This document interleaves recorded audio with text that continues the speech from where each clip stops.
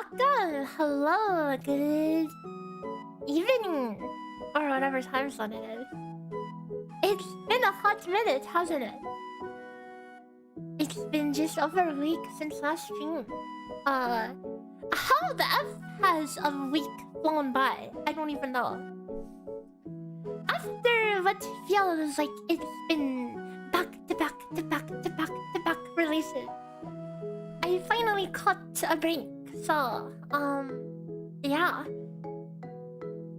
And by caught a break, I mean I spent these last couple of days just doing my own thing, working on a new DPS calculator. Yeah. Spreadsheeting. Now that's how you chill out after non-stop releases. Also, I totally patched the game and then launched it, because you know how these games you have to like launch them and then you launch them and then it says, okay, now it's patched, now restart. Well, I restarted it and now it's patching again, so and now it's frozen, so let me just pull the old turn it off and on tactic.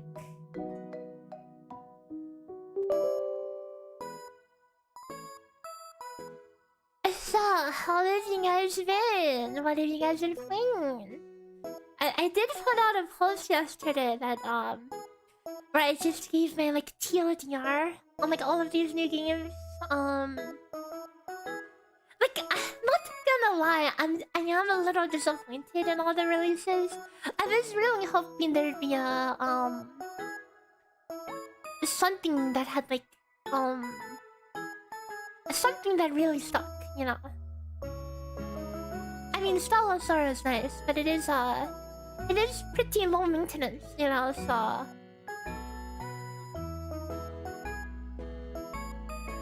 it's like I won't have something to do all the time. No new hardcore thing to grind. Dude, I can't patch this game for crap right now. Congrats on getting 80k views for your Stellar Sora video. Well, Simon, thanks for 5 months, yay! Yeah, that's a lot more than I expected. You played a lot of DNA, got to 56. Whoa, huge! I hear 55 is the last big wall to get over right now. Styles are fun, but not too much to do, and that's fine. Low maintenance games are fine. I consider Rua pretty low maintenance as well, you know. For somebody like me who doesn't give a crap about the exploration of Rua, for me is just log in every 2 weeks and play TOA. That's literally it. Then the rest of the time is all theory crafting, and that's fun for me. I like that more, you know. Some people like the exploration stuff, dude. I've seen enough. And I've been there, done that. Running around the map collecting pennies. Sometimes you have to farm echoes, and it is what it is. You've been playing DNA every day since you started 5 days ago. Okay, hang on. Okay, you're having a good time with DNA. Okay, tell me what's the fun thing about DNA for you? Because I'm curious to hear multiple opinions. Also, hang on. My game is not in... my game isn't patching for crap right now. I don't know what the F is going on. Libras, hi, you always watch the videos but never call my streams. Sorry, I don't stream too often. Sometimes, like, I haven't streamed for a whole week, but I mean, okay, I have been streaming a lot recently, okay? I have been streaming a lot. Pretty much very, very frequently. Between videos and streaming and getting dragged out by my parents who came over to visit, I had almost no free time. It's all about the grinds. But like I understand that like there's like I've seen people like, you know, making like crazy builds and stuff, and I guess that's the fun, you know. AFK grinding to try and complete stuff, dude. I just play RuneScape, so if there's AFK grinding, I just AFK grind on RuneScape instead, you know. I mean, I don't mind the AFK grind. Actually, there's one big problem I have with AFK grinding on this game. You know, while I was working on my video, I was actually AFK grinding, and I was taking notes on the drop rates, and I was planning on making a video about like AFK farm drop rates and stuff. But then, after getting the review video out, I was so tired I didn't get around to it. But you know the big problem I had with this game, dude. This game, I can hardly run this crap, especially if I have like other games playing as well. Dude, I have it on 1080p and my computer is getting freaking fried. Yeah, that's one of the biggest turn-offs for me, honestly. It's fried. Like my computer, I can hear it like breathing and heating up. And mind you, I dust my computer very frequently, and I've gotten the thorough paste changed, everything recently. So it's not a PC issue, okay?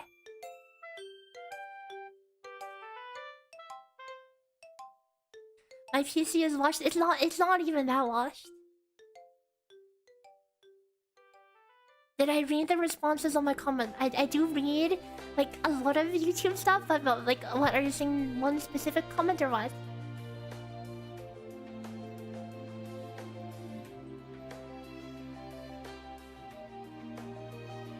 And RuneScape isn't cute, fair. I mean, you can have some pretty good fashion scape in there, but I know what you mean. It's not like anime cute aesthetic.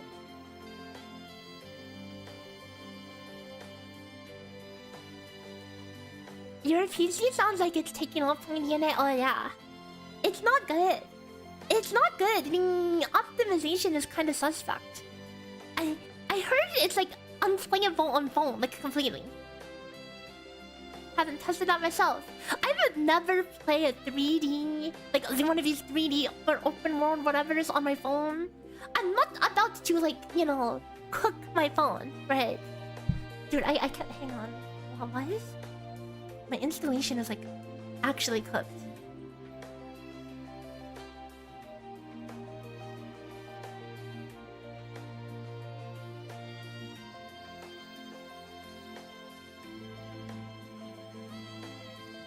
My game already updated, and then it's telling me to update it again, and it's just not updating. Play Vault on my phone. I tried it once, and actually wait, I tried it twice. I played once when I had to go out on a family vacation because I had to do my dailies, and my phone was heating up like crazy. I also played it once when I was out, and the leader stopped by and pointed to my phone. It's like, yo, is that Genshin Impact? And that was the last time I played that on my phone. Is this my first time playing DNA? No, in fact, I have the DNA first impressions video already out. I had 2 10-hour streams where I played through the DNA story and got a taste of various features the game had to offer, and I put my thoughts on the paper. Yeah, I am totally still wishing to get this patch to work, by the way, so we are just going to keep yapping until I could figure this out. Since the update, okay, so I haven't logged in for like 3 days now. I have been tired AF, so I've been taking a chill pill.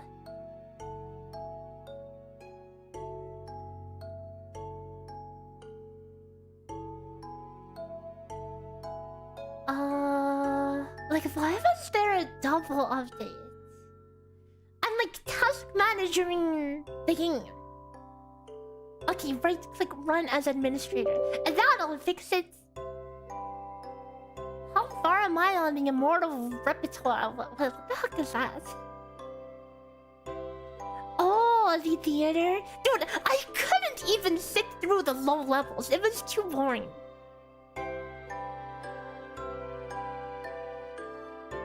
Whoa, wait, running it as admin worked, guys. freezing. Yeah, like I just played it. I played it a little bit as part of my first impression, and all I saw was that it's called immersive theater. There is no immersion, and there is no theater. Especially after finishing the story, where you literally finish the story inside a freaking theater. I would imagine they reuse the theater set and just spawn monsters on it. I'm like, okay, sounds good to me. It's not even that. It's just... the thing that I didn't like about it is it felt lazy. It's...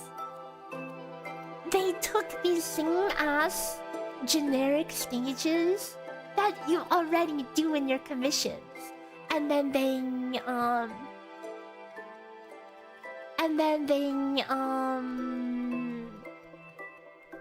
you have to do 5 waves. That I also don't understand. Why is there 5 waves?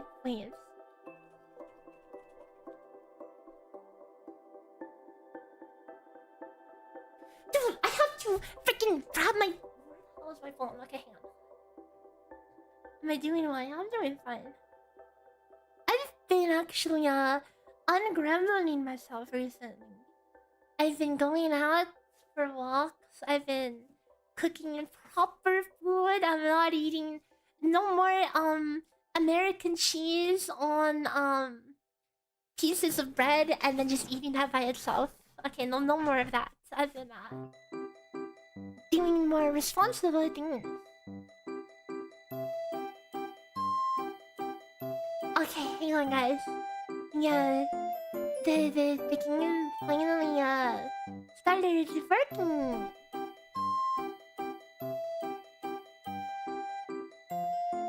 Ah, that's not the game.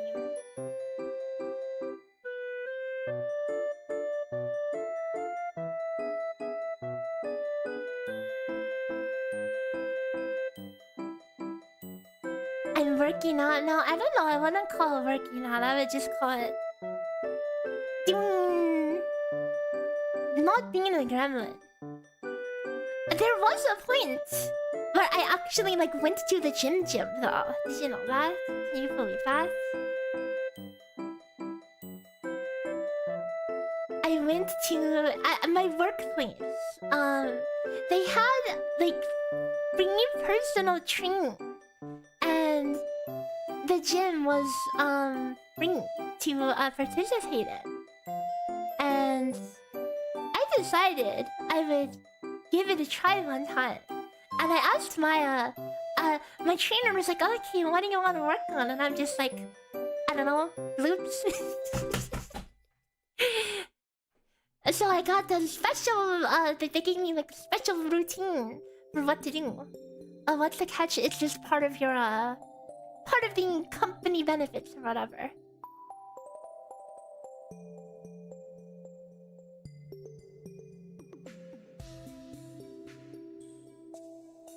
But yeah, that was a while ago. That was when I still went to the office, when I still had a job.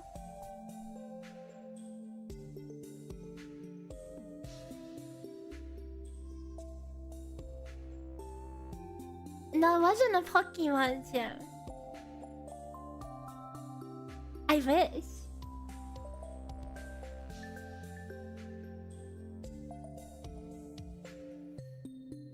Okay, as you can see, my trial rank is only 42. It's been a while since I've actually played.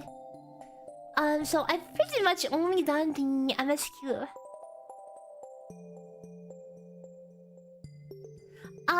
But since there's no more MSQ, that means we can play the game, and if we can play the game, there's a chance that it gets better, right? Because for those who haven't watched my DNA first impressions video, I made a video recently, !DNA, that talks about my early impressions of the game. And the TLDR about it is that it feels very undercooked. Very undercooked. Okay. Like yes, I think there's potential, but definitely needs more time in the oven. Now I can AFK grind demon wedges as if that's not the literal only thing I've been doing. Okay, that has been the only thing I've been doing. Undercooked but still edible. I mean, you can eat it, but it's like, do you really want to eat it though? There's gacha in this? Okay, so for those who don't know what this game is and just want a quick rundown, it's pretty much like in the fewest words possible, undercooked anime warframe. There you go. 3 words. 3 words to describe the whole game. It is gacha coded because it used to be a gacha. They removed the gacha last second. But a lot of the gacha elements are still in the game. And because it's like a mobile game or whatever, the combat is really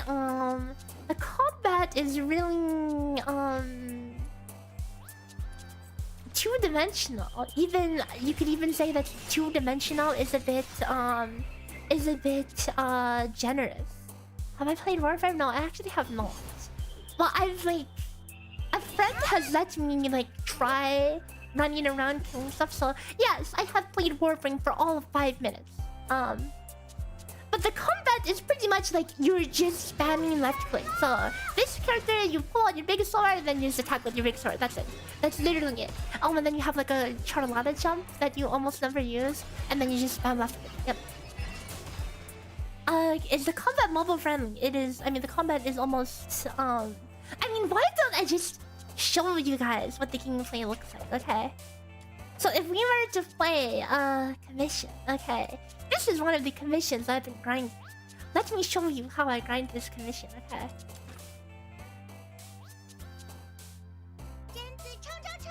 And the boss fights. I used to be really excited to do the bosses in here, but then I realized that the bosses in here feel really bad. Okay, so let's see. Okay, so this is the content of this game. It's mostly like mob rushes and stuff. So I pull out the big sword, and then you just start spamming auto attack. That's it. At least, you know, spamming auto attack into a bunch of mobs feels cool. And when your combo is fully charged up, you can go like this. Ha! Yep, and then you auto attack again. That is as far as the combat goes. You just auto attacking with the sword that hits literally the whole screen, you know. Actually, I'm lying. I'm lying, guys.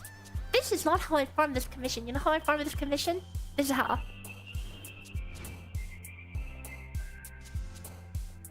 I jump up to this corner.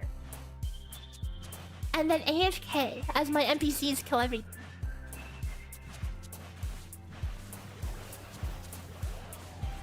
I did this for... I did a good like 15 hours of AFK farming this. This is the you might not like it, but this is what peak performance looks like, okay? So they're doing work, guys. They're doing work.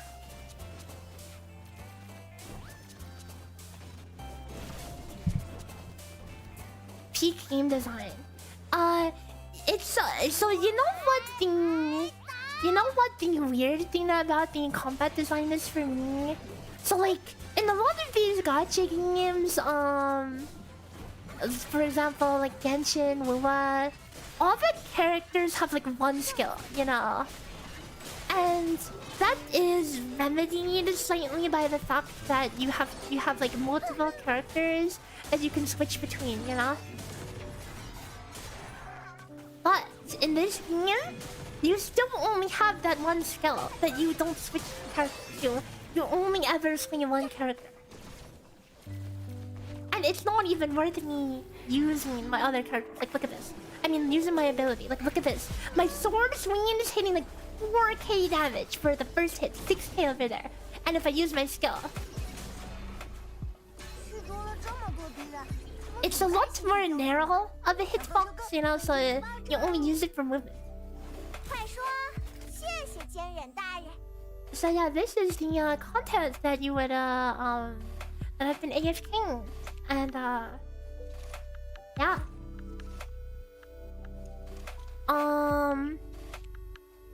And yes, I don't get me wrong, I do like my AFK farming. I have done a lot of AFK farm. Like, I will find when you like if games give the ability to AFK farm, you better bet I'm going to abuse the hell out of it, you know. I have AFK farmed a lot in Guild Wars 2. I have AFK farmed in Reeling. I mean, I play RuneScape. Of course I AFK farm, you know. I AFK farm so then I can AFK farm on my other games while I'm AFK farming on the other games, you know. You can AFK farm like 5 games at the same time. And that is the peak gameplay.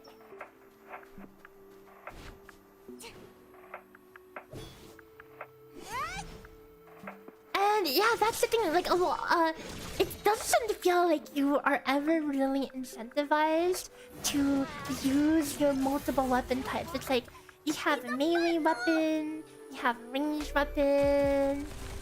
But why? Because it feels like just swinging the big ass sword is way more effective than ever doing any of the other stuff.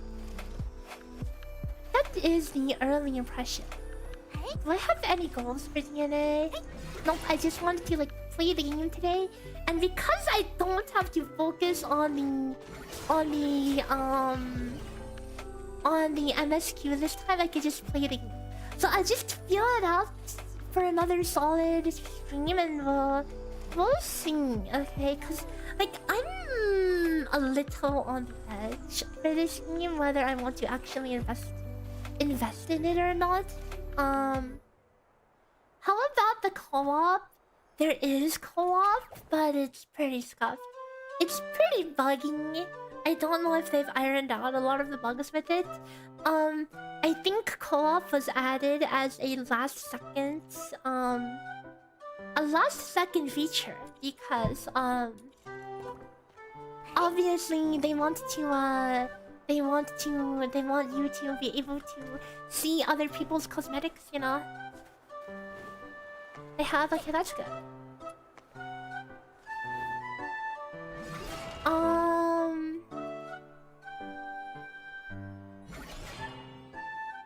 But like, why would you play co-op when you could just AFK and have your NPCs?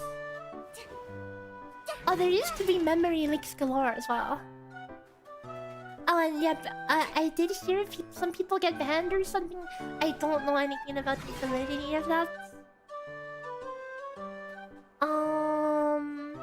So you guys have been grinding it for a while. What do you recommend I grind today? Okay. What should I grind? What should I grind today?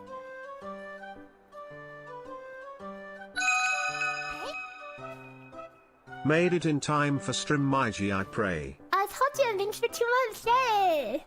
Grand records and SS, true.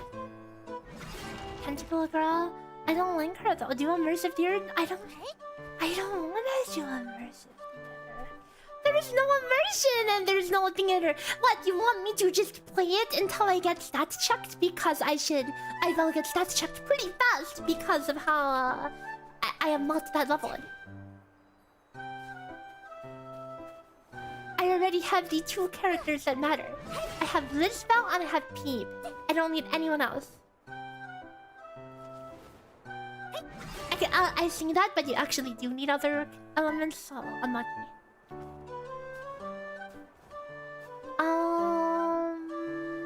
Oh, we should do the... I should do the, what do you call it? The weekly bosses. We have to do the weekly bosses, right? Because you can't buy these Lizbel letters with papers. You have to do this. You have to do the weekly. Do I have a weapon? No. We can probably grind for the weapon. what even is her weapon? I was not aware that she had a weapon. Or do you just mean like the weapon that's good on her?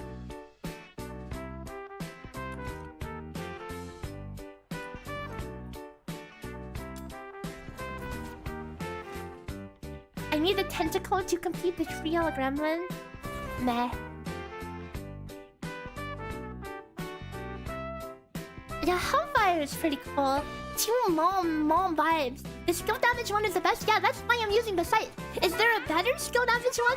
Like this weapon that you get for free gives you skill damage. And skill damage, her big sword is skill damage. So and oh, you don't even have to level this weapon up. Wait, right? Am I crazy, guys? Hang on.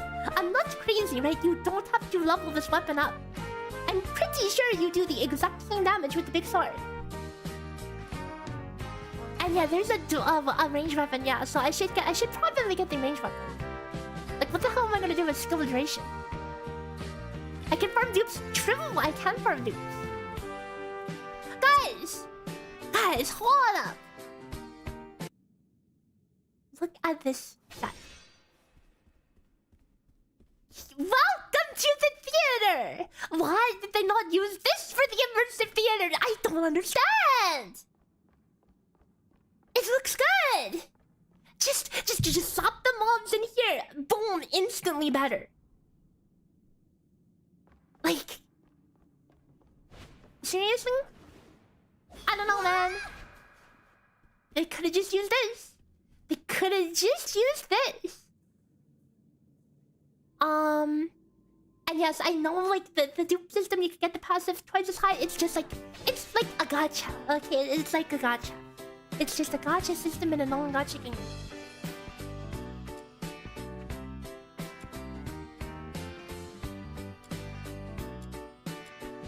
Wait, I have to do the level 15 one to... wait, why can't... I have to actually do the previous ones first. Okay, well, I think the boss battles in this game are the worst part of this game, and I hate to say that. I hate to say that because the bosses are typically what I look forward to.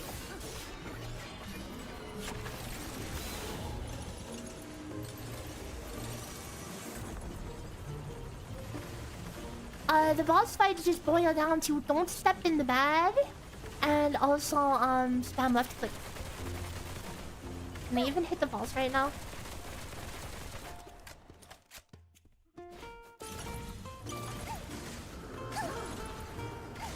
Dude, are you going to come downstairs or what? Oh, I can't shoot her. Well, my gun is level 1. I hope you know that.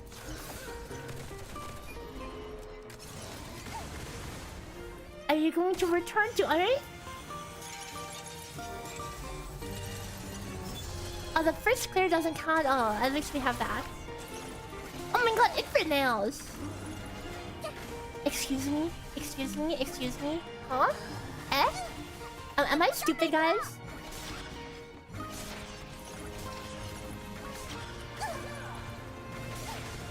How come my attack went through some of those nails?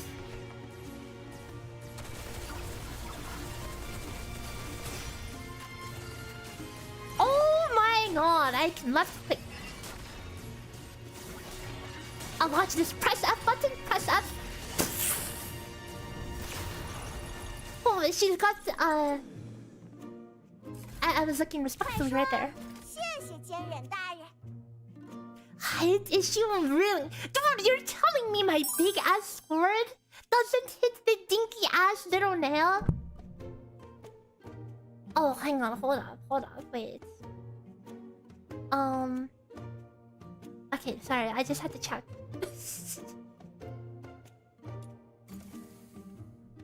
For a second I was wondering, oh, did I remember to change my Twitch category to Duet Night Abyss? Because it made me remember, I don't think I remember doing that. That one penguin person, thanks for the follow, welcome. And hello to Chill Cat.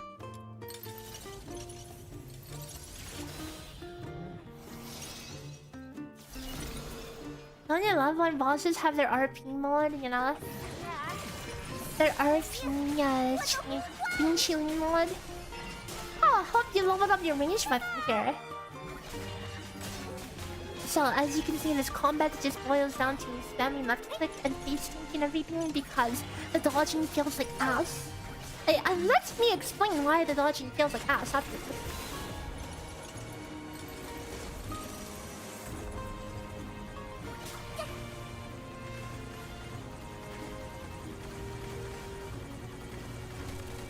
Am I supposed to be shooting her right now to make her come out of this faster? Also, I can't see crap! For what? Like, AoE's under me when I'm shooting? Okay. Is that supposed to be intentional? You're not supposed to tunnel vision, you know? But you're clearly supposed to shoot her right now, right? Am I missing something? So the thing with Lisbel is that with her big sword, you actually are not allowed to animation cancel any of their attacks. You're forced to commit to them. Wait, can I just shoot these? Never mind, there's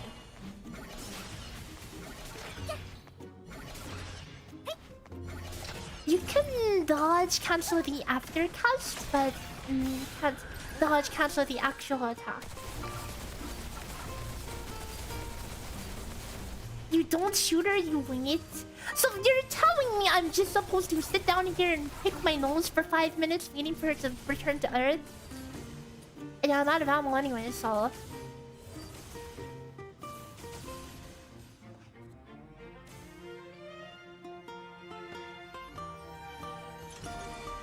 I guess we're just waiting.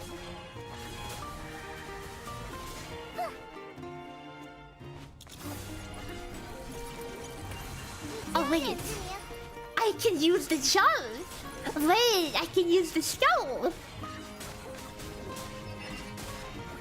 And now I can left click to my heart's content. Oh wait, hang on. I have to do this. Actually, never mind. I'll press F.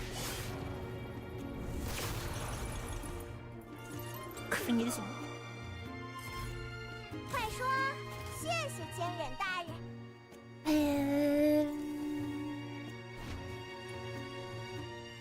Okay, we figured it out. Let me explain what I don't like about the dodging.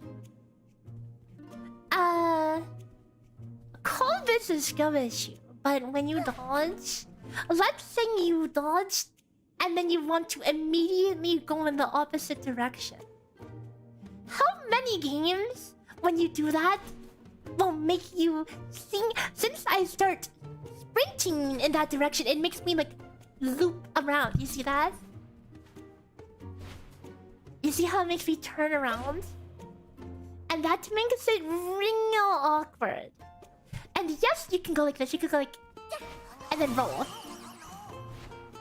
You can roll to cancel. But that's just kind of unintuitive, you know?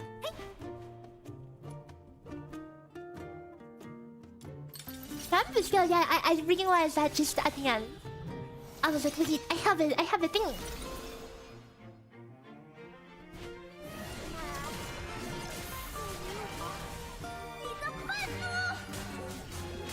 Like, it's so awkward to do anything but just left click spam.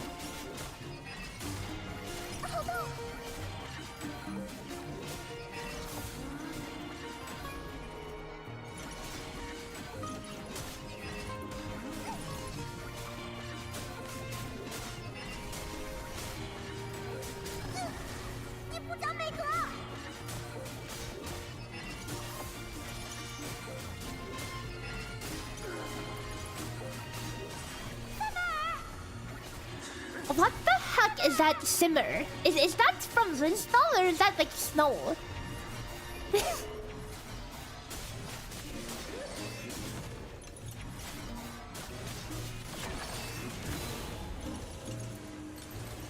That's a really cool sword. Yeah, the sword, the big sword is cool.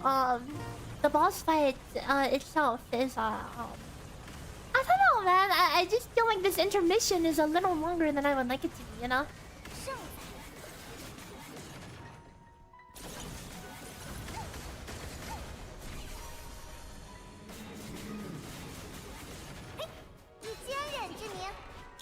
I just feel like this is extremely copium to like scratch her feet. I'm literally just trying to scratch her feet. You're telling me that this is the weekly for a Lista? Unlucky.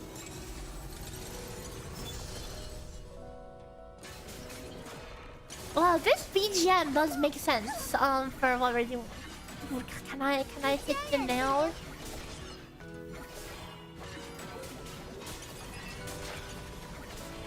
Seeing these nails gives me PTSD, dude. My idiot black mage? Like, oops, I crit my fire 4 and kill with the nails. Sorry, we're wiping. Idiot! Why'd you cast it then? And then they try to blame the game. Oh, it's cause I crit. Dude, if you know your crit is going to kill it, then don't use it, idiot. Use something else. Baka. A context, there's a raid where there's these ads around and you have to kill them in a specific order. But sometimes your DPS does their big nuke ability and then it crits and then it kills something earlier than you should have, and then the whole raid wipes and everyone's time is wasted. And they're like, oh, it's cause I crit, it's not my fault. No, bitch, it is your fault. Purging all evil, dude. Okay, hang on. The purge all evil is pretty cool. Okay, the purge all evil is pretty cool.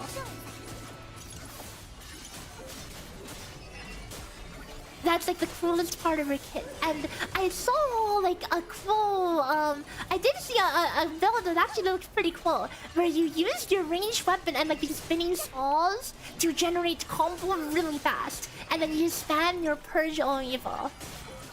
But that being said, like if you have to dodge anything, it just becomes kind of awkward.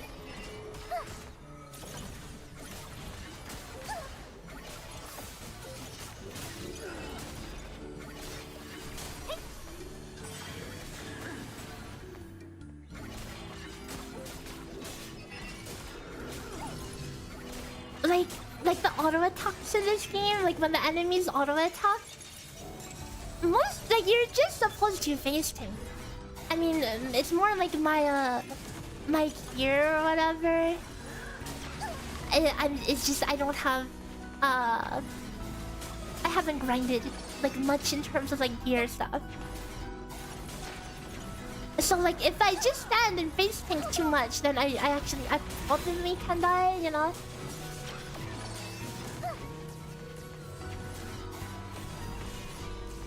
Oh boy! Oh, this is the fun part. Can I? No. Can I just do this and charge up? Does this hit? Oh! It does hit. It does hit. It does hit. Nice! You don't press dodge at all. Like it's like you're not supposed to press dodge. You just click the boss, you know. Wait, the boss goes invulnerable after you press S? Excuse me? Oh, you roll. Oh. I think rolling is unironically better than dodging. Like the only time dodging is good is when you roll at the end.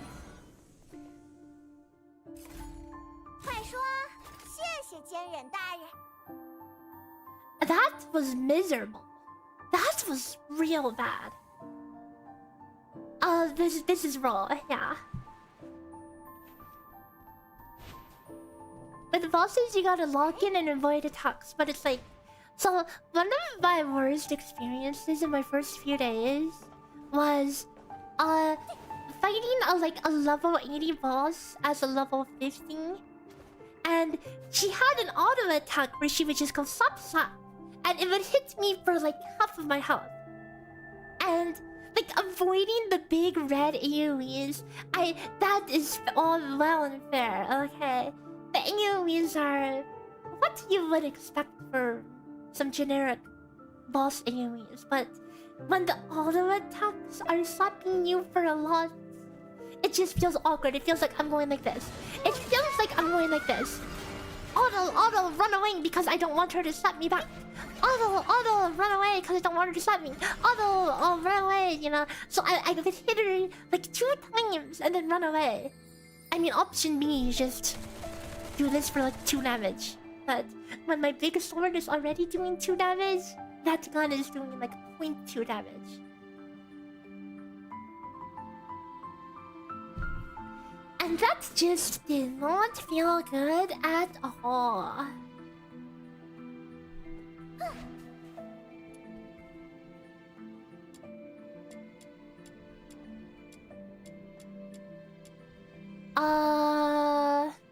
Okay, why don't we try leveling up some stuff so that isn't as insufferably bad? Because that was pretty bad. Do I have these? I do.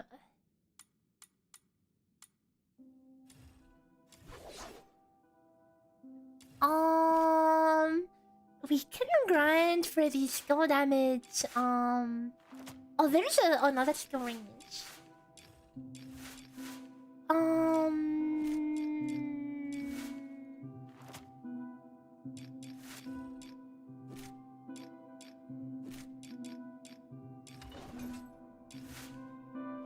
I'm not sure what I want to go for in the end, though.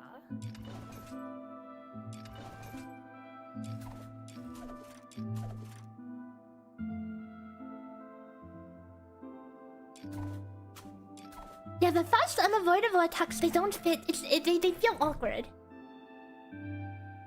Dude, she looks pretty sick with the double pistols, though, not gonna lie. And not gonna lie, she looks pretty sick. A little gremlin with the 2 pistols. Not that she'll probably ever use them, but... Get the demon wedges for the big sword. I mean, I have stuff on it. I've been AFK farming. Actually, wait, no, I bought these. Yeah, I bought these. I bought attack speed, attack range, smash attack, and attack. Surely these are separate attack multipliers, right? Smash attack, like type attack, and then just generic attack, right? Yes? Okay. And then apparently some of the wedges on your main weapon also affect it. I heard like the combo one matters. There's like but the combo duration wedge on the main weapon actually works. They're separate, yeah, they're separate multipliers, so that's good. You recommend crit? Really? Crit? When I mean, I'm sure later on, but early on, when I have little sources of stuff, you know, how much crit the combo count on main weapon works, yeah. So that's like a little thing. Wait, do I have it? Let's check if I have it.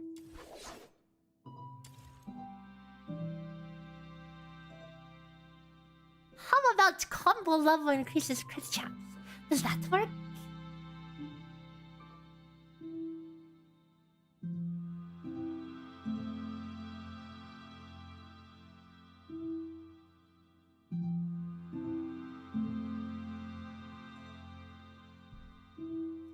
I wonder.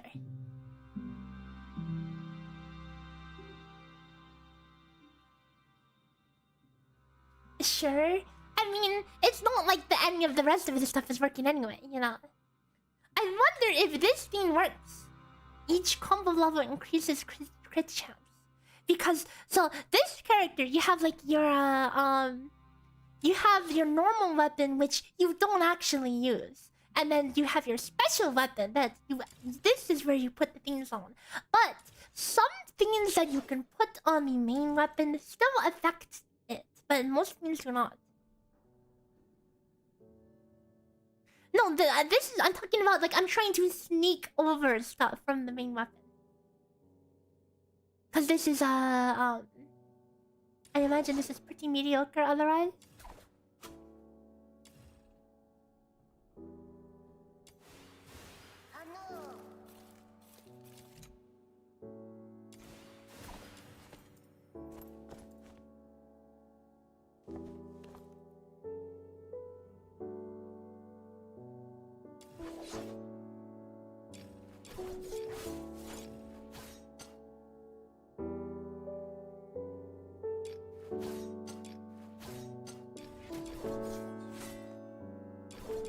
So what? Should I just grind out the dual pistols, guys?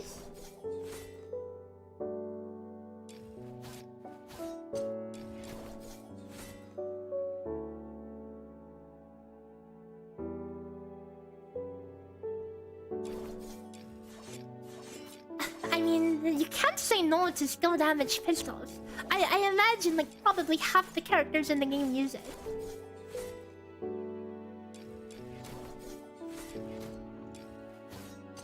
Dude, I would love... Oh wait, I'm looking at melee weapons. I'm stupid. I was looking at melee weapons and wondering, where the hell are they?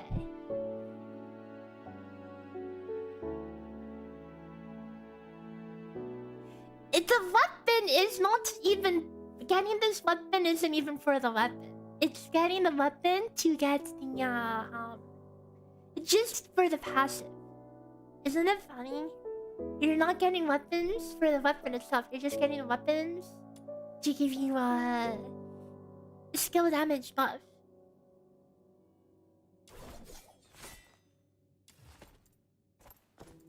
You know what's unfortunate though? I should probably be leveling up my, union level or whatever. Because I'm getting gated out of a hell of a lot of level up stats.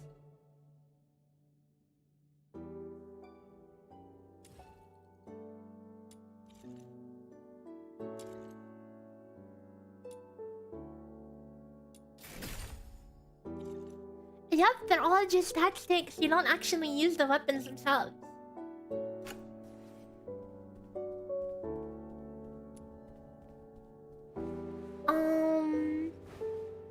Could AFK defense? I mean, I've been doing my fair share of AFK defense. I need XP, guys. What's the best way to get XP? Unlocking weapons and stuff, or what?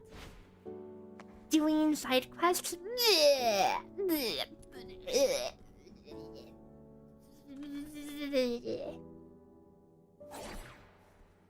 To the demon mines I go. The demon wedge mines I go. What's demon wedge mines? Is it the which one is it?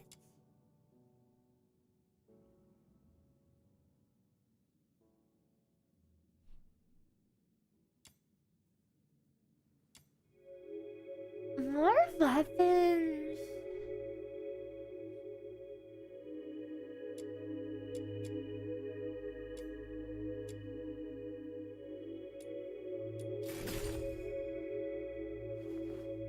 This NPC is cute. I don't think she is. I don't like her fleshy horns, man. I hate it. I actually hate it.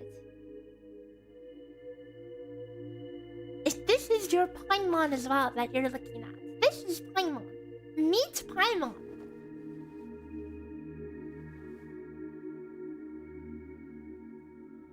Ascending characters gives a lot of true. Yeah, no, I've seen the... No, I don't... I've seen the thing. Okay, I know how much XP there is off the that. Okay, so I guess I shall just...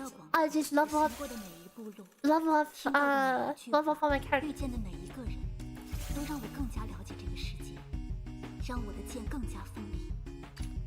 Okay, well, it looks like I'm out of stuff. Okay, fine. We'll play commission to get some stuff.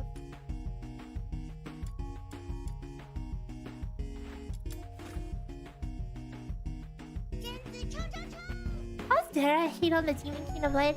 Hey, I normally like these characters. I actually don't mind Paimon as well, okay? But I think Paimon is much better than Snow. I'm sorry.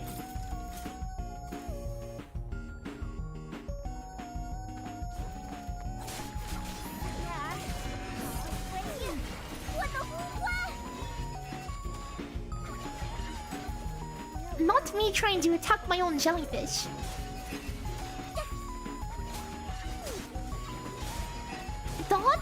Dots. Come on, okay. Paimon's pretty cute, okay.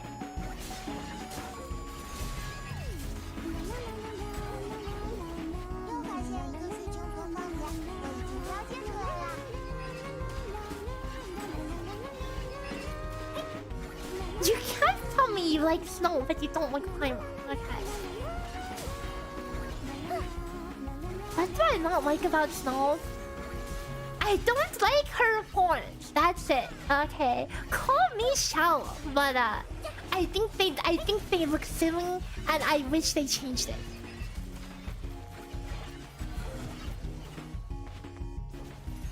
Fleshy appendages.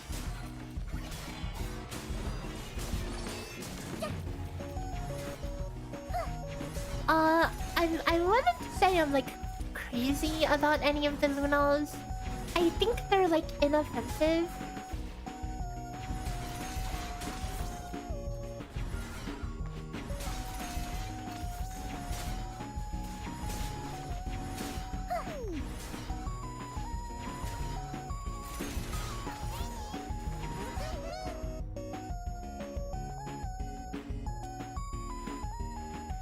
Her horns are unique to her. I know! They're her signature thing, but they look freaking atrocious. I'm sorry. Okay. I'm sorry.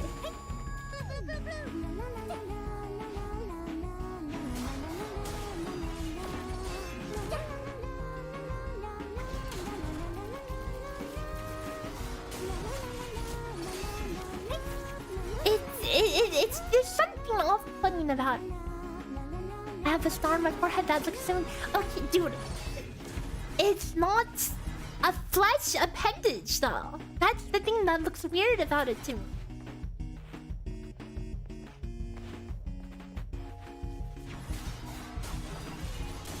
That's the problem.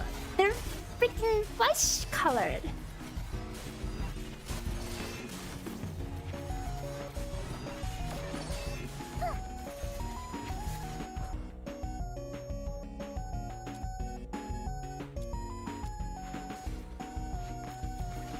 That's just weird. And like they have like little pluses on them.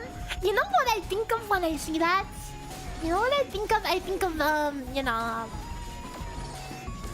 some suspicious arts where they have, you know, they have those pluses bandages on their chest to make it not show too much, you know. That's what I think about when I see those horns.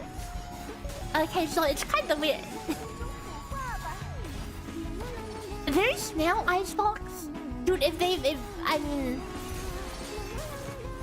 At least that would make more sense, but she's not a snail. What have I been looking at? I mean, I'm just saying, okay. It's like, Abysso Euphine in Epic 7, she had, you know, she totally had that as part of her design. I'm thinking too much about the horns. I mean, it's just simple. I don't like it, you know.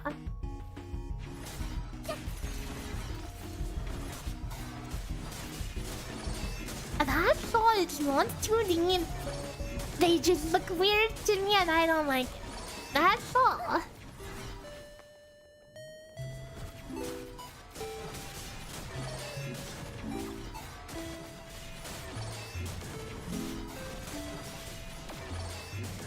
I mean, you can tell me about the lore all you want, but I think it looks weird. And that is all, okay? You can tell me about how much it makes sense in her lore or whatever, but I'll still say the same thing. I think they look weird. The music in this game is so good. Yeah, I think the music is actually one of this game's stronger suits. That being said, since we're just grinding stages, I have the BGM off right now. What I think of Little Fiend, really cute. Okay, really cute. Lisbeth, really cute as well. Snow, get her. Keep that crap hidden. Get her out of here. I'm starting to think I don't see them as horns. No, I see them as horns. Okay. I see them as horns. Like, what else are they? They're horns, but they're like fleshy horns.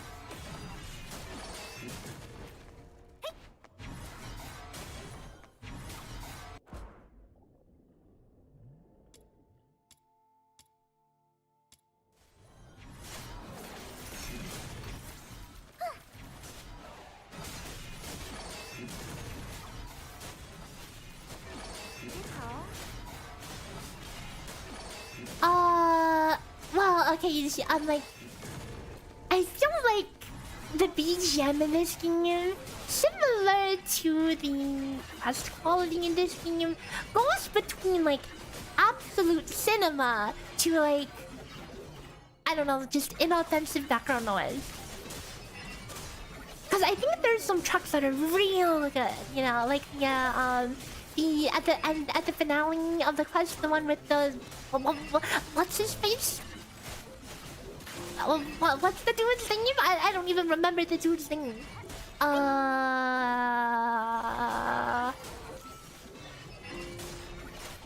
one with the Fantasia, yeah. I was about to call him like Christopher or something. I don't remember, man. But dude, that track was banging. Okay, that track was crazy good.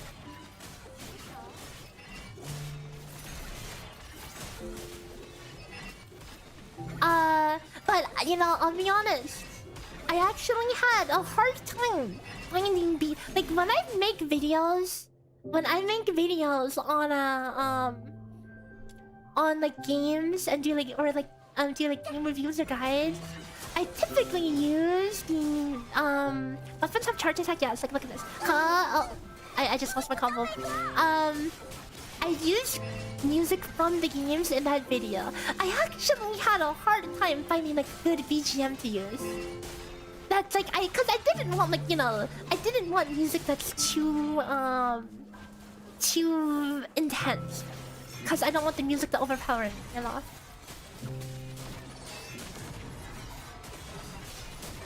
And a lot of the music in here, a lot of the good music is like being real intense music that is not like just background music, you know.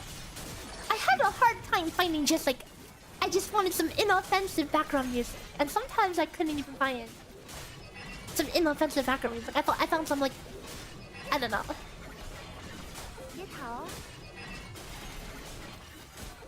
It reminds me of when I was looking for music in WoW 1.0. Guys, who remembers WoW 1.0 BGM? Can anybody, like, if you just close your eyes and think of a tune, can you think of a single tune from WoW 1.0 BGM?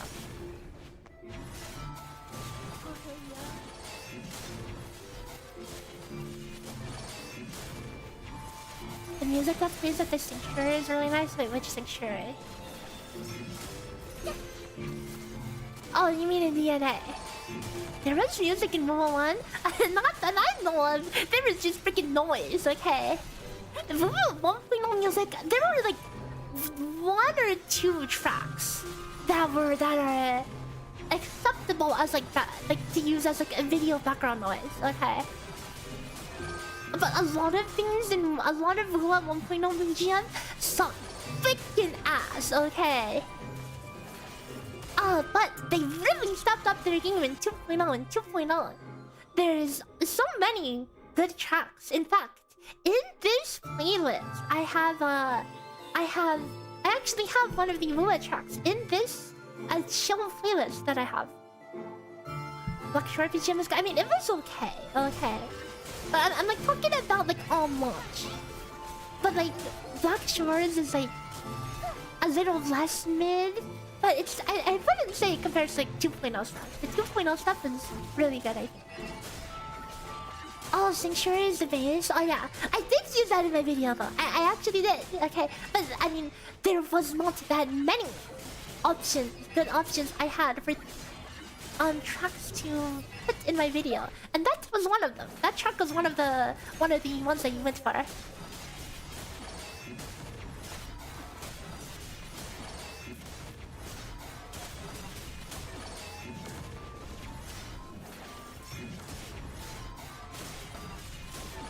I bet some people who are actually watching the combat here are triggered by the fact that I just purged all evil at 119 out of 120 combo. And I just missed everything. Inferno Rider boss team was fire. I mean, some of the boss teams are pretty good, but like I'm just talking about like background music that you would like use in a video, right? I'm not going to use boss music in a video. The only song you can remember from WoW is the one from Philosopher. I mean, it definitely I would say there's definitely a lot of pretty good ones outside of that. You know, hold up. You want to hear some 1.0 music? I totally have some saved. Let me play like the types of music that I would put in my videos, right?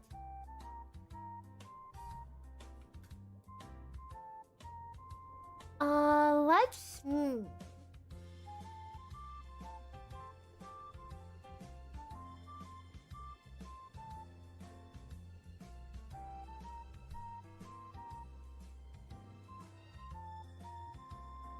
Ate a peanut.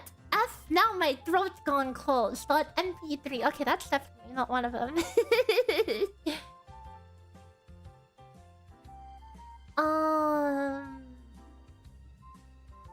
I have a lot of 2.0 music downloaded because 2.0 I can actually find good music. 1.0 though. Yikes. 1.1. Okay. Okay, here is one of the 1.0 musics that I have used in my video. Did I even open it? And now I lost it. This one.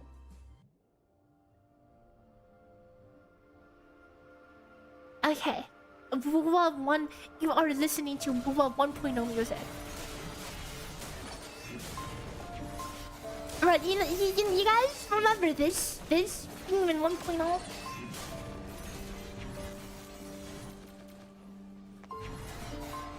It's just like whatever background noise. You probably recognize it, but if I were to like ask you to like come up with this theme in your head, you would probably not be able to come up with it. How much do enemies scale? They scale quite a bit. They go up in level. Isn't this a login screen? No. You don't remember this one? Yeah, a lot of the music in 1.0 was real whatever. But like, there's some like theme to it where you hear it and you're like, oh yeah, that's 1.0 music right there. Where the hell are those mobs going?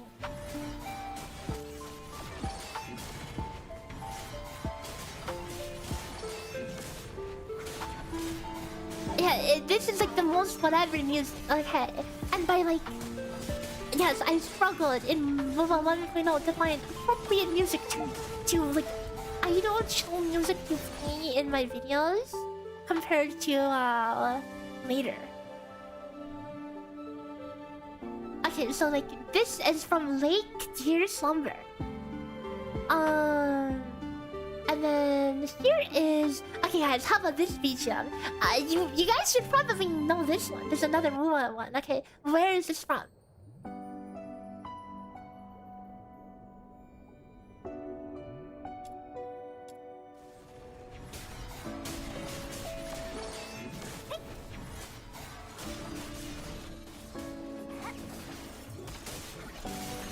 Not firmament. There you go, correct. At least this one you can hear a melody, you know. It's funny how, yeah, for a game centered around sound with like resonators, concerto, you know, the bass music was so bad. It was so bad. And then fast forward a little later, and yet,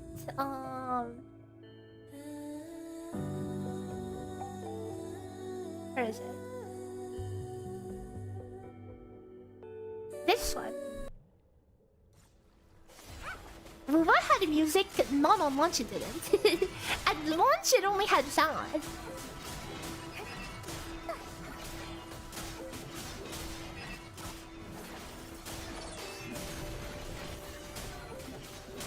So like I hate to say this, but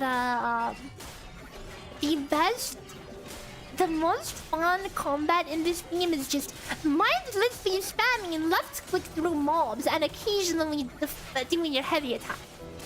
And bosses suck ass in comparison. That was my initial impression of this game, and I feel like that still holds true. That's all it's supposed to be. Yeah, this is the whole game. This is the whole game.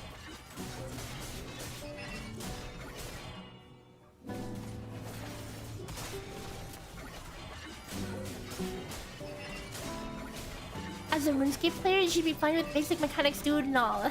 RuneScape is so freaking high APM clicky compared to this, okay?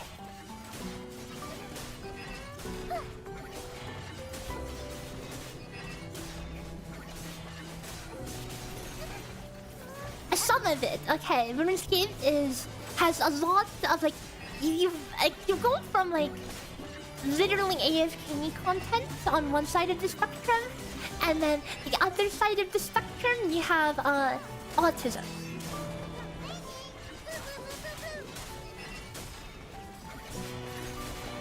But yeah, that's the fun part, right? I do love me some tiny little gameplay. Upload builds are ow, I'm stuck. AFK farm builds, yeah, because you can farm a lot in this game, and why put an effort when you can not put an effort, right? Oh, I think we might have gone too far, guys. I think we might have gone too far, because my NPCs are actually dying and I am dying.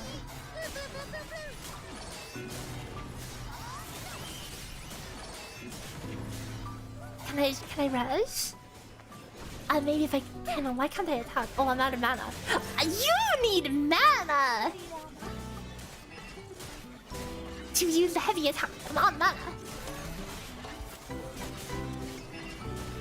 What's my level? I'm level 42.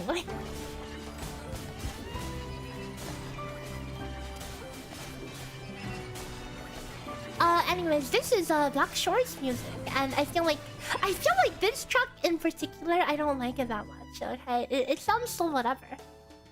2.0 BGM though. 2.0 BGM. You have stuff like this.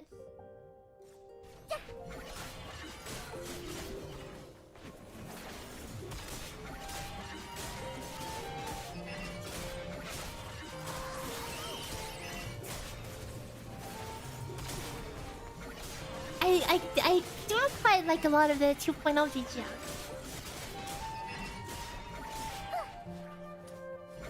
No mana, bro. I almost forgot that your heavy attack takes mana.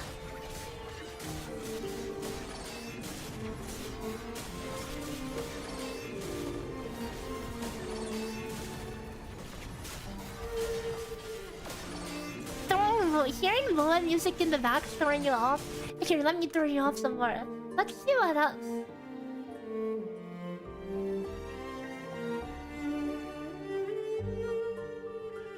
How about this one?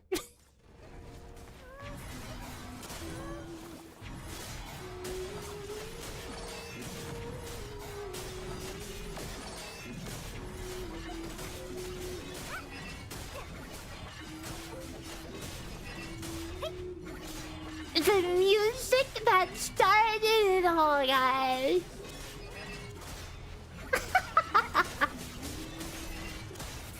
No, don't take away my ox card. Okay, fine, I'm changing it. Okay, I'm changing it.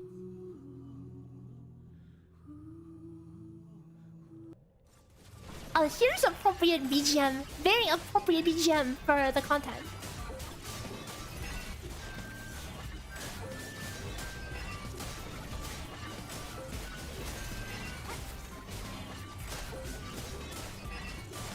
Yeah, is this not appropriate BGM?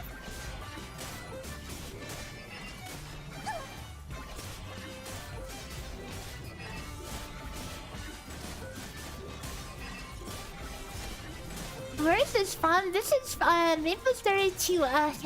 This is for the Hemesis field thing.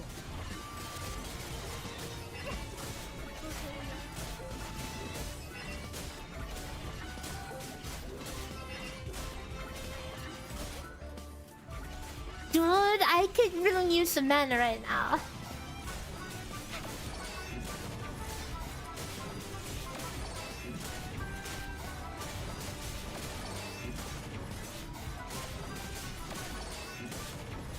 This is wild nostalgia. It is! Dude, it is tickling my brain in a very certain way right now.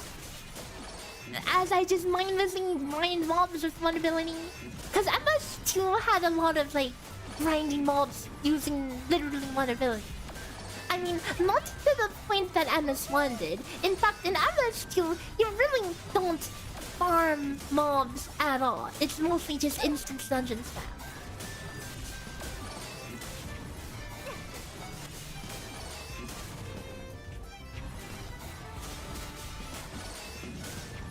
I should just swap some of these other game OSTs in like playlist, TBH, you know. Let's see what else happened here.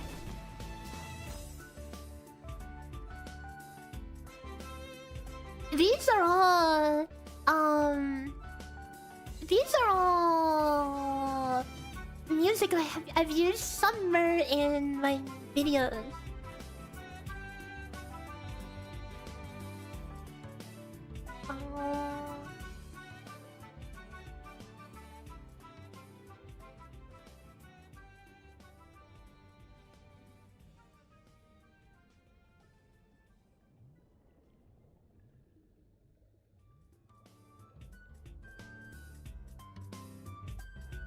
Oh,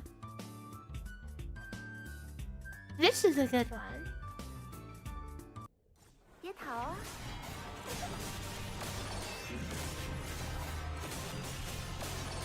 Is the amount of enemies spawning capped? I think so, yeah.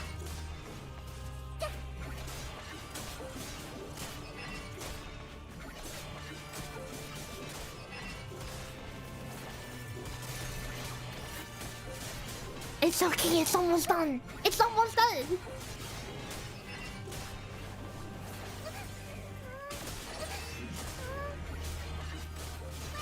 You know, I hate how NPCs have shield because it makes it so I can't see the damage as well, you know.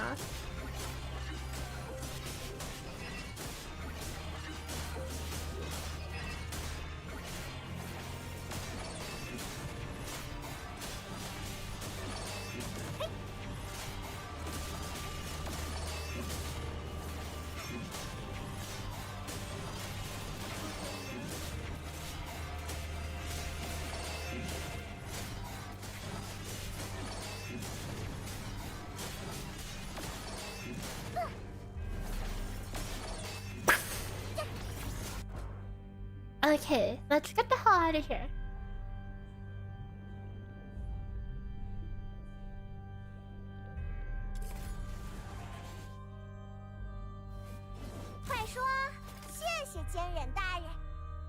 I got 1 toilet paper for that.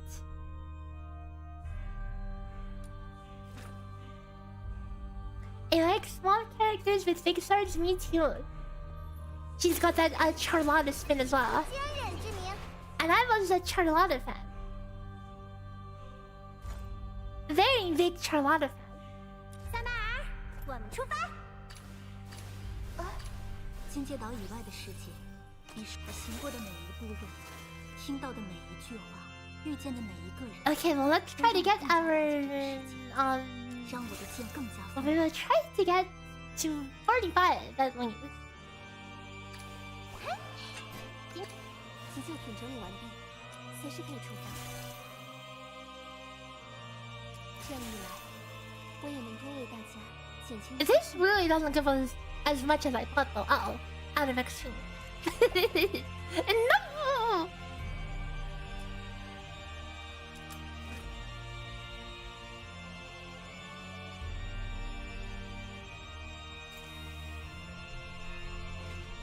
Well, it's okay. Mindless crimes are what I specialize at.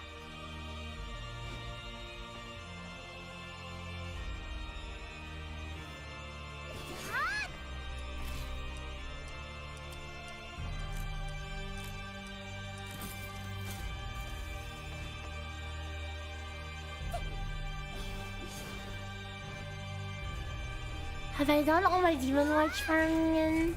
I haven't done the level 81. But as you can see, it took me a million years to kill the level 75 mob, so I don't know if you want to watch me try to kill level 80 right now. I mean, I wouldn't mind. 不行不行，敌人被打倒的位置离妖姬塔太远的话，他就回收不到了。This music is from GBF. 任务完成了，我们也准备离开吧。 It's from Lucilia's boss fight.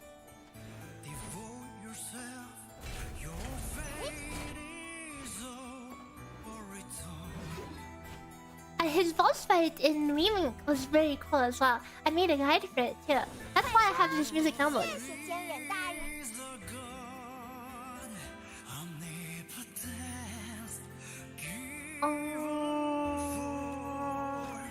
Probably do a higher level one.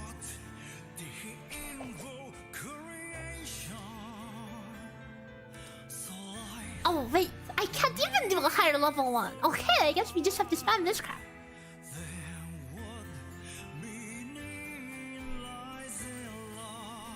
Dude, I hate this quest, dude.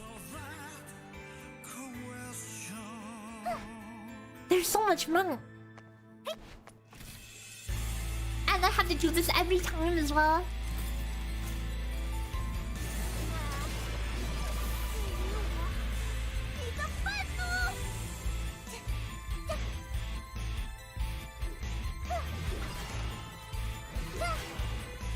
Does anybody know if sprinting or doing this plunge thing is faster?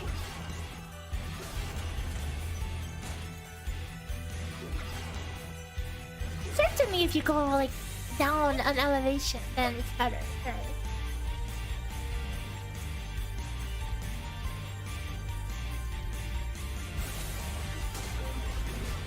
You have to grind so much characters you love.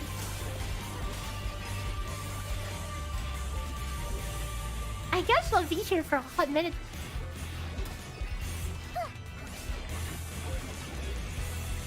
Do 8Fs? True, I should use some papers, cause this crap sucks ass. And then you have to relieve as well. It's so this crap sucks. Lucy's music takes so long to kick in. Yeah, it does. I didn't realize how long it is.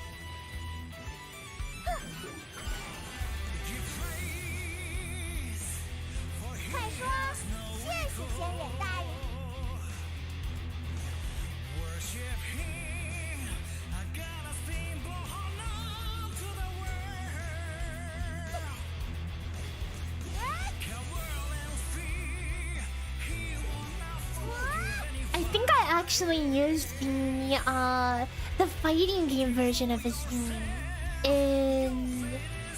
in my guide, because obviously I didn't want the vocals in the guide video because I'm yapping here.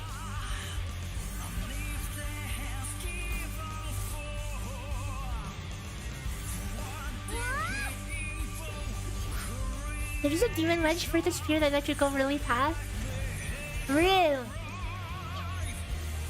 Now that is something I can get behind.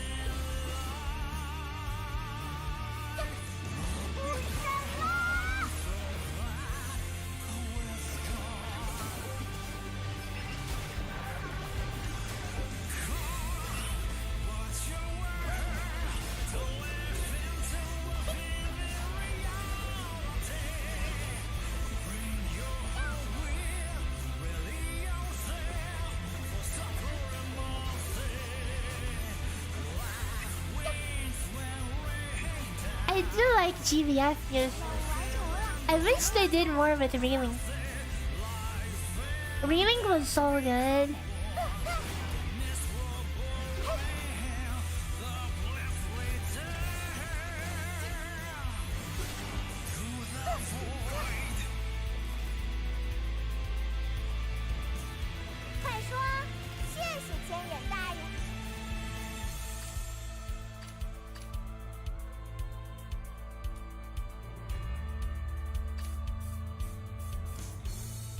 Surely they have an expansion in the works or something.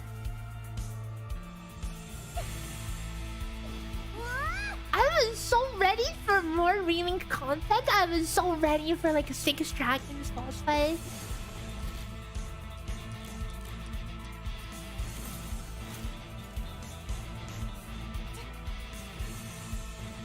It took so long for the first one. Yeah, it did. And we kind of progression skipped. We went straight from Proto Bahamut to straight to Lucilius. None of the in between, you know. There's so many other huge bosses in GBF that would be so sick to fight. I think they would make skins, dude. I was so surprised. Like, if they literally, you know, it's just sell people Narmaya swimsuits, dude. That was like that could have been like the freest money, you know.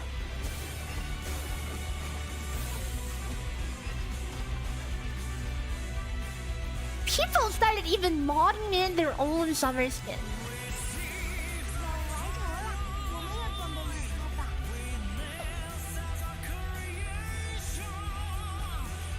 There's no skins. There's like dinky ass recolors, you know.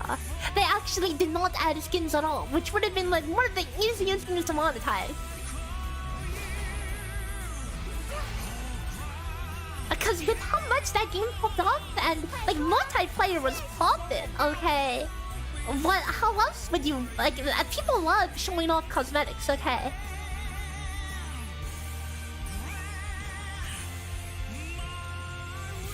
Okay, let's switch to some less intense BGM.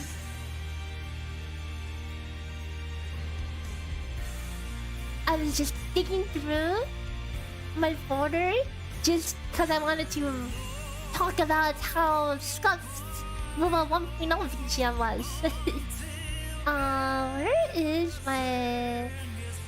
Where's my freaking BGM folder?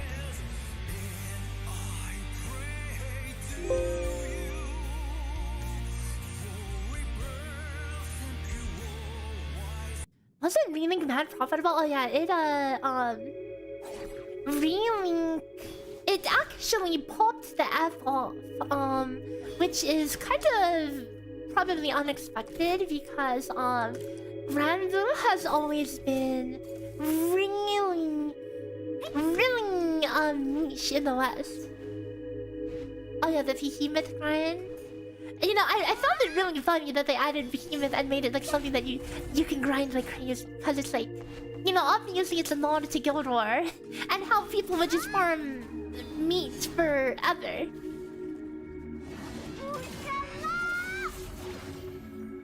Yeah, they know the side games, they do know how to cook.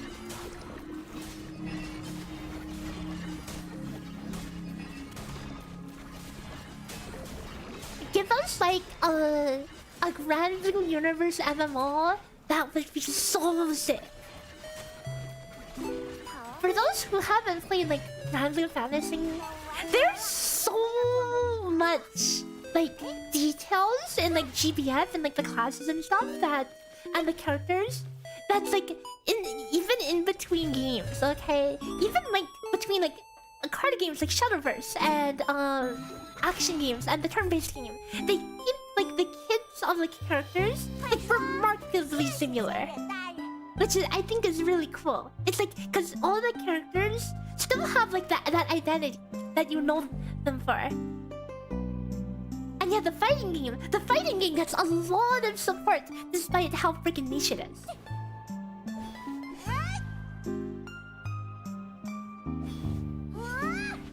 Yeah, Reading comes out and you have still yet to play it. It's not a really good experience.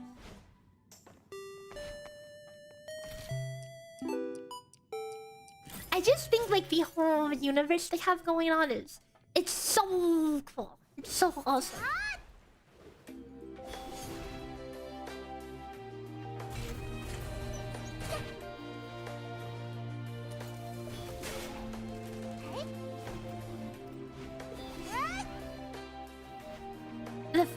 The first time you found out about Gremlin was the original Shadowverse. Korma is so attractive. She is.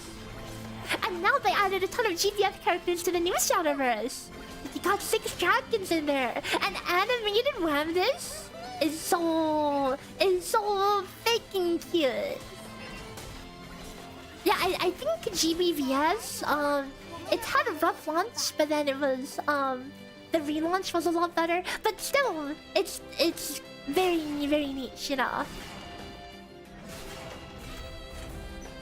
But it's surprising to see the amount of support he gets anyways.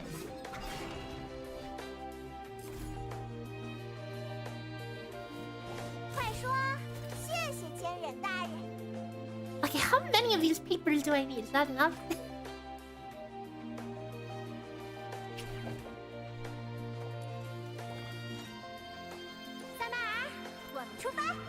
So I'll just get all these characters up to level 15, and that should give a lot of experience.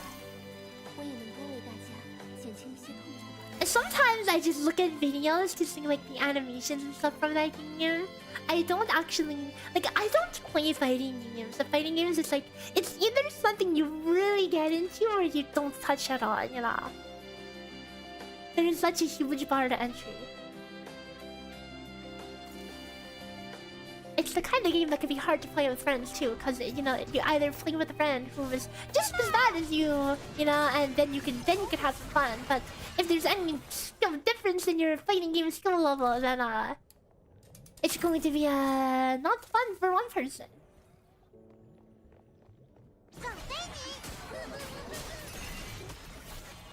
I think I was thinking Relink was doing so well. There was absolutely no way that they would not continue to push stuff for it.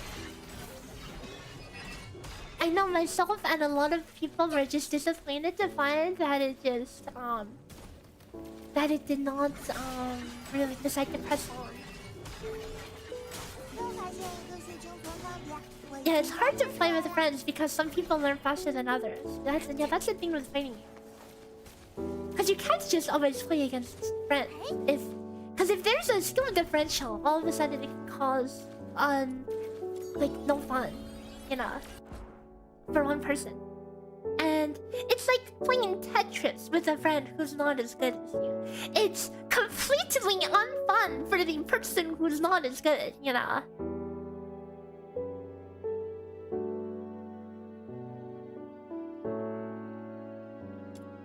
And for the if winning too easily also does it, at least it should not feel satisfying. Okay, I'm sure some people love beating up noobs, but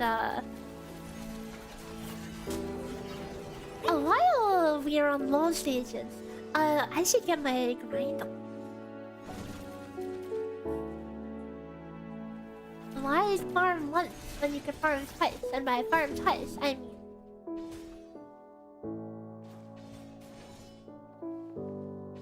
people love smurfing. Oh, music. What should I farm in RuneScape today?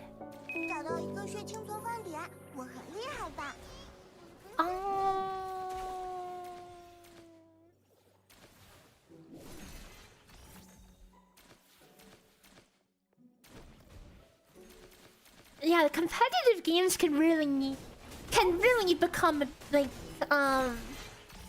extremely stressful or even not fun to play at some point. I've had my fair share of time trying to grind up the competitive ladders in some games. It was that time.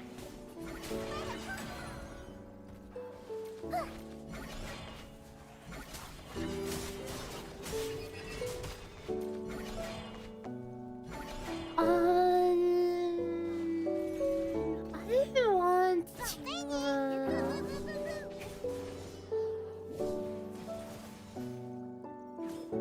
What should I grind? I mean, if nothing else, I can just chop demon tears. The most AFK thing possible. Yeah, heck it. I'll go chop demon tears.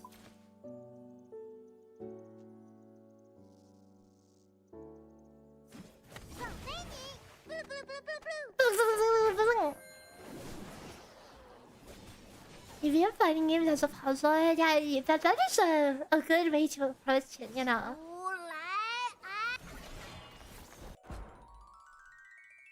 Because it does even I mean adding PvP game, not just fighting games, is it's all about the mind games later on.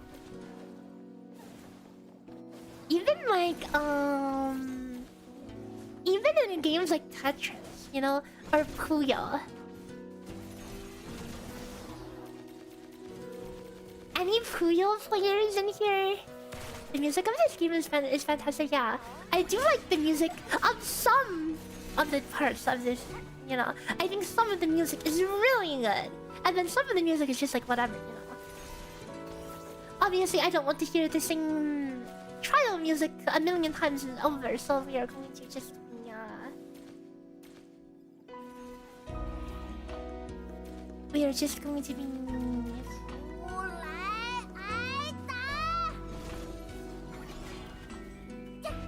having our own music.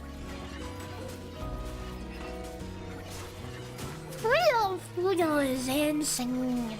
Like if you watch like sweat Puyo players, it's crazy.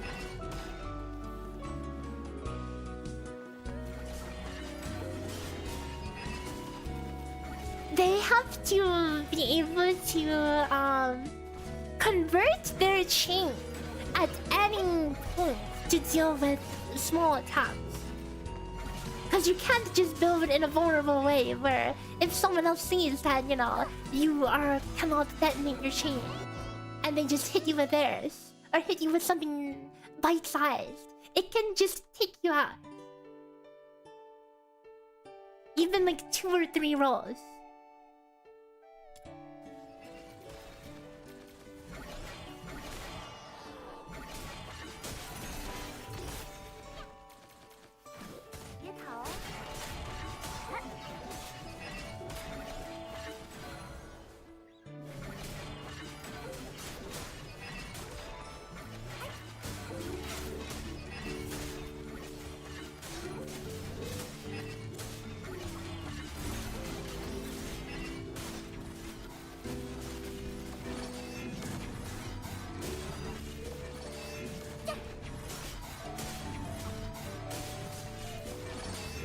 So you know what I feel like all the development effort in DNA went to?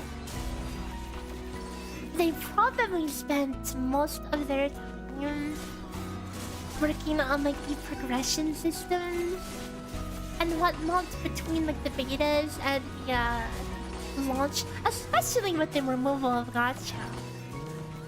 And that's why the gameplay is like pretty much almost exactly the same between beta 1 and now. I was thinking of doing something for my video, which I completely forgot to do, by the way. Where I was planning on sneaking in footage from beta 1 and beta 2. And saying, by the way, guys, I mixed footage of beta 1, beta 2, and launch. Did you notice the difference? Probably not, because it looks exactly the same. It's a pivot moment, yeah, definitely. Although it's more of a pivot than just redoing the story. It's completely redoing the fundamental of the game.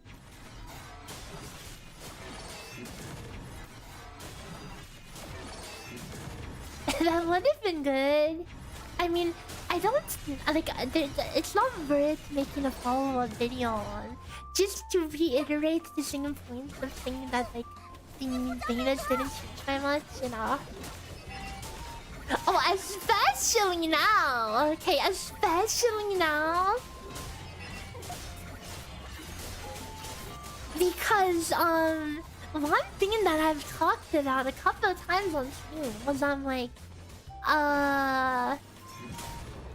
yeah, I said the DNA beta feels like the same game between betas, but then and it felt like a completely different game between betas.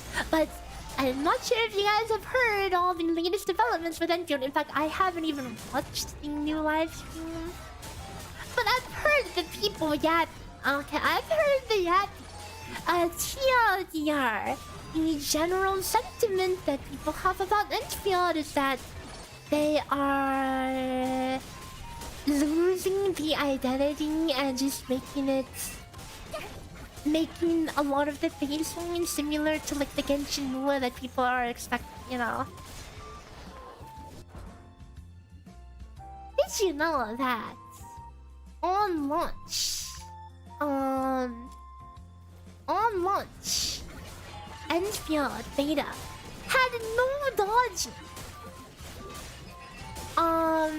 It had no dodging, which means you had to go into fights with a completely different mentality. Okay, you had to go into fights. Think like almost like I know it looks like it's an action game or something, but you would have to go into it with the mentality that it's like more of a turn-based game, and that your characters are just stood there. They're going to be trading blows, and they love be taking damage, you know. So that is the mentality that I had to adopt in Beta 1. Then in Beta 2 they added dodge. Okay, so it's just going to, it's kind of losing that identity and setup for itself, and with a more strategic gameplay, and is now moving to more of just the same, another open world action game. And turns out they also are adding like a thing where you can literally copy paste people's factories, because some people are being like, I don't want a factory, I don't want a factory, I want to just play open world gacha games. So now there is a way to copy paste the people's factories or something. Okay, I haven't seen the end stream, but it's just all stuff I'm hearing from third party, which is questionable, the ability of that, but that seems to be the general sentiment towards Enfield right now, saying, uh-oh, the Genshinification or whatever, you know. Yeah, I feel like, I don't know about you guys, but I am gacha fatigued, okay? I'm so sick of just every freaking open world gacha game just being like the same crap over and over with a slightly different skin, you know? The same progression systems, the same endgame, the massive tribalism between the games because of how similar they are. My game is better than your game!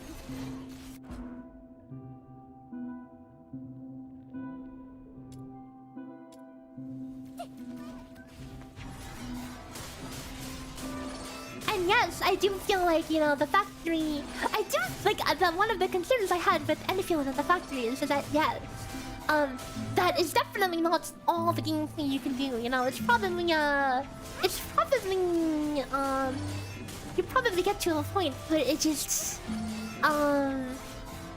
you get your thing set up and it's good enough and you don't need to do any more. It's not something that you spend all day doing. But then again, you know, just look at something like a Minecraft Redstone, okay? The possibilities are endless. And now, that being said, I don't think the factory gives you as much creativity as like Redstone does, okay? You don't have that much power. But, I'm sure that, you know, there is going to be some optimization. You're a whole fatigue, yeah, and like just seeing the there's so many games that have like the whole progression model, the whole monetization model, and it's like this crap again, you know. Yeah, I'm enjoying Sora a lot. It's just unfortunate that that game has gotten doom posted as much as it has. Search Overfield, I looked at a short video of it. It doesn't look like combat is the main feature of that game at all. It feels more like Infinity Nikki almost. Infinity Chibi.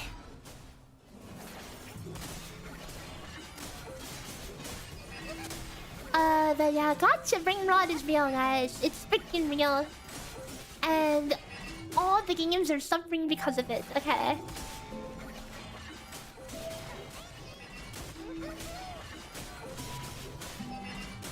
Has Sora recovered from the Doom Post? Here's the thing. Okay, here's the unfortunate reality of how the world works. How the world and people work. If people are loud and they Doom Post and say things, it creates images in people's heads for how something is. And once they have that image in their head, it doesn't matter how much of the it doesn't matter if it was misinformation or straight up lies that created said images. It doesn't matter if you point out all the facts in front of their face and tell them, actually, that's wrong, it's like this. Once someone has a predisposition for something, that does not change. People don't think that much these days, guys. Thinking is rare. It was the mainstream thing to do post. Yes, you know why? Because confirmation bias. People love confirmation bias. If one person complains about the gacha being stingy, you know, what's better to supplement it than to hear other negative things about it to reaffirm in your brain that, oh, this is bad and I'm not wasting it. I'm not missing out by missing out on this thing, you know. I'm right in that kind of depressed feeling. Oh, sorry, but it is what it is, you know. It's just like how you know, I got a couple months back, I got attacked by a lot of drama tubers and a lot of people who have not seen my content literally called me Hitler and sent me death threats and stuff because they had an image in their head painted by someone else. Doesn't matter what I do or who's right and who's wrong, they have an image and nothing can change that. And it's unfortunate, but that's how people work.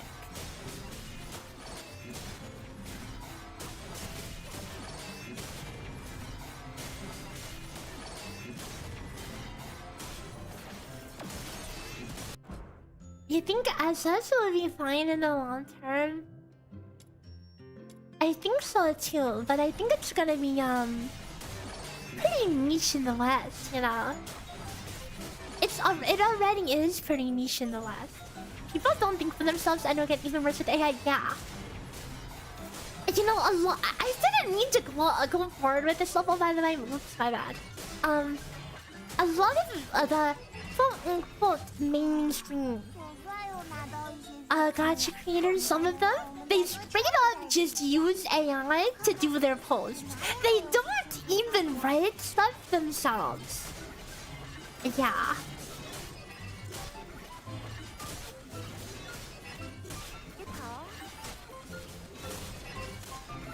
We are totally living in the anti-information era.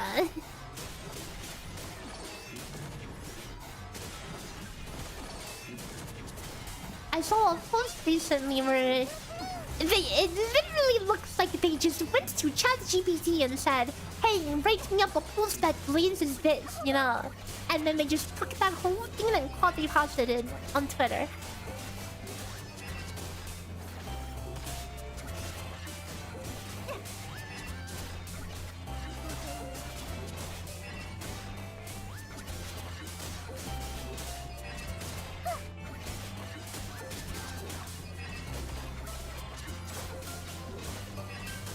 Earn the water respect. How is it hard to the drama phase? Yep, just gotta just stick with it and keep doing what you like doing. It's tough. It is tough. Okay. Just to put it out there. Okay. My subscriber count on YouTube has not moved an inch since that happened, by the way. I had a steady increase all my years on YouTube until that happened. And now I've pretty much been flatlined for half a year. So yes, I have been struggling, but I'm still doing my thing. We're just filtering out people. Okay. I mean, actually no, it's not just filtering people. It's more like it's more like, you know, I am like, whether I like it or not, I'm missing out on a lot of potential audience just because, you know, a lot of people who, and any potential audience is someone who hasn't watched my content before. If people don't know me, they might have heard of me first through, you know, some other people first. And when other people are talking stuff, you know, it doesn't exactly work well in your favor.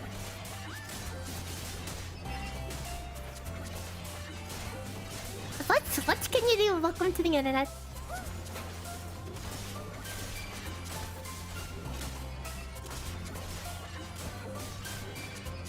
Oh my god, I am dying. I am dying.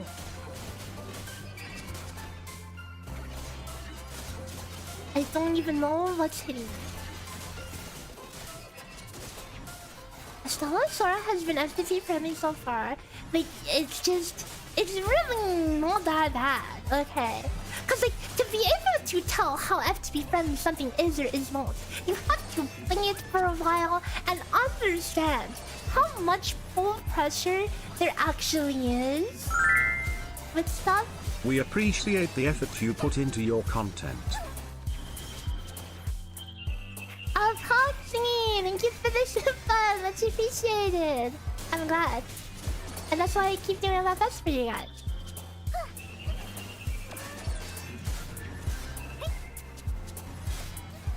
In Stella Sora, I am completely FTP. In most gachas, I usually would like be monthly battle pass enjoyer. I haven't bought anything on Stella Sora, even though the battle pass is pretty good. But I haven't bought anything, and I have completely sparked one limited unit, and I still have 20k plus gems to spare, which is another 70 pros. And yes, I one-tapped the new limited character, but I'm not counting that, okay?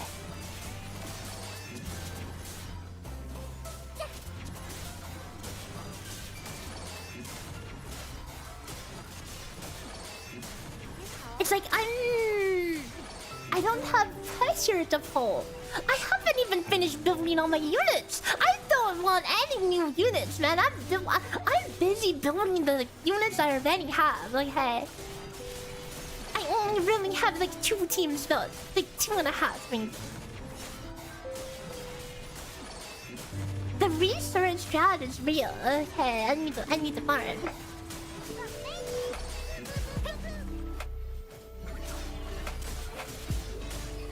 Yeah, I want to buy the Battle Pass too, honestly. But being able to call my account FTP, you know, is kind of like a special title, you know. Also, it does look good to be able to send your FTP, especially whenever I'm doing posting such a you can't play this game, it's too predatory, it's too expensive. Bitch, I'm FTP and look at my cup.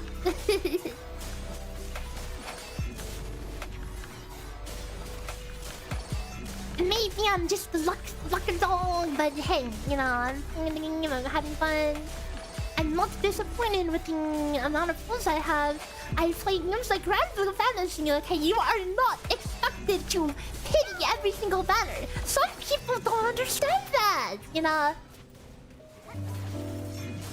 Some people feel like you're supposed to pull every banner. Look at Grand Blue, look at Uma, okay? You're not supposed to pull every single freaking banner.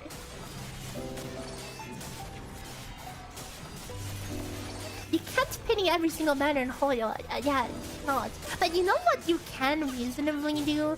You can reasonably gamble once at 50-50, you know. You can reasonably get a... If you do all the content and have monthly pass maybe, you can pull a 5-star and just have the copium that you don't lose a 50-50. How do I feel about the grinding? It's definitely just mindless grinding, you know. My brain is not even processing anything right now. I mean, I'm processing the fact I'm low HP, but you know, I don't mind some low effort things, you know.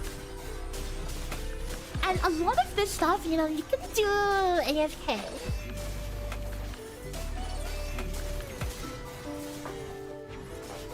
obviously don't go 25 levels above your level of killing things, you know, because as you can see, things are not exactly getting killed right now.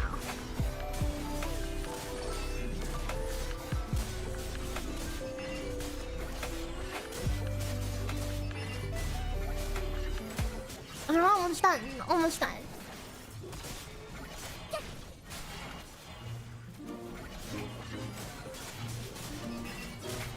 Yeah, it's both getting 5 stars every patch, but you know what I think it is? People just want to gamble. That is all. And you know when people throw 10 pulls on characters they don't really want and they're just like, it's okay, I'm building pitting. Bitch! You just wanna gamble, man. You just wanna gamble.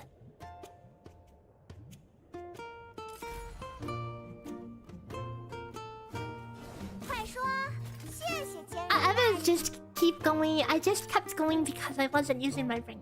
That's why. Building pity is a bit... Yeah, building pity just means gambling. It literally just means gambling. If there's a character you're saving your pity for, but you technically want to pull on their banner instead, so you can have a chance to get them early.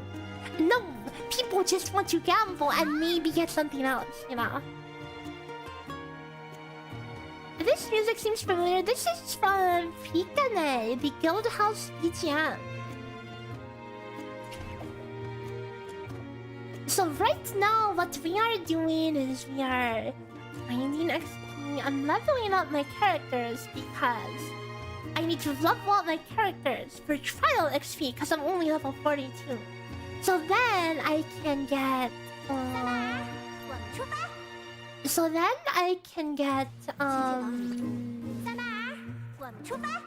the next level cap and then power up because I did the weekly boss and it was miserable.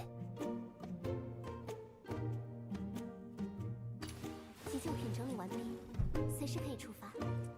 这样一来，我也能多为大家减轻一些痛苦吧。I mean, nothing wrong with wanting to gamble, okay? But that's why these people complain about Spark System because their Spark System punishes you if you don't finish the spark.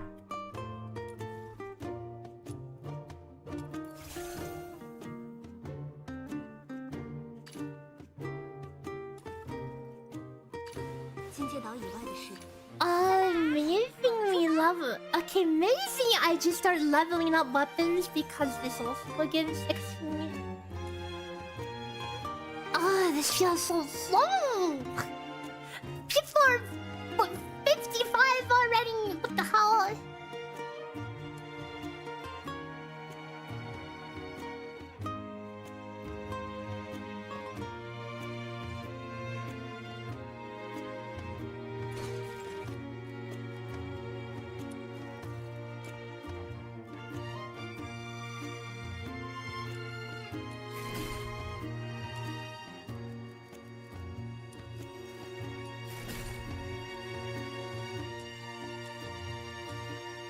People are 60 already.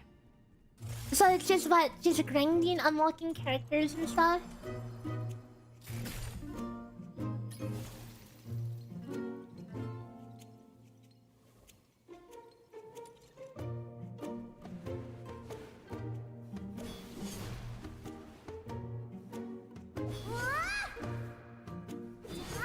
The thing with like side game Spark System is that if you don't want to save for a spark, okay, and I've done this in Rambo a lot, okay.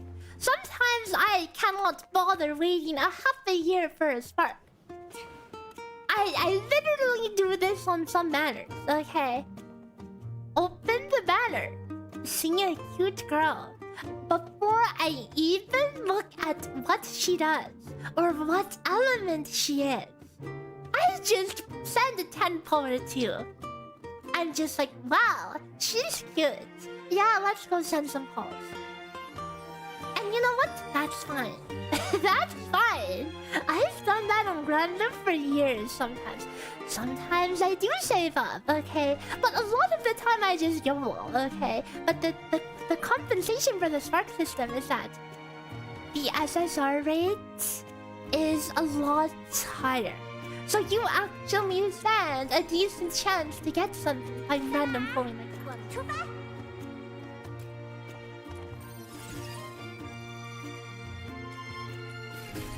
So it's fine if you just want to YOLO. If you just want to gamble, okay? Just gamble. Just, you know, don't expect... If there's something you really want and you can't live without, then, you know, you probably do want to save. But other than that, just live free and gamble. If you get them, you get them. If you don't, whatever. Like, Mario Kart etc. Yeah. Just like that.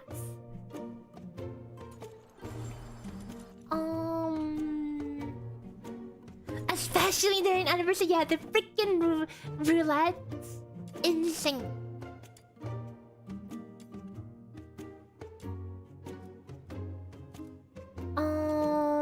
The Demon Wedge collection gives a lot of XP.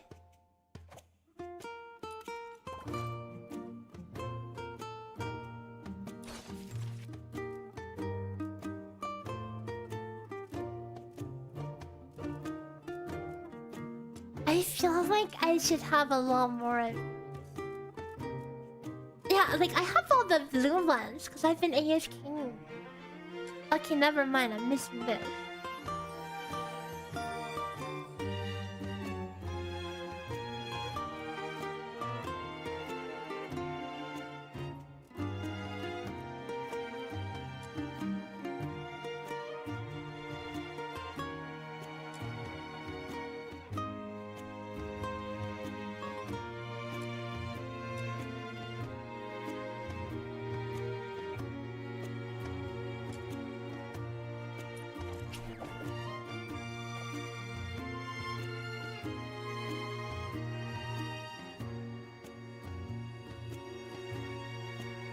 Wait, isn't this just normal explosion or is this like a targeted mob?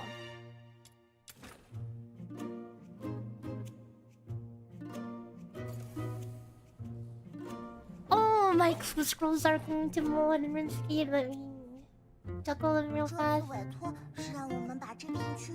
Yep, it's a complete disaster over here. I cleaned this up yesterday, by the way. There used to be like 10 more on the ground.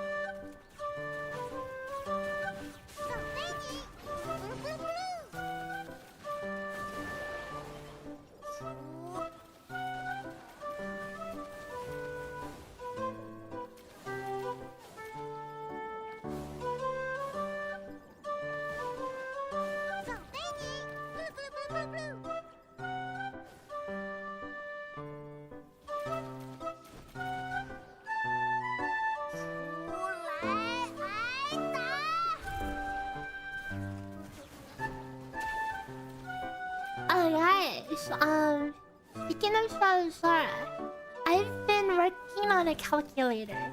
You want me to show you the calculators? Hang on, hold on.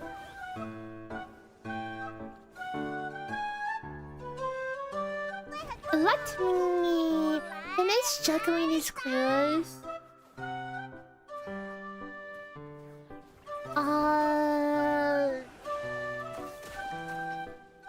And then let me start chopping the root again. So I'm chopping this root that is extremely AFK. Like, I can AFK for almost 30 minutes when I chop that root. Actually, not just 30 minutes. I can AFK for like 40 minutes on the root with the log basket. It's insane! Can I compare what's better on Emblem and what potential is best? Ideally, those are all features I want to eventually have. Right now, it's still pretty bare bones. I'm still working on just getting the calculations working. Any advice on how to stop playing a gacha you no longer really like but can't let go of because of FOMO or addiction? For force yourself to miss a reset that you really care about one. Force yourself. I find for me, and a lot of times, I would just keep up with something just to keep up with it. And then the second I miss it once, then I realize, wait, maybe I don't really care about it to begin with, you know? And then I just stop.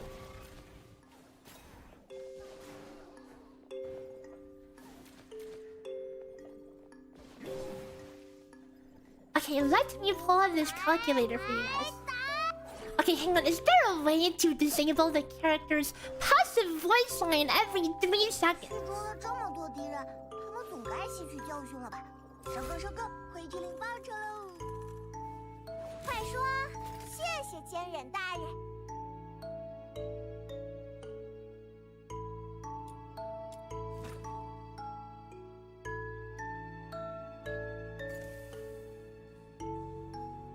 Here is the damage calculator that I've been working on these past few days. 都驱逐出去吗？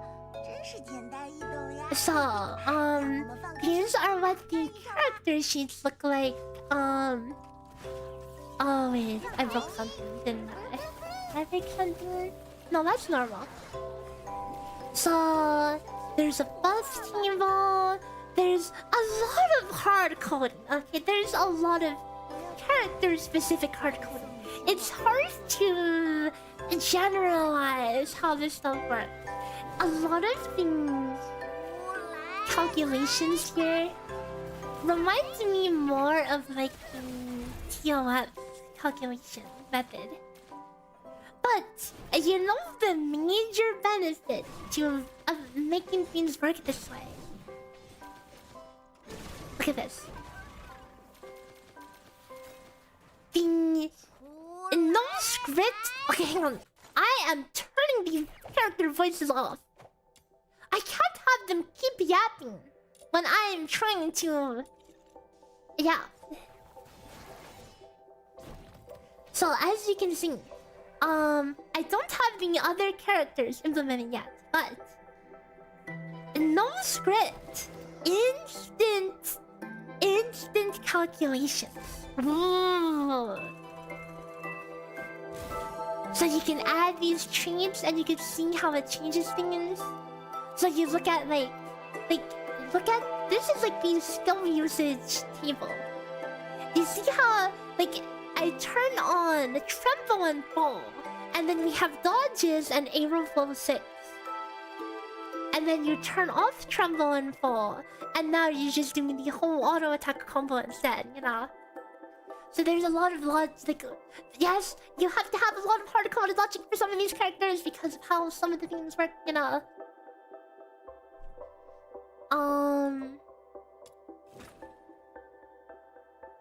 But yeah, you can put in the potentials. You can see the damage change. You can see the skill usages change and whatnot, you know. So you can mess around, and it's work in progress. And next, implementing in supports and combo buffs is like the next thing on the list, you know. And I'm just making sure I have a strong baseline because once I take one character sheet and start duplicating it and implementing other characters' things, if something is off, it's going to be hell to go back through every character sheet to fix something, you know. I'm gonna do some video about basic info about how damage works there. Oh right, that's the other thing. That's the other thing! I don't even know how exactly defense works.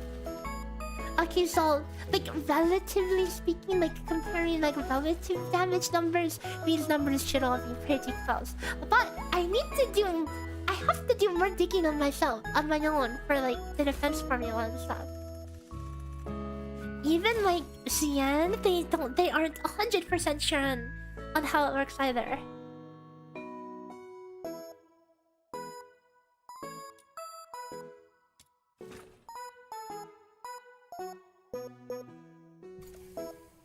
So yeah, before we get this calculator all out, we're going to have to do more testing. I should open a Stellar theory crafting thread, like a forum on the Discord, so that people can start compiling their findings and stuff. Like any test results. I want advanced data. We need data. We need people to stick their heads together and help figure out some of this stuff. So yeah, this is what I've been working on lately. Just a fun little project. It's been nice to put something together. Just ask the devs how it works. If only it was that easy, man.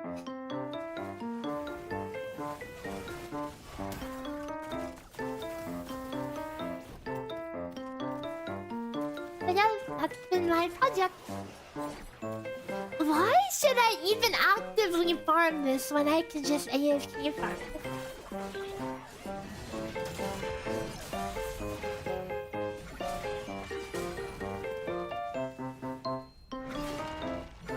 I'm getting more XP from the new demon wedges I'm getting here than whatever I was doing before. Leveling up characters. Yeah, why do that when I could just keep doing this? I mean, until I get all the one-time things.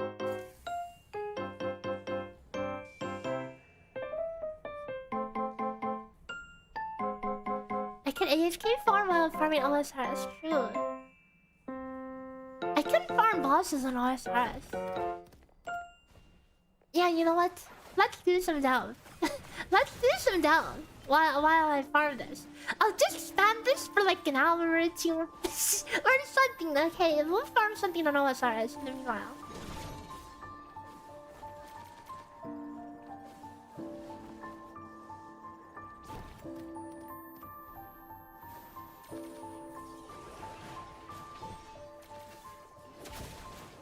Yeah, DNA definitely has some weird UI. Some stuff hidden away where it should not be. I won't get to 55 with just demon wedges. I know. I mean, for now, I'm just trying to get to 45. Okay, I'm behind. I'm literally being. Okay, I am literally being.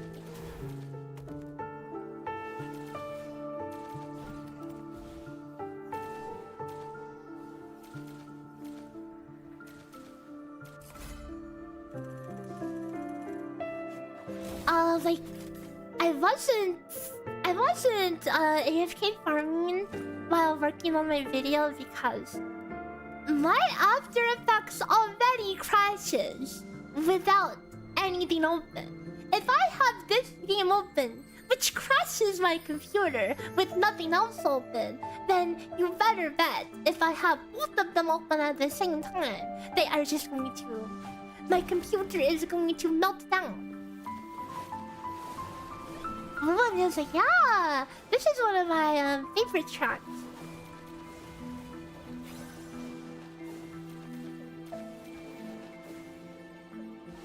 Well, we have to do some AFK farming. This is what it is, okay? So why am I... Here's the rule about AFK farming. If you're AFK farming something in one place, you active farm something on another. So I will be farming a boss on OSRS. Okay, this is a nice thing about OSRS though. It's this game will never cook your PC. Okay.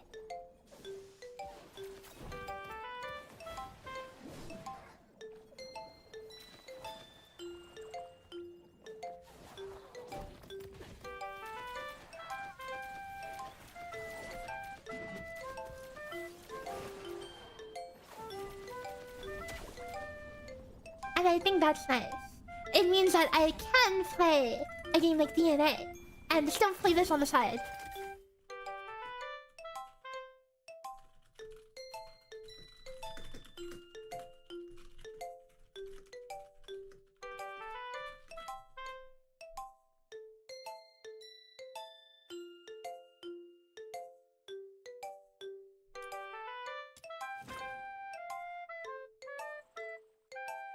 DNA makes your computer become a fireplace. Yep, mine as well. Okay. The people out there who are like, oh, piecing issue, just get a better piecing, man. It's fine, everyone's computer, not just mine.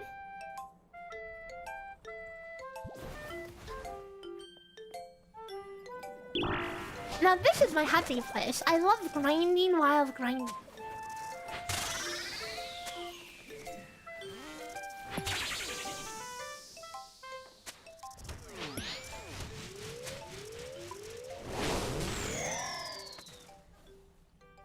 I think I'll be able to play Uma. Round 2 is open today, right? Round 2 CM.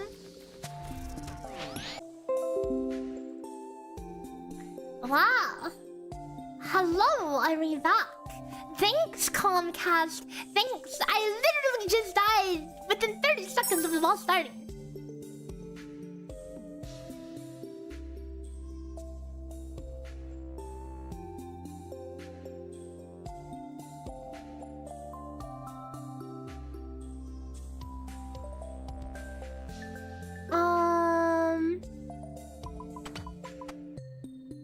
Well, I mean, I didn't use any supplies. I could just go right back in.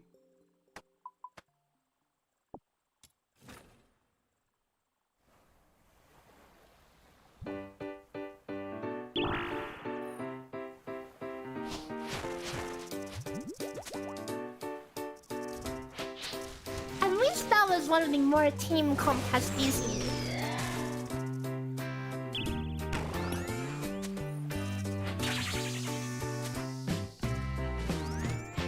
Good thing I wasn't doing deep dungeon. True.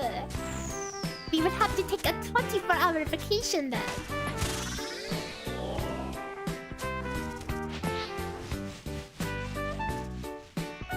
And normally after I get Comcasted, it's like I get like basically a negative bitrate for like 5 minutes before it comes back. It surprisingly came back pretty fast this time.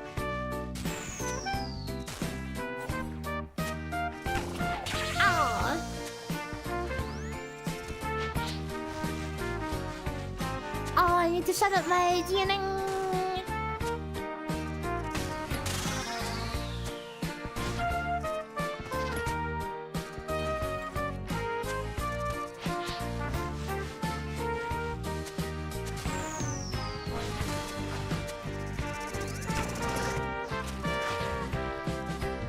Okay, which demon wedges are we missing? Oh, 400 XP for this? Hold up. How does this work?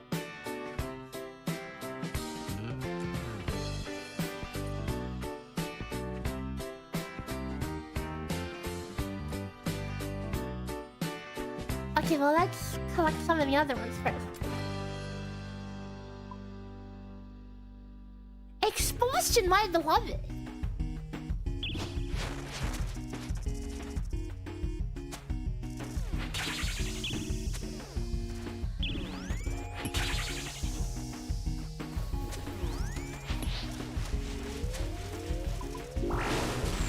We'll just grind everyone until we grind it dry, and then we'll move on to the next one.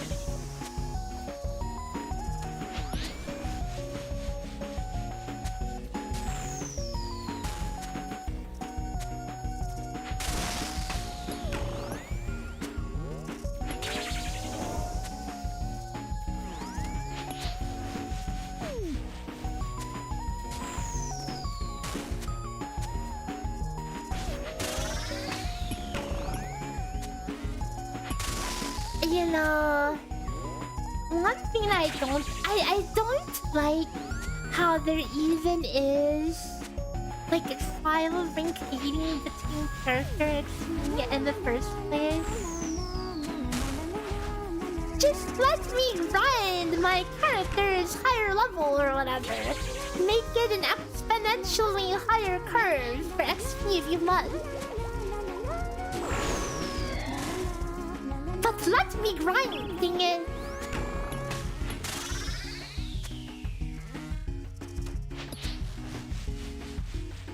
I have to like jump through these hoops in order to actually get my experience.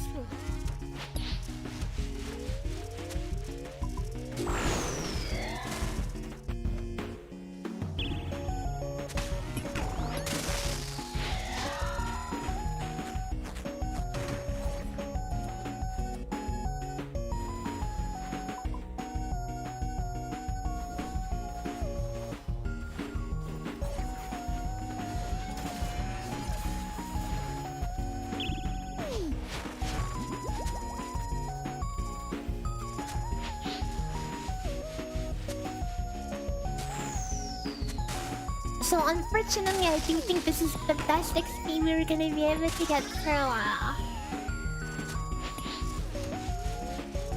I mean, it's either this or side quests, and guys, how much XP is from side quests? Is it like a lot? Like, what level are you by the time you actually do side quests and stuff?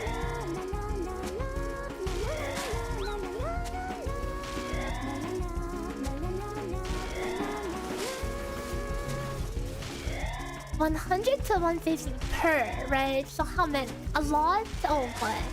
Well, I'm so done with quests. I want to play the game, and then obviously I'm not playing the game. Unlocking characters and ascending them. Ascending them is like, it seems like to get them to 50, it's like 300 XP a pop. So I have to level 7 characters from 1 to 50 to get one trial level, and my trial level is only 40 right now. 7 characters will take a little bit to get. I mean, unlocking the character themselves gives a lot more XP.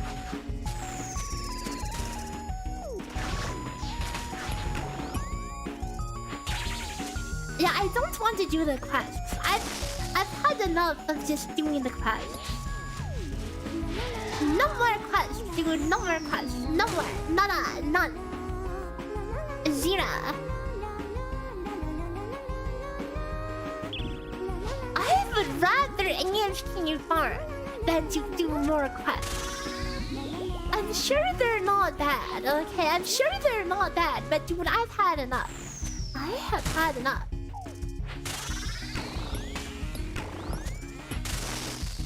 I would rather grind while grinding. Grinding while grinding makes me happy.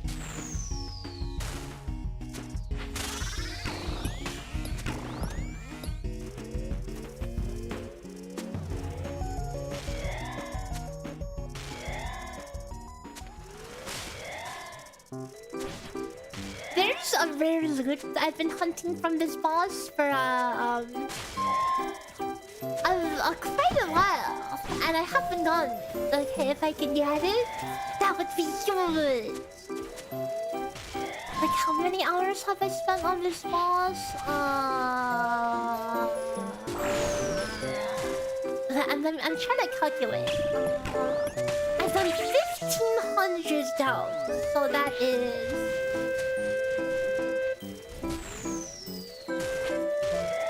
I guess it's not as long as I thought.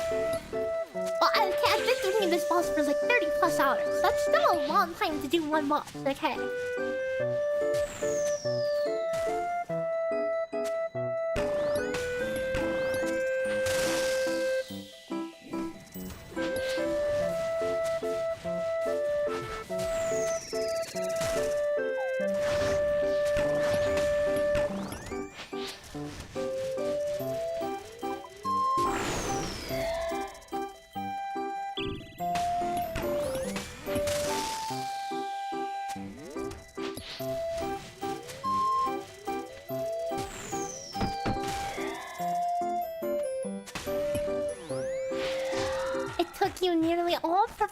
All sub characters, all quests, and a couple weapons to get the 55. So if I do all that without the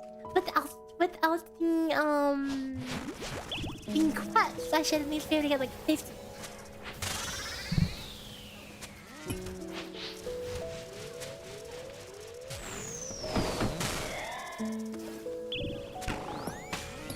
it's pretty brain dead grinding at least.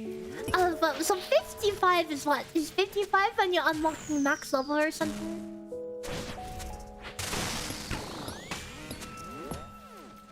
Then you can start playing the game and farming for your end game, whatever.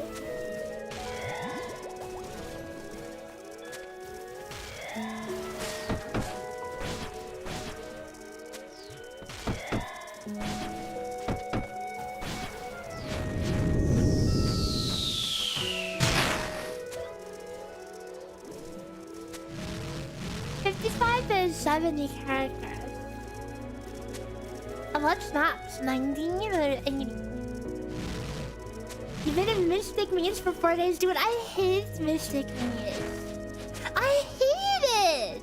I mean, maybe it gets more interesting at the higher level, okay. But at the low level, okay, I also can't get over the fact that it feels like it's just reloading the same stage again and again and again just for monsters. It's so boring. And then after fighting 10 waves of pushover things, all of a sudden the boss kicks your ass with auto attacks. And it's like, eh?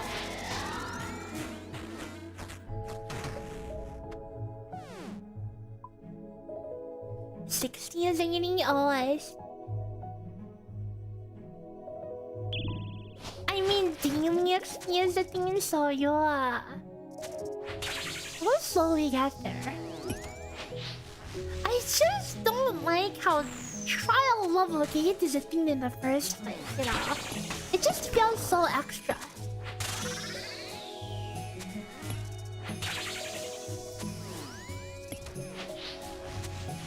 Like, is it not just a remnant of the gacha progression model?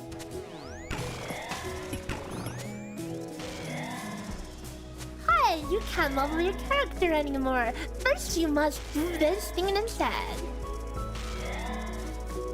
First, you must unlock other characters instead to level up the character that you actually want to level.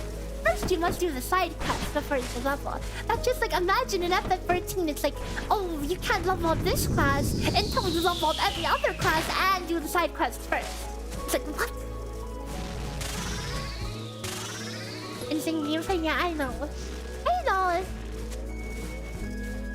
I mean, it is nice to unlock characters, but it's like, okay, what if it's like I really like these two characters in specific, you know, and I don't give a crap about other characters. I have totally one-tricked characters in games, you know. Just only ever playing one character and not giving a crap about all the other characters. And I'm sure there's some other people that like the same thing. There's something called Mastery Rank and you're working certain gears locked behind it, but not levels, right? Like gear, certain like specialized gear, maybe, you know? But like just character levels.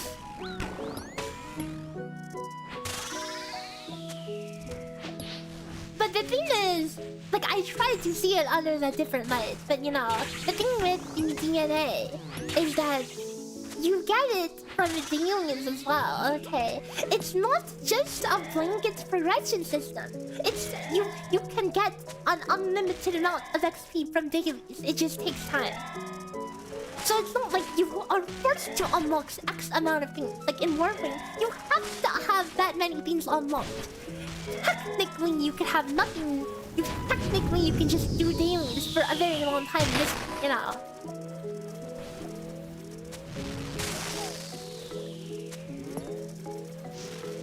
Yeah. So that's the major difference. I went from thinking, oh, this is just a gacha remnant, to thinking, oh wait, like I did hear about the Warframe thing, and I'm like, oh wait, it's just a collection system. Okay, that makes sense. But then I realized that you still do get it from dailies, and then I'm like, oh, never mind. It is just a freaking gacha remnant.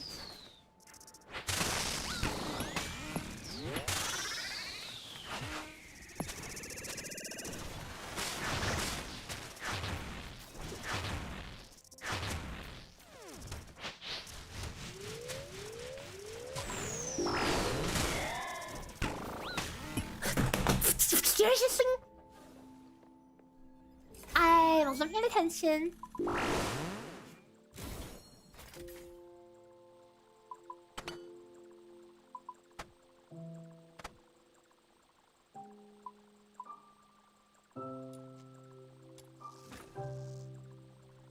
Your Lisbon has 4 dupes and she can't do theater.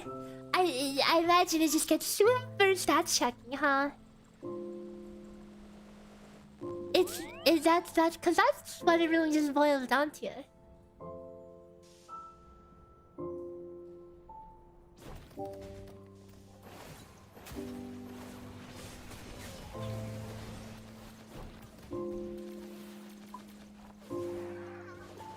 Something there for casuals?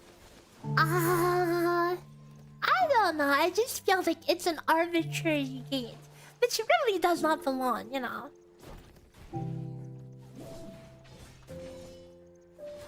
Active farming? Yeah, I mean, I would consider it, but it's like, is this like this trial is only level 40 right there? I didn't even see an option for a higher level one. And if it's level 40 and everything dies in one hit, I might as well just say AFK, you know? Which is why I'm doing this. And I don't mind AFKing. I get to hit some bosses on other sides. They incentivize you to use 2% elements for 400%. Yeah. I heard it's pretty OP, you know, it's just build the right team, play the right element, but it's like... bleh.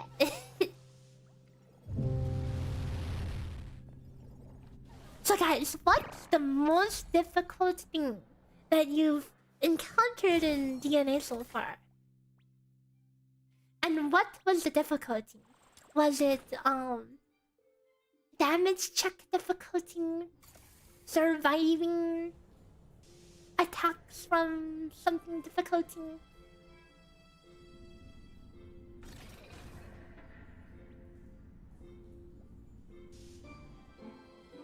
Technically at 800%. Yeah, I mean, relatively speaking, you know, immersive theater. I think immersive theater is bad content.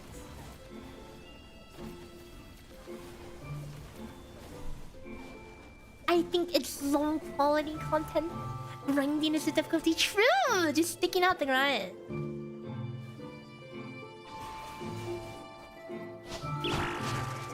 But even in a game like RuneScape, like, take RuneScape, for example. A lot of the grinding is like item, click monster, AHK and level up, you know? But there are options, like there are plenty of high-end bosses that require attention and precision to not fall over and die like I just did. How would I fix immersive theater? Well, first let me just start out by listing why I think it sucks, as someone who's hardly touched it. So maybe it's just a really bad scuff take, but I think it's lame as an ending because of multiple reasons. It feels lazy. It's okay. Well, first off, just let's talk about the setting. It's called immersive theater, and they couldn't even bother to put it in the theater map. They put it in the generic ass maps. Okay, that's one thing. That's a small thing. Okay, but I just think it's just having multiple waves of mobs and with the timer. It's basically a glorified stats check. A stat / unit check because of the elements.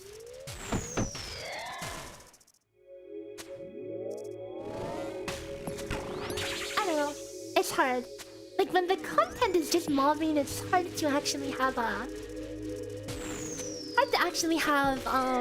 real difficulty.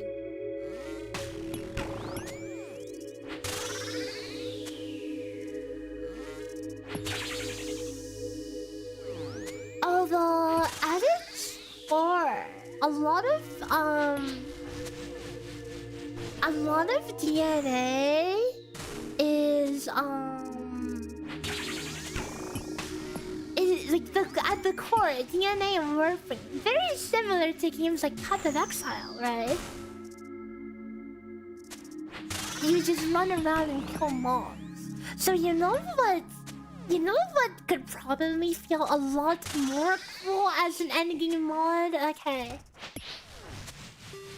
Here, let me just pitch this random idea to you. Tell me if I'm cooking or if I'm cooked, okay? Yes, PoE has some interesting bosses, yeah. In fact, and especially in PoE 2, some of the best experiences people had was the Act 1 boss. Count GNR. Actually, a really fun fight. You had to dodge mechanics and stuff. The fight was drawn out and strategic. You had to learn its patterns and stuff. But anyways, hang on, let me go to the idea I had. Okay, so instead of... So immersive theater right now is... Several waves of monsters must kill monsters in the time limit. Okay. Does that mean you're going to nerf the power level? Okay. So that's a completely different argument. I mean, completely different can of worms, you know, like talking about like the expected time to... I mean, okay, guys, you're not one-shotting bosses in this game, right? I thought I did one of the weekly bosses earlier. I'm level 50. I did a level 50 boss. That crap took me a solid 5 minutes, okay? So it's not exactly fast here either, okay? Except, for some reason, the bosses here feel like absolute ass to fight. This isn't the end. Oh, sorry, I haven't. I was caught up in the yap.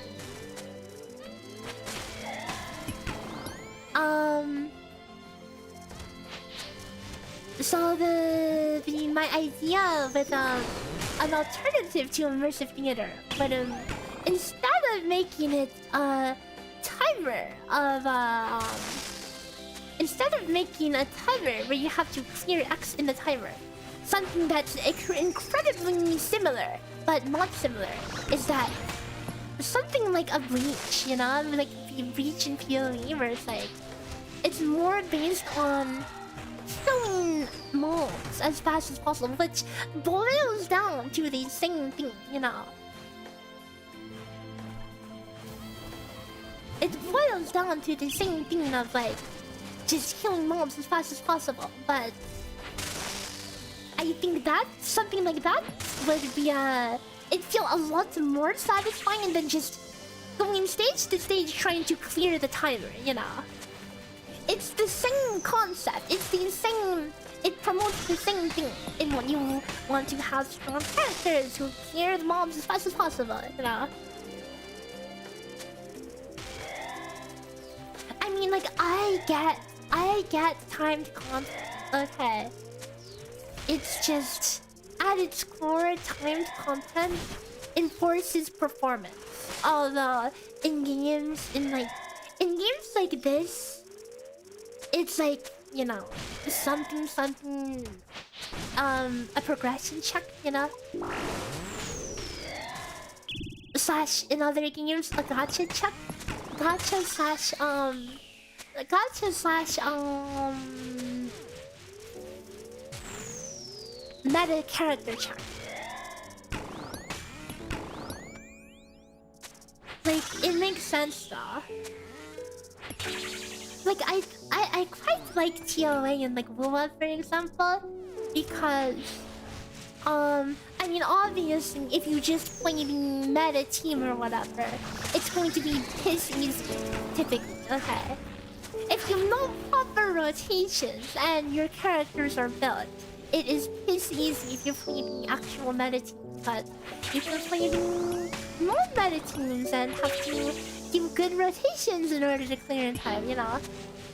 I know some people who hate timers in games. I know some people who hate the concept of even having enrages in games.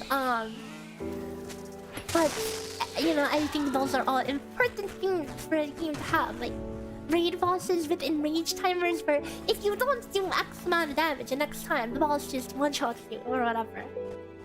It's important to make sure you don't go into the raid with a party of 8 tanks and healers and just potato your way through, doing none of the mechanics properly, not having good uptime, etc.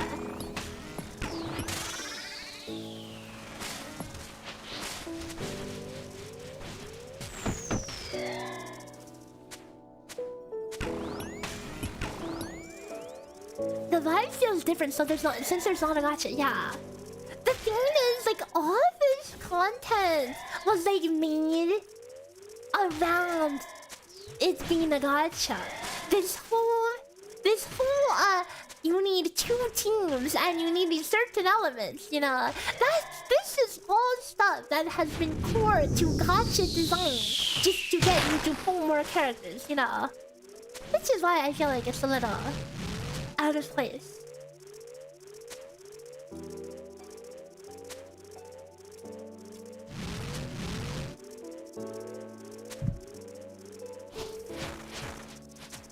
Is there a page to check character notes? I don't know about that site you just mentioned. That place is known for having some pretty suspicious stuff, but I wouldn't be surprised if they have it. They are SEO maxers, okay? They know they're raking in the ad revenue.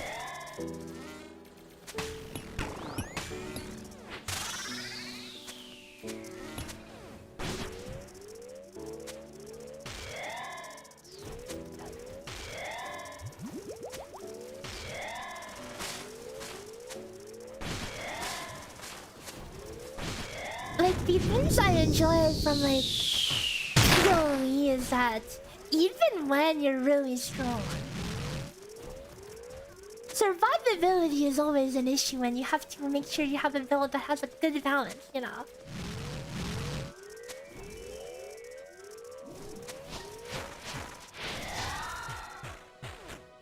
Although it's like, with how the combat works in this game, there's not exactly much you can do to survive better, it feels like. Like, I feel like a lot of stuff in this game just boils down to you tank it or you don't, you know?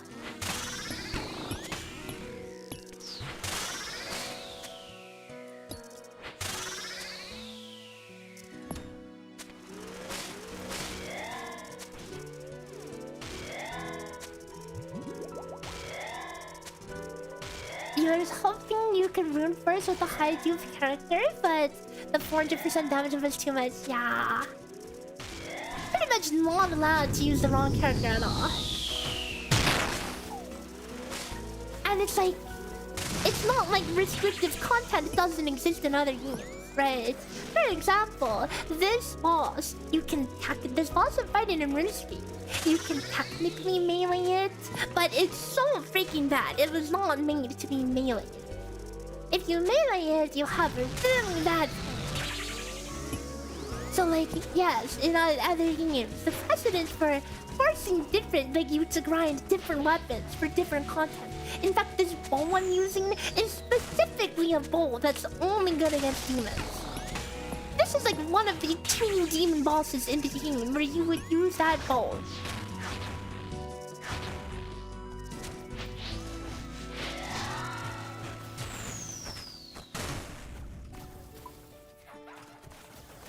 And I think that's fine, you know. It just feels like the element thing, you know, that is just typically known as just like a gacha thing. I mean, it's fine, I guess.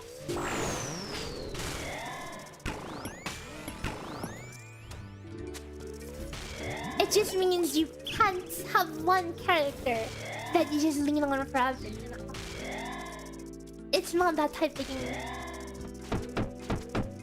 As much as I would like for it to be. There are wedges that change combat mechanics. I mean, only sight, you know. Maybe you get like, oh, you can dodge, and your dodge now does your dodge now does damage, or your auto attack is reskinned. But is that really changing like the fundamental too much? I guess the dodge one kind of, but.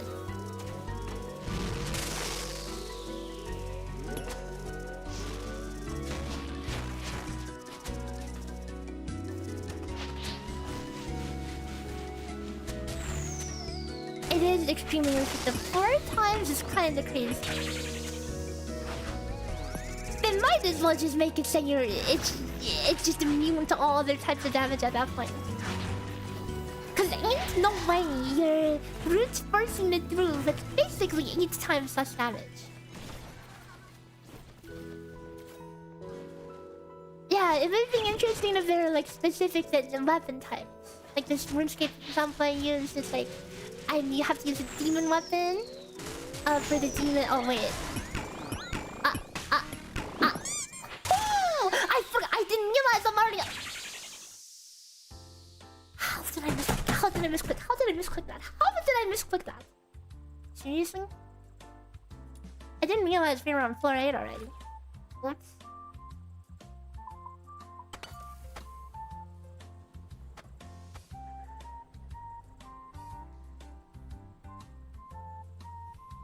Elements are...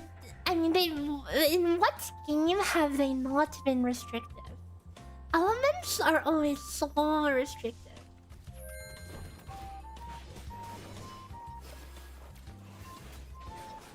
Elements exist only for the reason to be restrictive. And now, being forced to play multiple elements is nice sometimes, you know? It means you get to expose yourself to gameplay and characters that you might have never given a chance otherwise. In GBF, I quite enjoy like all the different teams I have developed. And all the different variants of the teams, you know. I have burst teams for every element. I have sustained full auto teams for every element. I have specific teams for specific variants.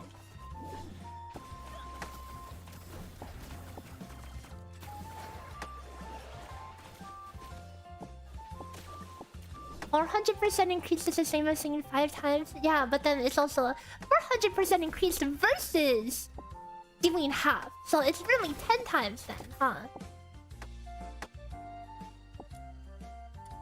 Do I have all the wedges for here? We'll try another one.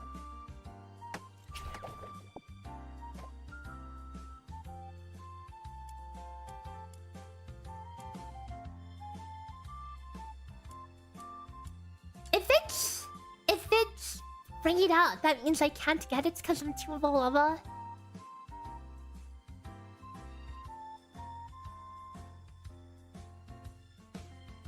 So which ones do I still need?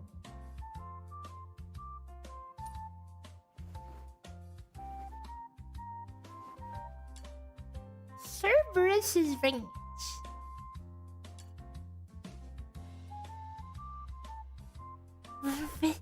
Which one drops that? Am I stupid? It doesn't show up in the list. Oh, grayed out means I haven't gotten it yet. Oh. So we should do these ones.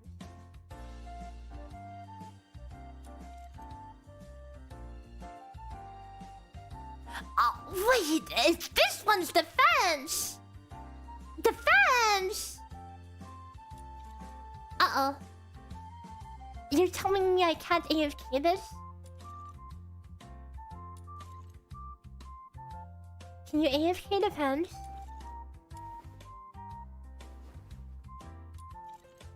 Oh, expulsion? Say no more. Okay, we're exposing.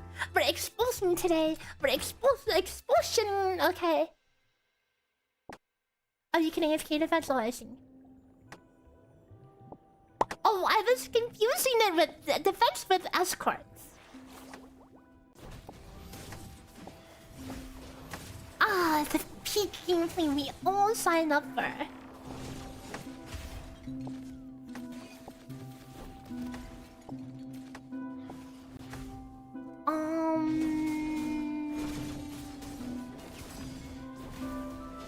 Which cruise girl hasn't been done?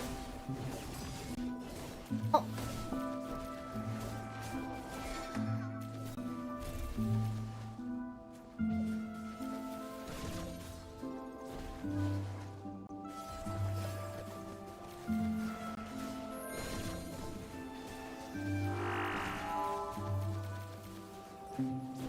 Are the NPCs other characters? Yeah. You said other characters. Like, don't you think it's literally Peeb? You see? It's freaking Peeb. Look at her go. Okay, I think Peeb does like no damage, but she's Peeb. Okay, we can't not put Peeb in there. Okay.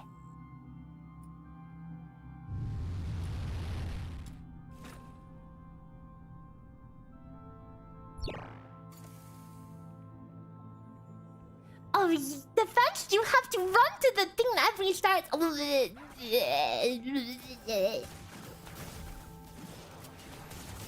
That's like semi-English. I'm doing actually one of the hardest bosses in RuneScape right now, so like especially when I get to the high range, I won't be able to. It's harder to multitask, so.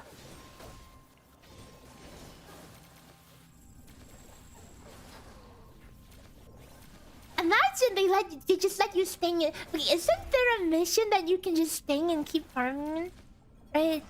I think I heard something about one that you could just keep farming.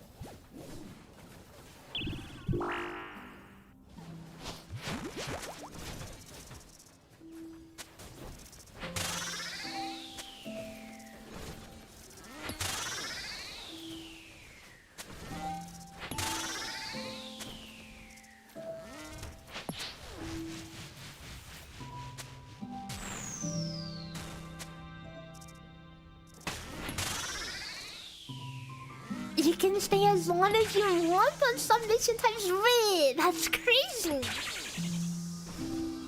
It's not infinite. You don't get loot if you don't press next wave. Like exploration's fast. AFK farming is the meta in this. So you know what I say about grindy games? It's always about the marathon, not the sprint. If there are two ways to do something, and one way is like super sweating, but you can get it fast, and one way is like extremely bringing off, you know, like but you have to put in like no effort, but it takes way longer. Go the bringing it route every single time. Unless you really enjoy that specific grind for some reason. Like, especially if you have other games to play, other things to do, it is always best to take the easy way.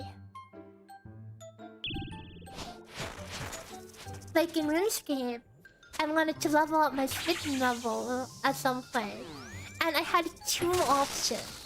I can do a high intensity activity where I'm running back and forth to a sweatshop to dump ores into a big furnace, which is miserable and not fun at all and very, very tedious, but I would get the job done in a couple hours. And or I can like AFK smith it and only click once every like a minute or two, and it would take 20 hours. I did that instead. Anytime, man. Anytime. Always the AFK method.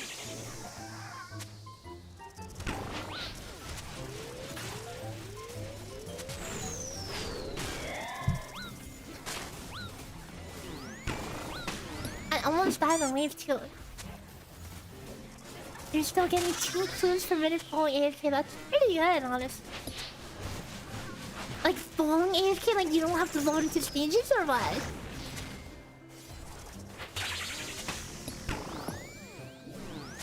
The AFK is not the fastest. It should never be. It's just for the lazy, you know. And being lazy is nice.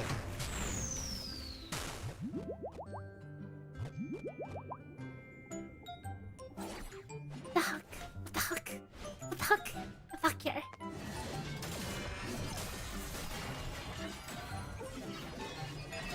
Where the F are you going, sir?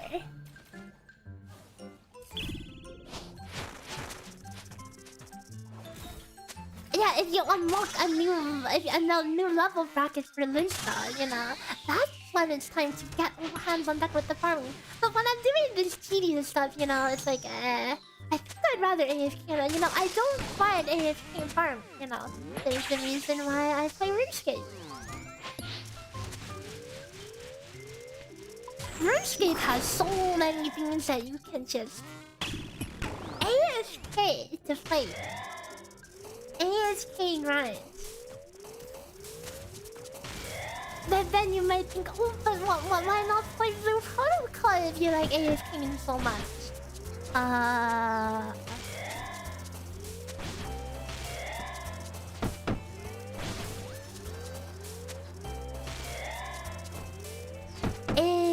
There's... I can't even... Why am I can't even see the potential of that game. I'm sorry. I tried, okay? I tried.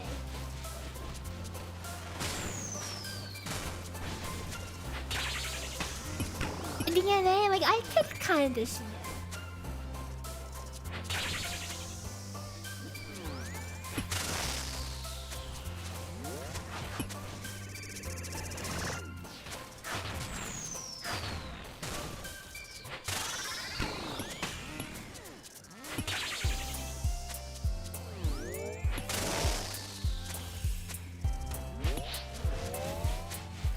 Having the option to AFK is nice, yeah. It is nice. For some people, okay, some people say it's a real eternal that you can AFK your auto. I don't know, man. Those people are uncultured, TBH. Uncultured. You know, RuneScape recently they added a boss. So people used to AFK and train on crabs. Okay? These crabs, they would hit you, and then you could turn on an option to make you automatically fight back. And you would just hit the crabs back. And people would train off that. But they were so popular to AFK train that sometimes people had competition to AFK at a certain spot for crabs. They added so many spots for crabs, but there were always sometimes competition. So you know what they did? They added a crab boss. A literal boss crab that you just can click on and AFK for 10 minutes. I just fed in a million grubs. And you can AFK for 10 minutes and it doesn't die. Except every 10 minutes, it moves, it like burrows. And you have to like click on the burrow to follow it. And then you can click on it again and AFK for 10 more minutes. Crazy. Fully embrace the AFK farming crab meta.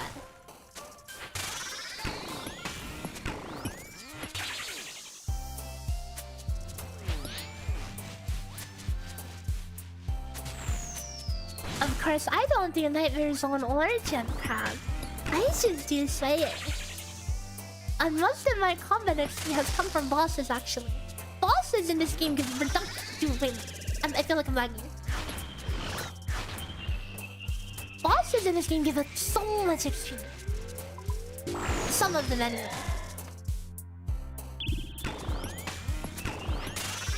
I have went from 92 range to like 16 low range XP on Doom.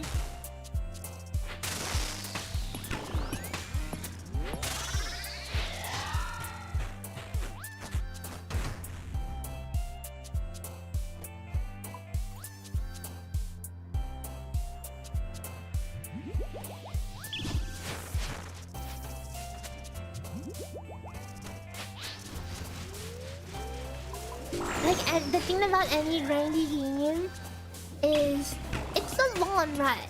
So people can always choose to play the way they want to. You can sweat in a party of a full party and grind probably several fold more efficient, you know. Or you can play with your freaking bots and AFK. And the bots are nowhere near optimal, but they get the job done.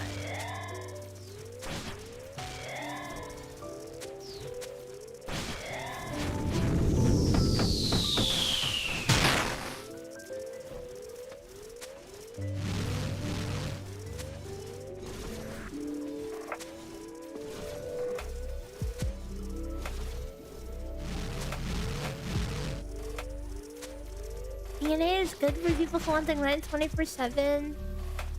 Yeah, but there's a lot of games. I mean, are there though, where you can grind 24/7? That's why I've been playing some more OSRs recently. It's like, if I want to grind, I just grind here instead. I feel like my progression in OSRs feels very meaningful, you know? That's like one of the things that OSRs does really well. If you want to grind 24/7, you play GBF. True! GBF, you can also play 24/7. Just out of recent live service games, 99% of them are dinky ass gachas and no gachas that you grind forever, you know?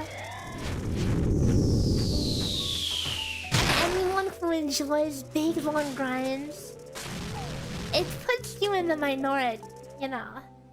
But you and me both. Dude, old but gold. I think it's like the wave of like daily simulator gacha games. It's, I don't know, man. I don't know about you guys, but I'm getting kind of sick of it.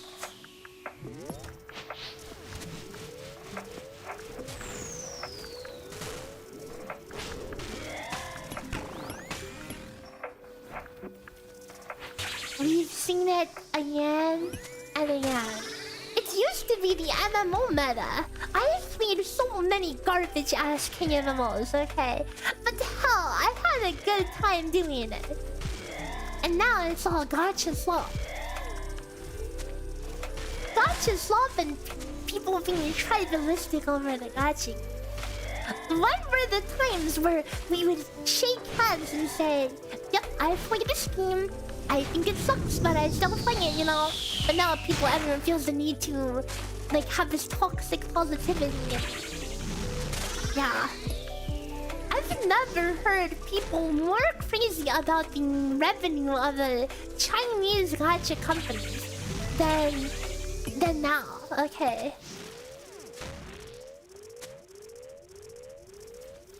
I actually never really played PoE one that much. They didn't have WASD when I played, so I could mod. The gacha boom has been a plague on the gacha and the gaming industry, true, 100%. It has totally basically halted the development of any actual good games.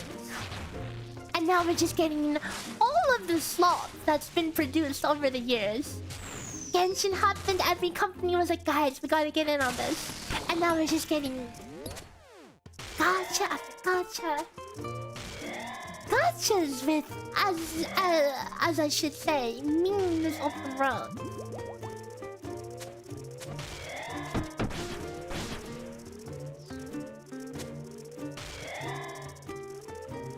Gacha players blow your minds. Yeah, the CZN drama, man. A lot of this stuff just makes no sense, you know? It's insane.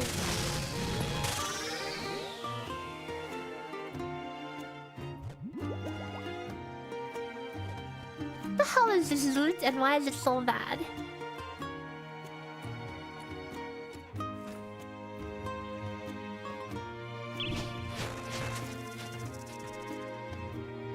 And gacha players have like started to develop into like extremely entitled people. And a lot of gacha players also have very limited exposure to gachas or even just games in general, you know. There's a lot of tourists to both just gachas and just games. And people there's a lot of people out there who unfortunately only know the whole real model of progression and how the games work and how the gacha works. And the second anything is different, then they start losing their crap.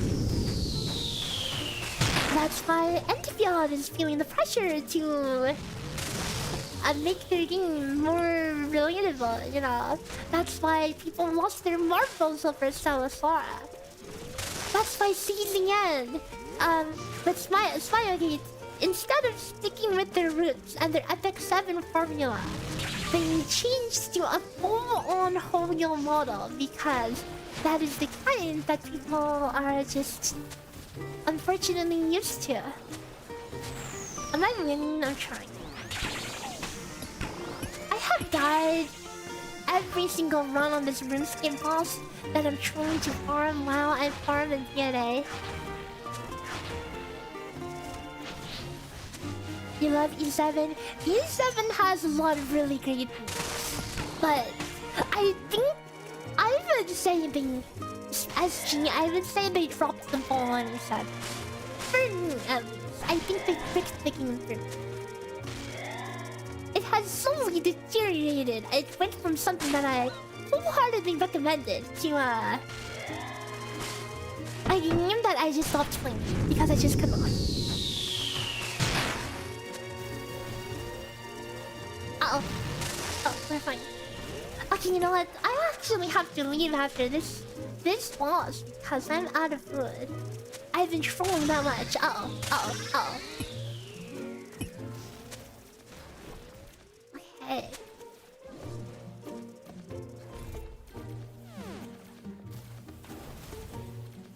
Yo, 3 dragonlings! Yoink.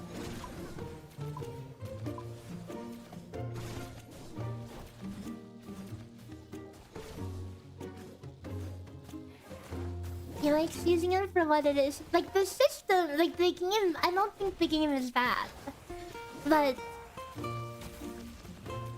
I already have my hands full kind of for games. And it's just, I would rather not put CZN on my plate, especially with my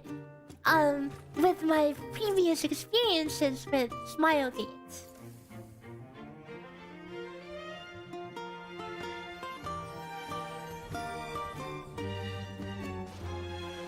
For those who don't know, in Epic 7, you can get, like, characters. Like, you can pull banner to banner without being completely FTP almost. Then you're thinking, oh, how do they make their money? There are these, like, super rare characters, called, ML5. Moonlight 5 stars, which are way rare. And they have a special banner currency, and that one you cannot pull as often. And and I think like the rate of acquisition for characters and Moonlight characters, it was very, very fair. But you know what they started doing?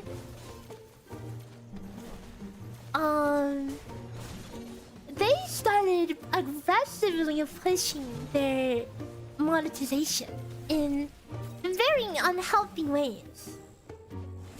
They could have sold more skins. They have this weird thing where you can buy the battle pass with in-game currency, which gives, I mean, the currency that you can earn in-game already. The premium currency, and the battle pass gives skins, and the skins are good. But I feel like if there's anything they really should have just monetize your skins, just sell the skins. But they didn't. You could pretty much get them for free. But then the balance started going down the drain. The character balance is super important. They make a character so overpowered, and then basically they make a problem and then they solve the solution. Then they make a new character whose kit is so specific that they just counter this other character that's breaking the meta. And it's just layer upon layer of that. Oh, and not to mention, they have some events, okay? They have some events where there's like a hard event boss with like exclusive rewards. And this is going to sound ridiculous. Okay, but there has been a boss with a mechanic that says every time you hit it with any damage, it counterattacks with an AoE attack that also puts like annoying debuffs and stuff. So you're wondering, how do you counter the debuff? Maybe the new character is really good at countering. Yes, but not in the way you would expect.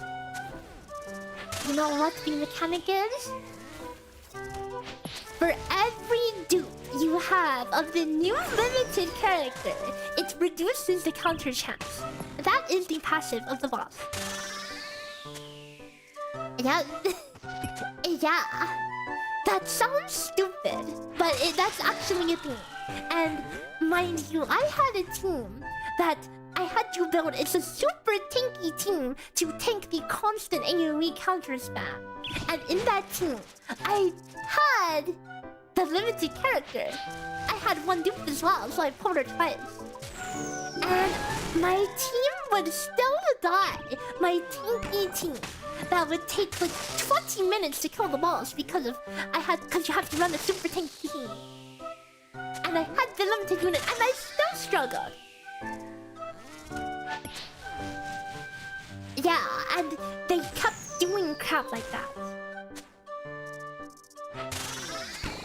Not only, like, they would just make a thing where it says, you have, the boss has reduced counter chance, but then it would also be like, you get increased damage if you have the limited character.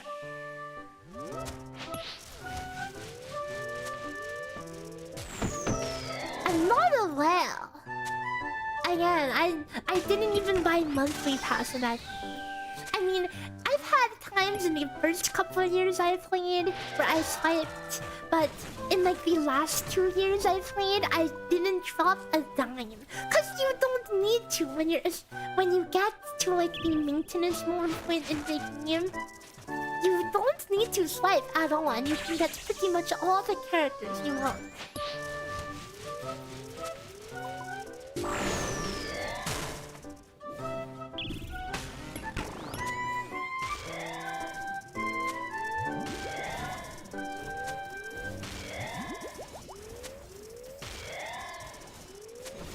Oh, I also didn't like how tedious crafting was in that game. You would spend hours and hours and hours crafting and rolling garbage gear. See a garbage first substat, boom, instantly put it in the trash. You're rolling for speed. You see an item with 3 speed, and then you roll +2 speed. Now it has 5 speed. You throw it away. Purple items could roll between 1 to 4 speed. And you wanted basically to penta-roll speed and get like 20 speed on item.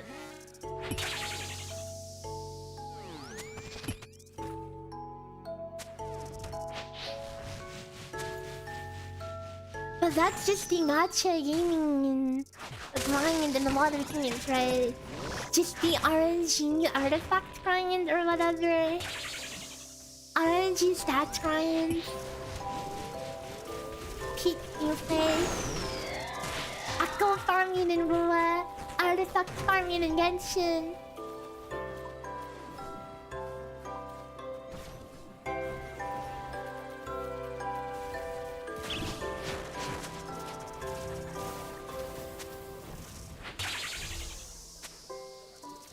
I don't blame them though, having random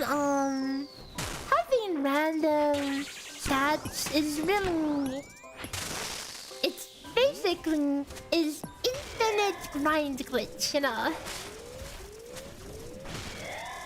E7 gear is worse than any other gacha. Well, you know what makes it particularly bad is cause there's very competitive PvP. In fact, PvP is the core of the game. So you're competing with other players, so you need to basically outgrind them and the average gear level that they have.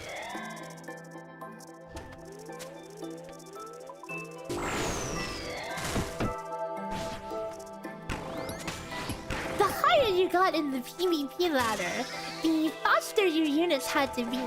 I know some people who hardly had 300 speed units, but if you go against like sweaty sweats, you need like 320 speed units. Have I ever tried a VA? I have not, but it looks really cute.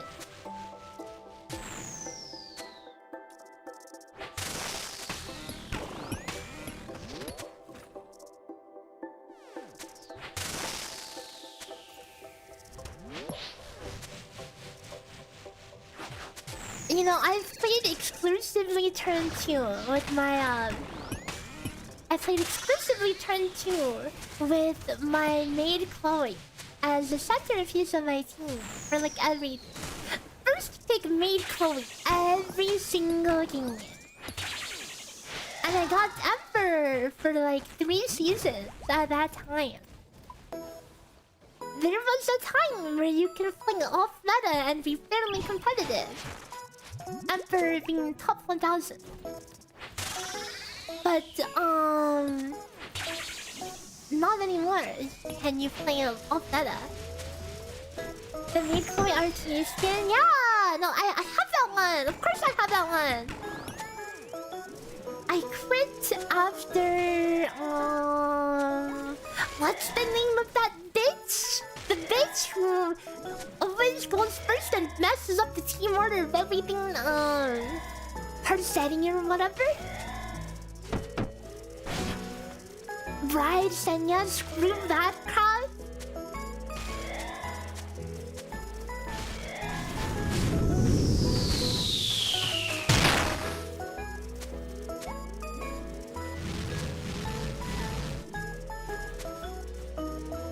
There's so many freaking cancer units, and the Bride Senya, actual whore of a unit. She has 2 panty shots in her animation, in her skill animation, and not one, but 2 separate panty shots. Why? Cause I guess why not, right? I hate that bitch.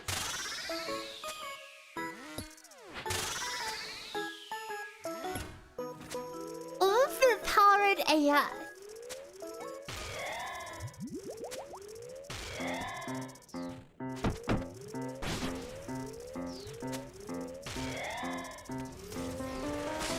You quit because me and Chloe got bought. Hang on. I heard she got bought. What did they do to her? Back in my day, all she did was attack up and revive and cleanse, and then way later they added the cleanse. Okay.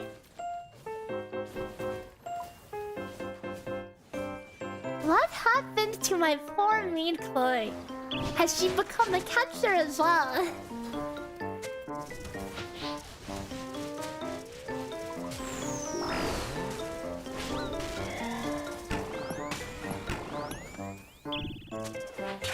You know, she was one of the first. Actually, you know, I had a friend who was hard shilling E17, and you know what he did? He logged on an account and did the free pulls on it for like a year, and then said, "Hi, you should play this game. I got you I've been farming and getting free pulls on an account for you." And then one of those free pulls was made Chloe, one of the only characters that I liked on release.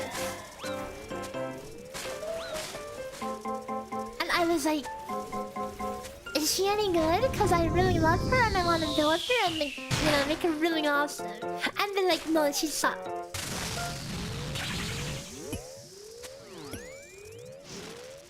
You don't know what they did to her. What the F did they do to her?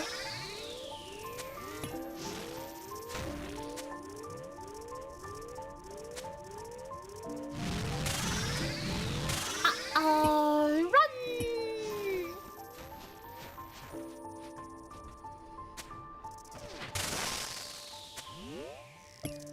And it always felt cool. It always feels cool to play like the underdog unit, you know?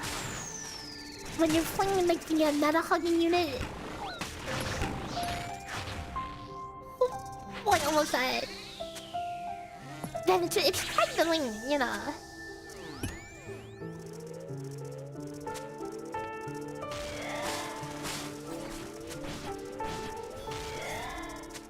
Where are the F?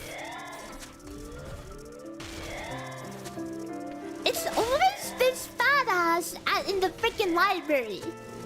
Sometimes. That just does not die.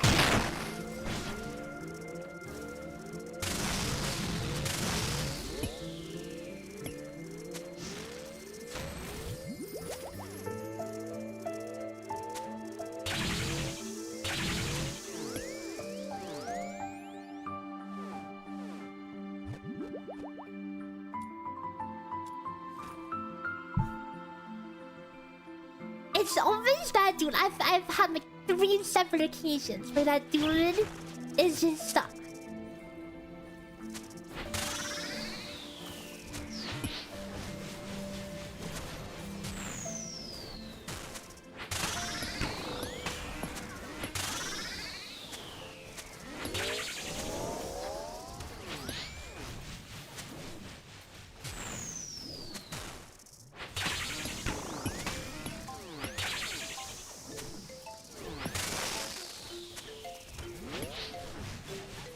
I used to love Epic 7. I'm just really sad what they did to it.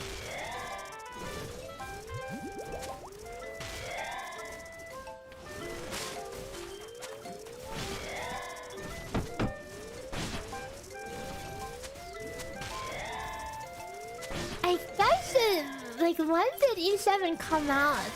Wasn't it before the Genshin boom? It's been out for a while, right?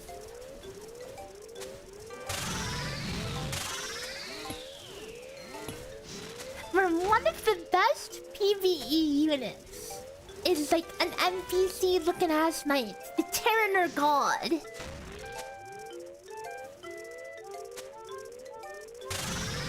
Move on! He has one voice line every time you do attacks. Move on! And I built the freaking can head, okay? He's pretty freaking broken.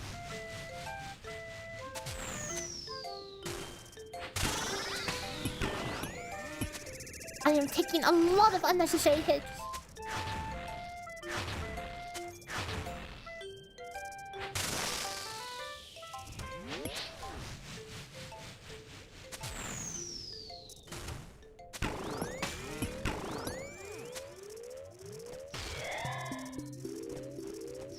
Gaming in a nutshell, you loved this, but then they made it bad. I mean, kind of. I do feel that way, kind of, with FF14, you know. Oh. And then, but like, I have plenty of games that like I still play. Like, you know, I'm playing this right now. What's the mystery? It's a pretty old game. Okay, pretty old. I still play Guild Wars 2 on and off as well. Oh.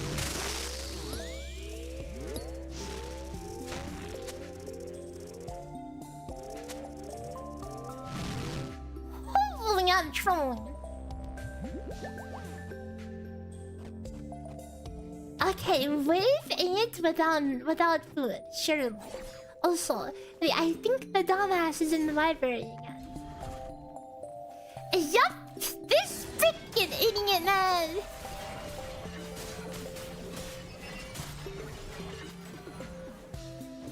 You've been a Taurus since MSQ shut down, Red.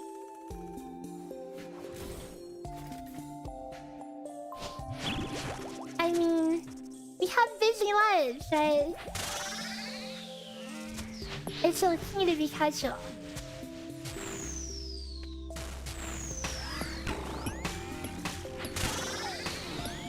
What am I doing?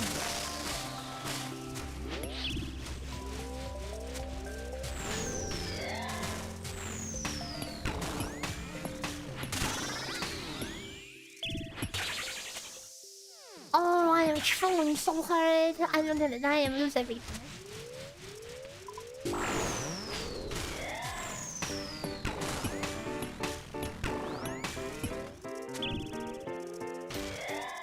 The orange AFK in that room so it doesn't happen, but that means you have to move there in the first place, you know.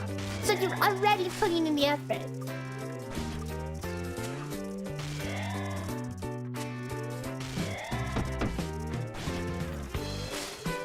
lock in for this RuneScape battle because I'm about to die. I have no food, and if I die here, I lose all the loot.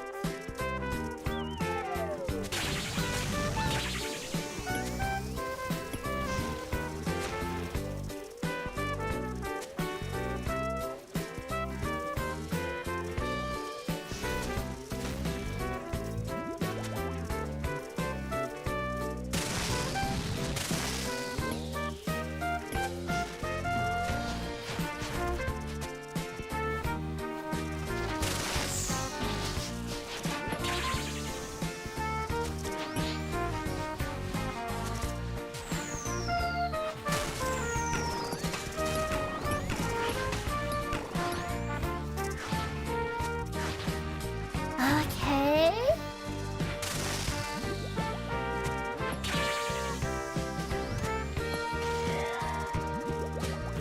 Okay, I think we're good. I think we're good. As long as I don't get run over by the car.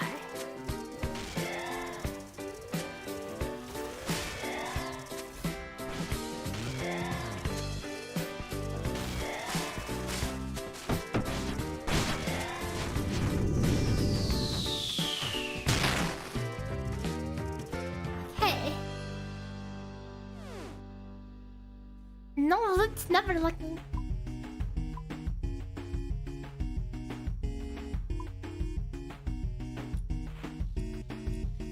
Let's take inventory on the demon wedges.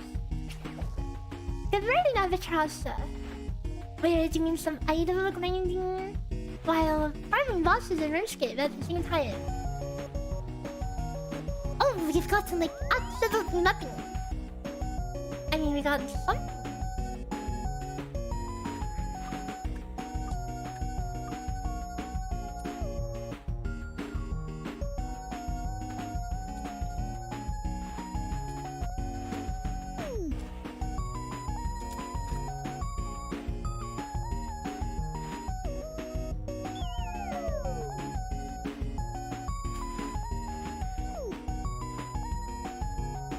The enemies are bugged. No shot.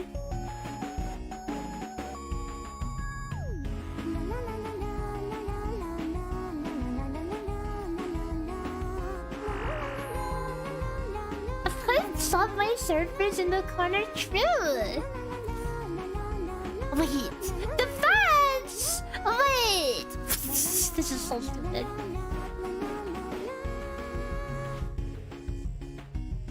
It's how far away? Dude, I can't. It is so far. And I have no.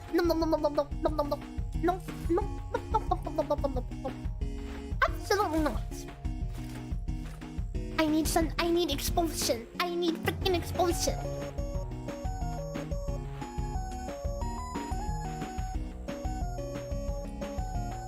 Ah, expulsion, my beloved.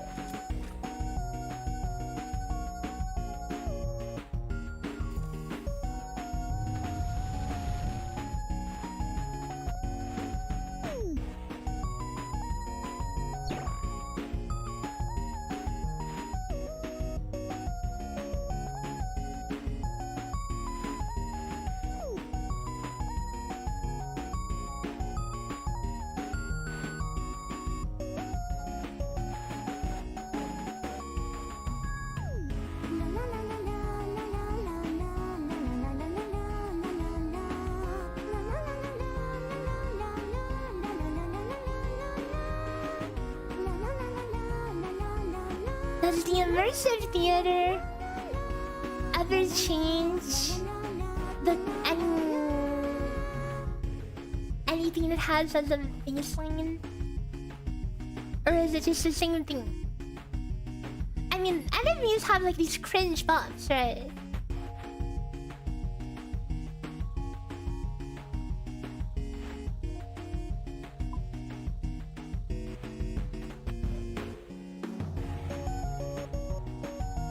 But do they actually change how you fight is the question.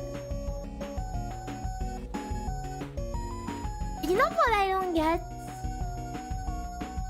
Like one of the enemy buffs is like the first 3 hits do 80% less damage. Yeah, what's the counter to that? Just don't hit them? Just the boss changes? Yeah, that's what I expect. Okay, but how are the boss fights? Tell me. Please tell me how the later boss fights are. Do you just face tank? Or do you have to like... Can you face tank the basic attacks? Like obviously, you probably have to dodge the big red AoE, right?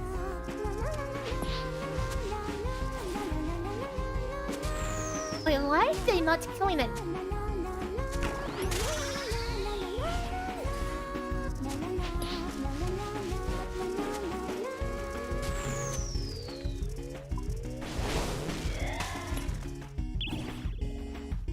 Seriously?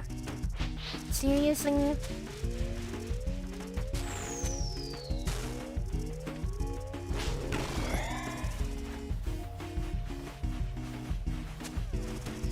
Oh, this is not okay. This is not okay.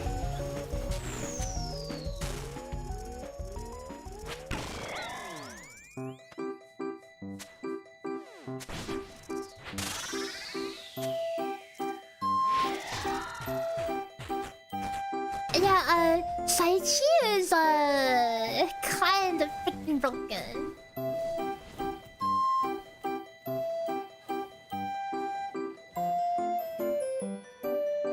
She can face tank everything, yeah.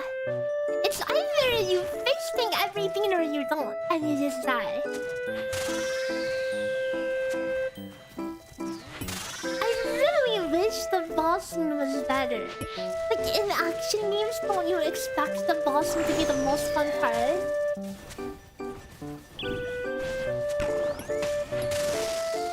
And here it's the opposite. It's the trash mobs that... It's the freaking trash mobs that feel fun.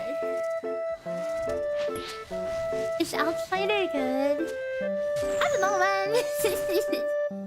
I just know he's a dude, so I don't play him.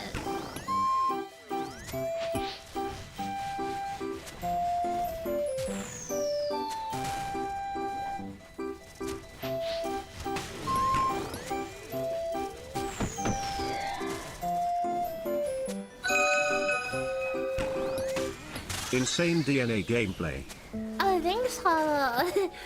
Thanks for 23 months. Yay! Ow. Yeah, this is the peak DNA gameplay that everyone's been asking for.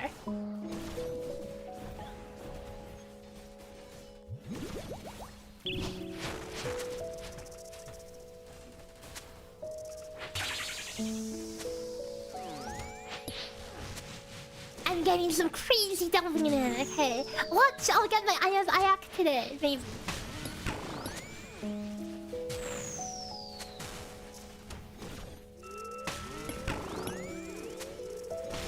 Outsider is strong.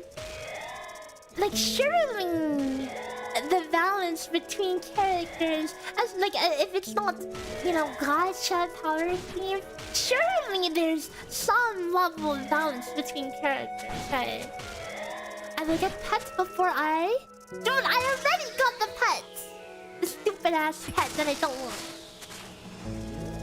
I'm at 1500 delves. I am literally past rate for everything. I am literally on rate to green log everything.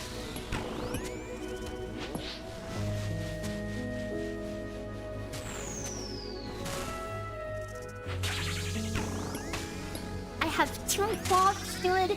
I have nothing that is actually useful for me. The balance is fine. I mean, I would imagine it is, but I do hear people saying that, you know, Psyche is pretty crazy. I mean, she was the first limited after all, you know. Being able to fly, you're like playing, you're playing a different game.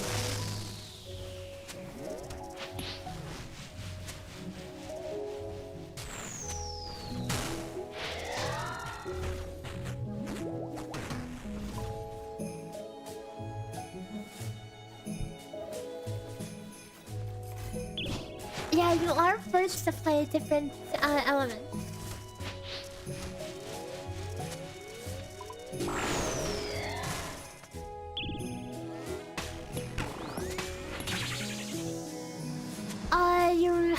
time figuring out if thingies are should be like should give you FOMO. The papers aren't really too much of a part of it. I feel like it's more for the XP. I don't think dailies should have trial XP at all, but it is what it is.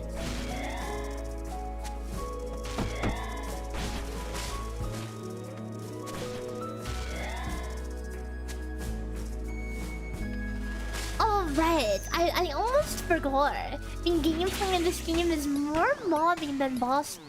I imagine a side chief feels giga OP to use on bosses because you pretty much trivialize the entire fight, but probably not that good on big groups of enemies, huh?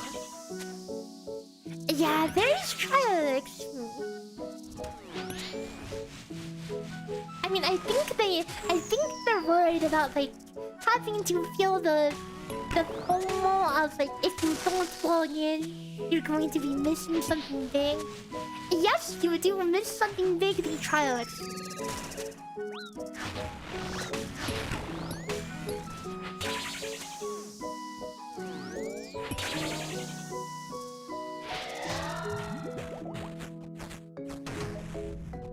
Don't worry, I've been skipping as well, okay? I've been a lazy potato. Well, I couldn't play DNA when I was editing because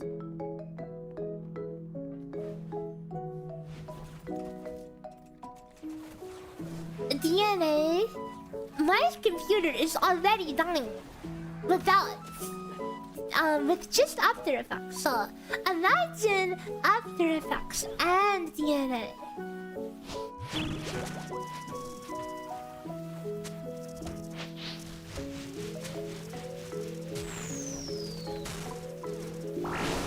You can fall here at under 55 runes.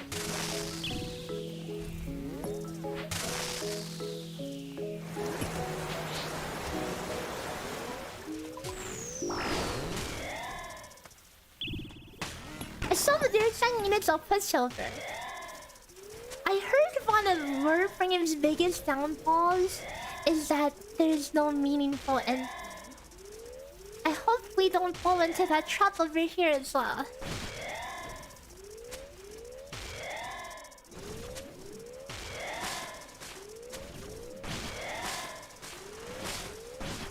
I mean, I guess in games like this, it's like the end game is making the most overpowered build that you can run around and farm everything super fast, you know. Again, I think of like PoE, but unlike PoE, there's no auction house here. So what the F are you farming for at that point when you have everything you need?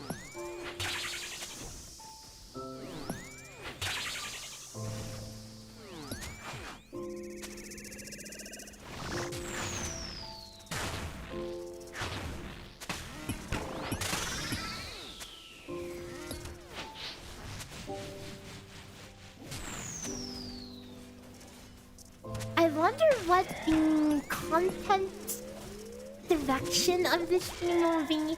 The only thing they've told us for like new content would just be like more characters and stuff. And that's just like, it's such a gacha approach, you know. I'm sorry, but characters are not the content, okay? How about some super hard endgame raiders and... Actually, maybe not. Maybe fix the bossing first, and then add a raid.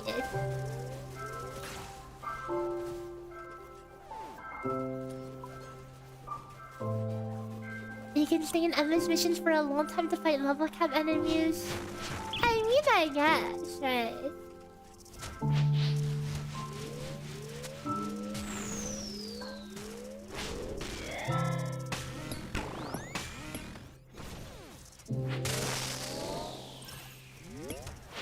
I doubt they don't have any difficult endings as...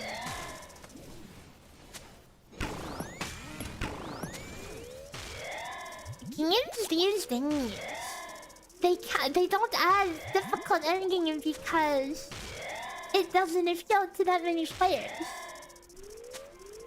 You always gotta appeal to the lowest common denominator, you know.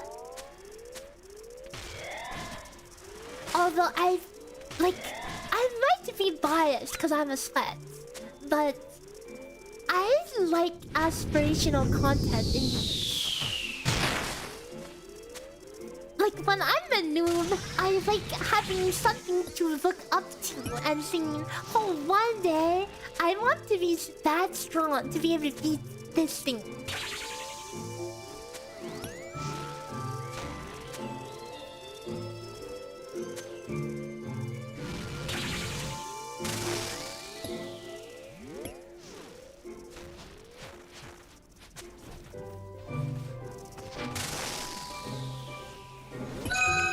You build the character you want and then you Month play. 3 of Maple Suto Rai. Oh, Zayana! Thanks for the prime! Yay!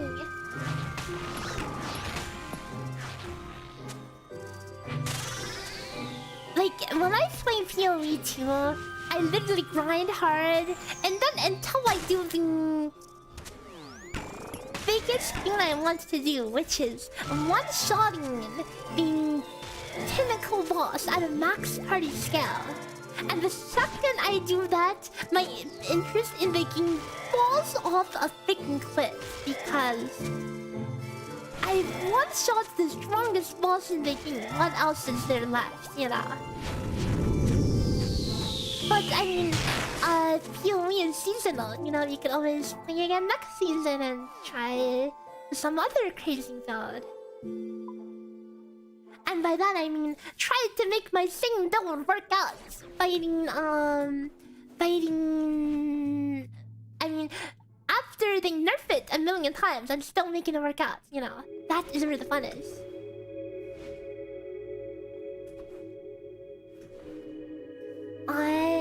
My crew scrolls are going to freaking mold. I don't think I can even do level 8. Yeah, I cannot. I have to end after this.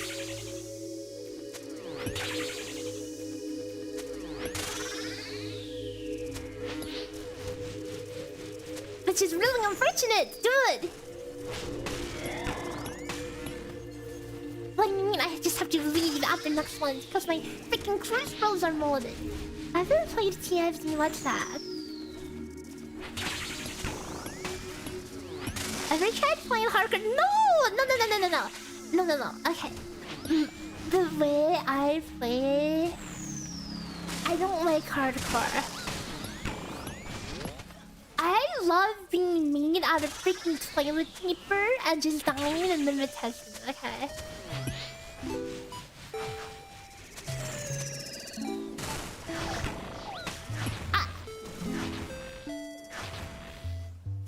Oops.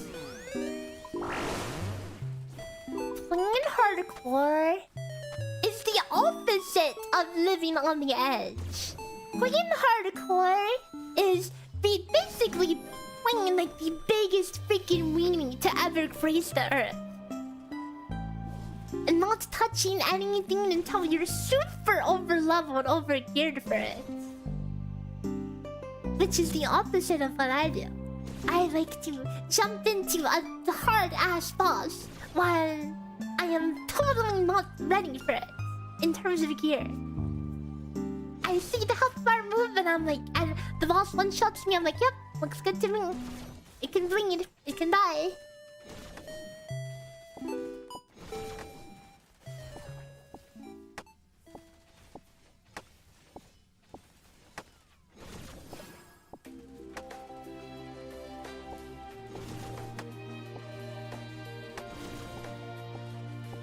You think I'll like Vermin's meat? It's just a single player game, right? It's just a one and done.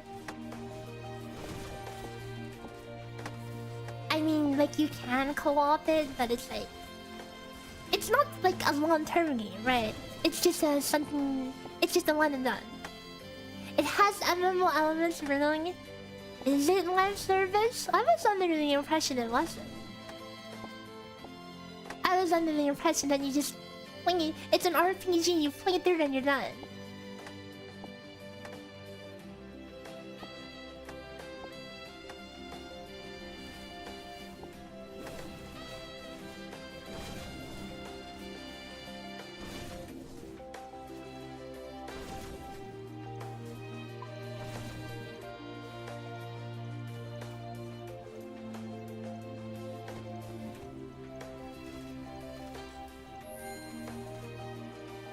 hardcore versus you to play super safe. Yeah.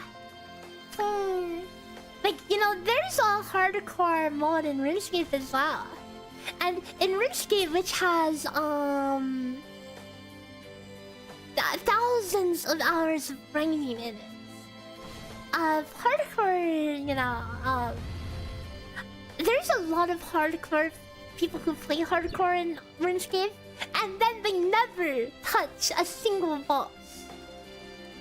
It's like, at that point, are you even playing the game? It has raid bosses. So I mean, is it a live service or is it not? That, like, granted, I haven't looked too much into it. I was just under the impression that it was a one and done. It is. Oh, really?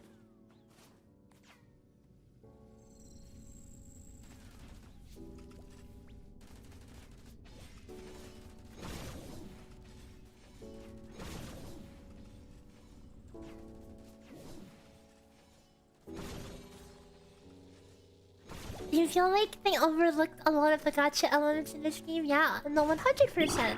There's like a lot of remnants of gacha design. Like, why? What is up with all these gacha games and 55 being the magic number? Cause like, think of like MOBA, Genshin, whatever. All of those games, you would have to take like 1 to 3 months to get to the max adventurer level, right? Before you have all the content and all the power unlocked. And then from there on out, you're on permanent maintenance mode, just pulling for the new life loops.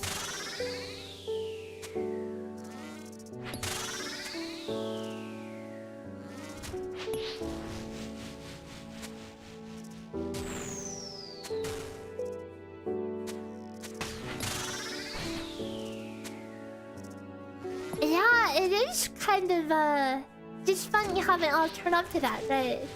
But it's like, yeah, DNA is not a gacha anymore, so why do we even need to compare it to gacha? Well, it just has gacha elements.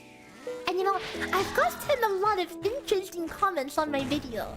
I've gotten some comments of people saying, go back to gacha games!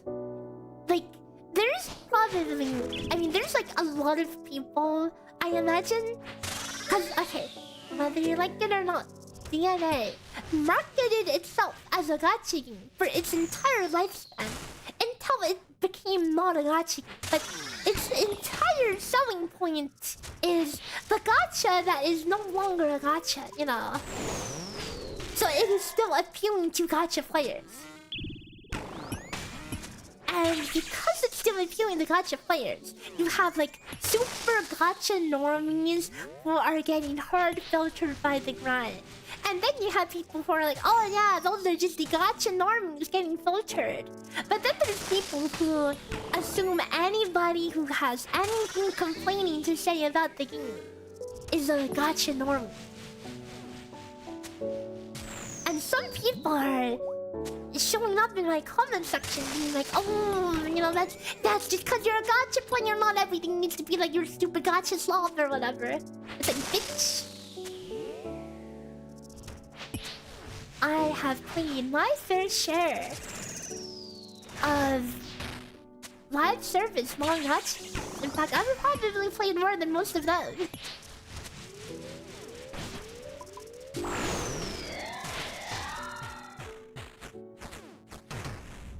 I have some unhealthy hours on many games, okay? I am that person who plays 10 plus ults on like multiple crappy KMMRs.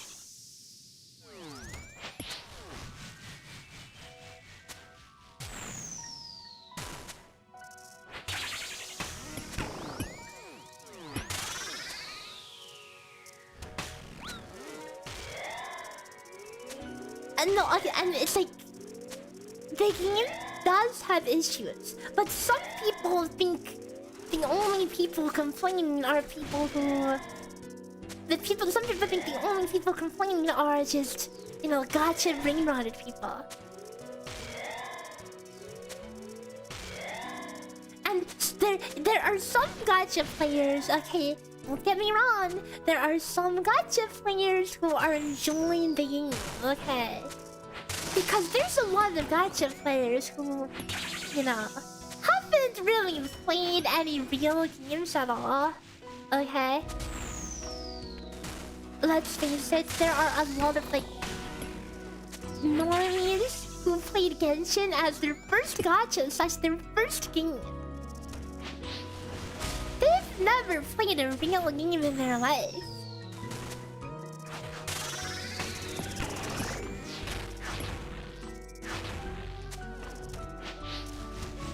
But yeah, that is what the community pretty much boils down to.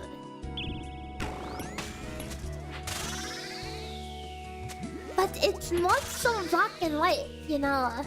It's not, oh, these are just, you know, bad players who just don't understand, you know.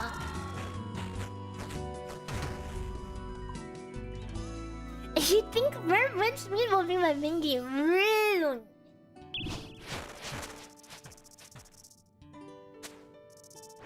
I mean, maybe I should look into it. I didn't even know it was a live service.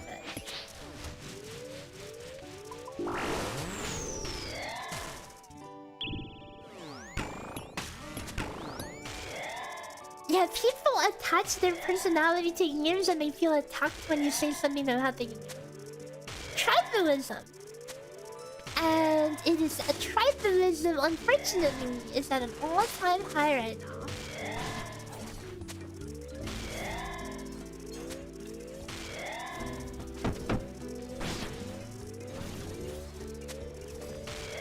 And you know why? It's because of how similar all these games coming out are. Of course people are going to be tribalistic about it. When you have Genshin V1, Genshin V2, and Genshin V3, they're like, my Genshin is better than yours! Oops, I just misclicked and all 3 players and almost died. Heck, some people are gonna get angry that I'm calling, you know, all the other Genshin like similar to Genshin. But you have to be delusional not to see that.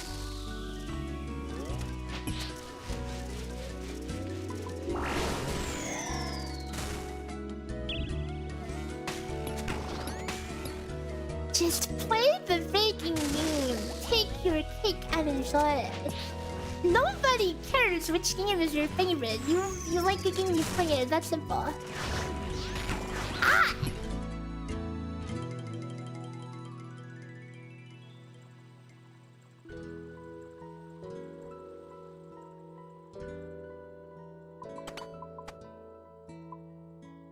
Oops.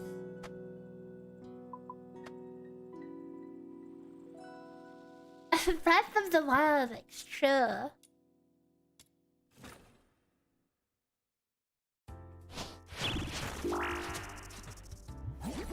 It's unfortunate though that most people never played Breath of the Wild and they only played Genshin and that's the only thing they know. I have legit seen messages from people who hear a game have a claymore and they think they're copying it from Genshin because they've never heard of the claymore until they played Genshin, you know. Like, this is the type of people we're dealing with.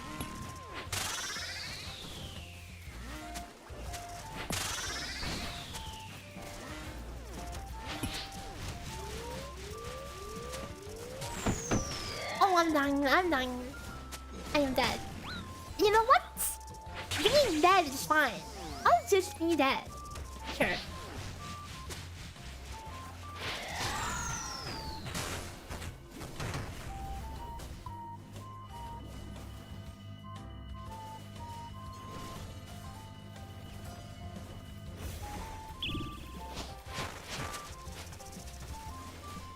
That was you, I mean... I'm sure we've all had a moment like that, right? Genshin attracted people that don't really play games, yeah. That's why it had so much success.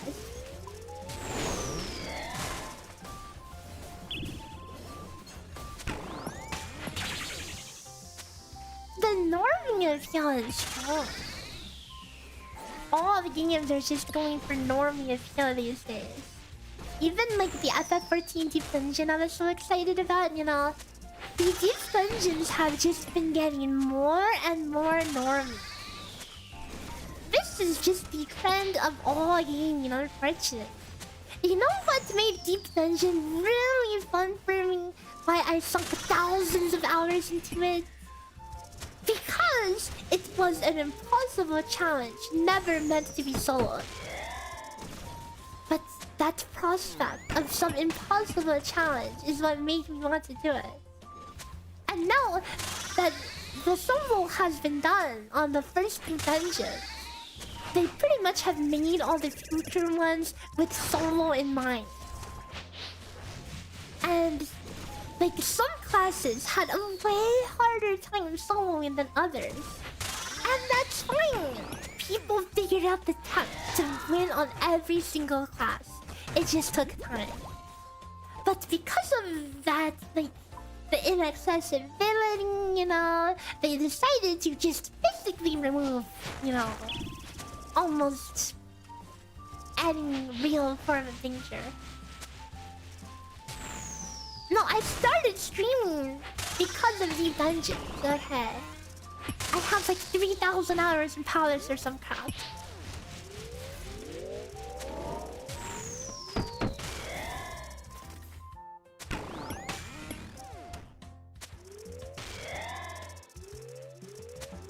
But the EO and PT have just been so whatever. Extreme normie, yeah. They just want to make something that everyone can, you know. But what I say is that, so what they say for the Deep Dungeon is they're trying to make a Deep Dungeon for everyone. But a Deep Dungeon for everyone is a Deep Dungeon for no one. You can't just make something that appeals to everyone. You know how you do that? You appeal to the lowest common denominator, you know. Technically everyone can play it, you know.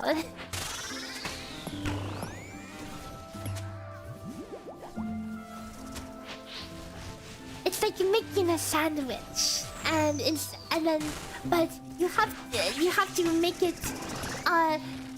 to make it edible by people that are vegetarians. You need to make it edible by vegans. You need to make it edible by people on keto, you know, people allergic to wheat. So what the F do you have at the end of the day? Just a piece of ham with nothing on. I mean, well, you can't have that if you drink for the F. So you have literally nothing. You have, I don't know, a piece of lettuce. Serve a piece of lettuce to people. There's nothing left. You took away everything. What am I farming in DNA? I'm farming demon wedges. They give you trial XP for the first time you get things.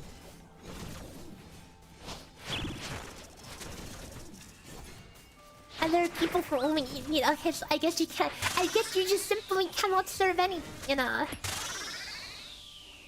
And that's the problem.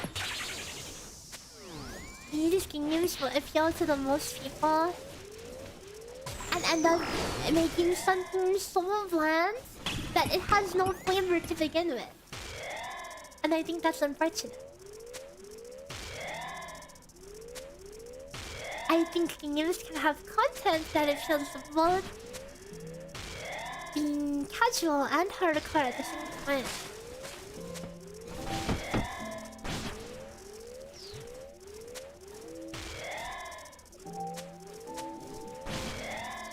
They had a formula for that for quite a while, with like normal rage, savage rage, ultimate.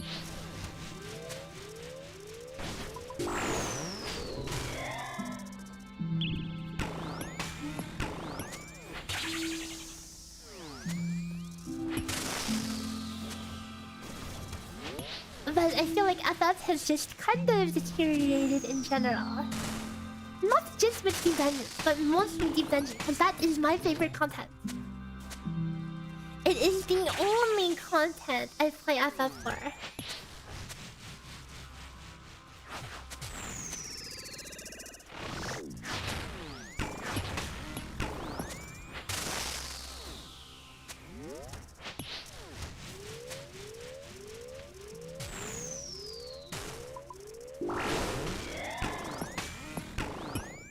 when I returned to FF before PT to run through all the old Heap dungeons, I played through them in order of release.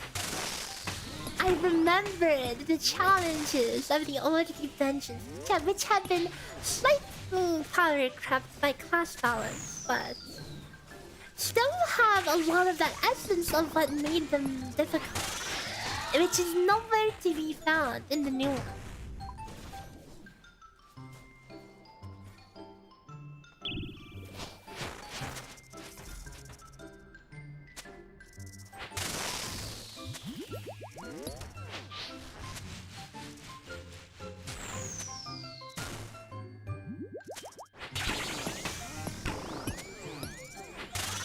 Yeah, the solo used to be a super prestigious feat, okay. It used to be so hard. Now it's like you can just waltz in there so easy now. Class power creep on the old deep dungeons, and then the new deep dungeons are not even a challenge. It's just a glorified version of Simon Says. You know the gimmick or you don't.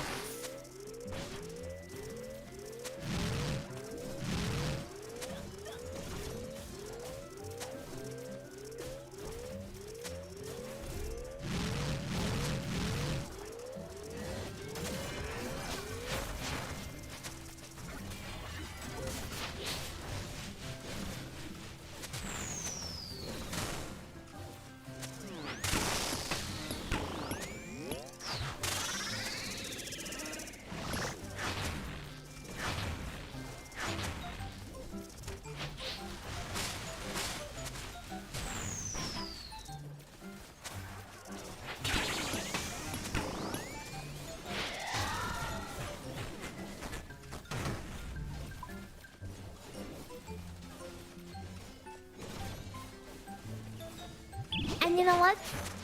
I think it's the streamlining of like the balancing and stuff that's making new games so boring.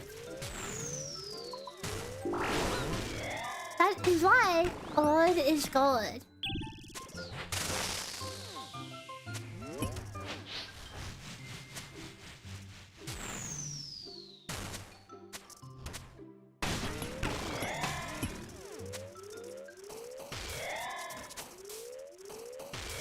That's why OSRS holds up to the test of time really well.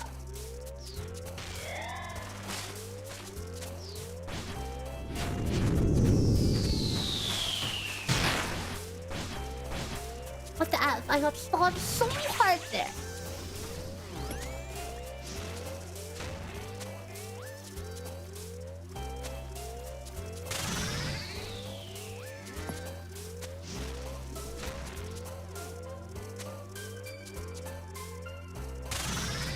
Yeah, I heard good things about FF11 as well.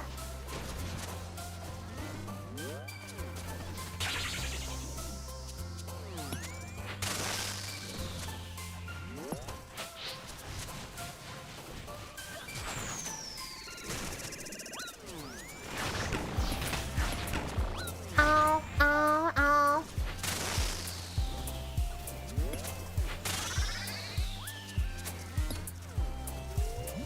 Come on.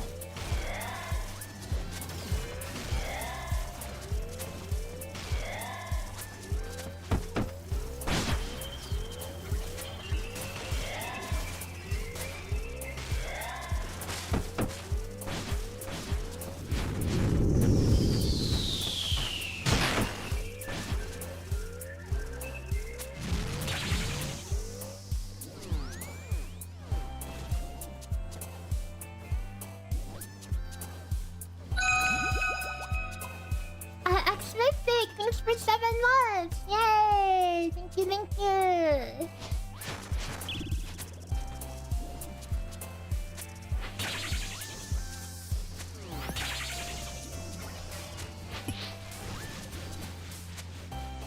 Don't blame me, I'm just dying. No! No! I didn't pay attention for 1 second and now I'm dead. I am. Oops.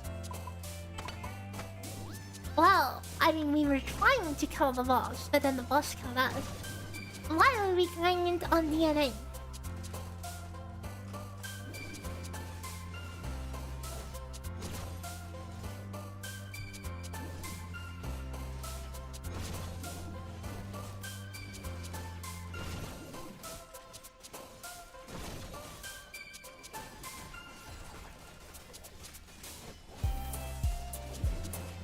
The second you go into Delve level 7, you have to be paying attention because you cannot react to the colors fast enough.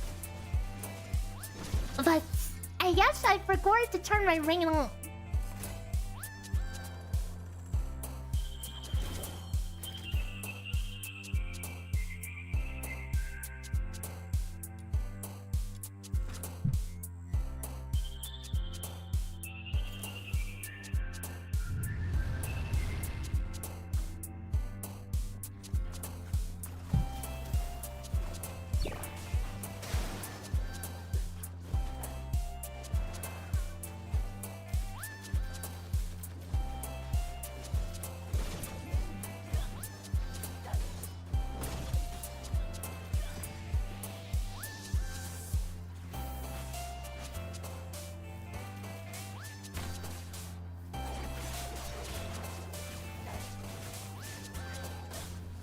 Yo, hold on a second.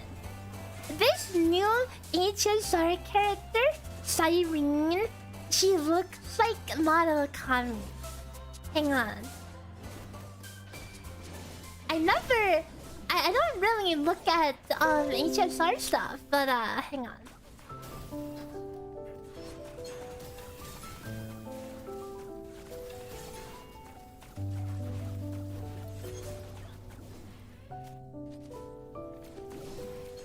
Is this not just Model Kami?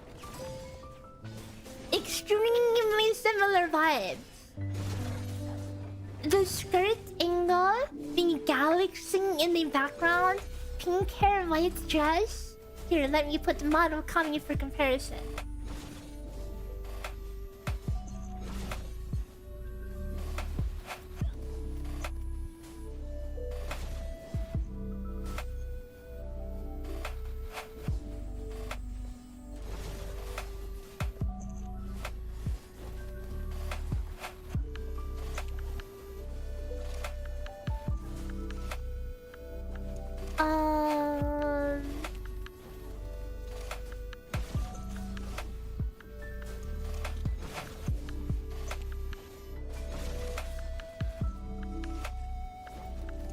What can I find a good picture?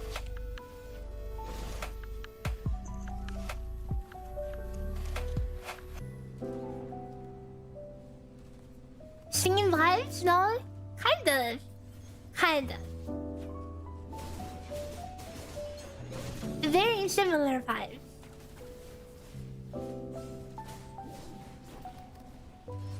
Pretty cute. Oh, I'm dead.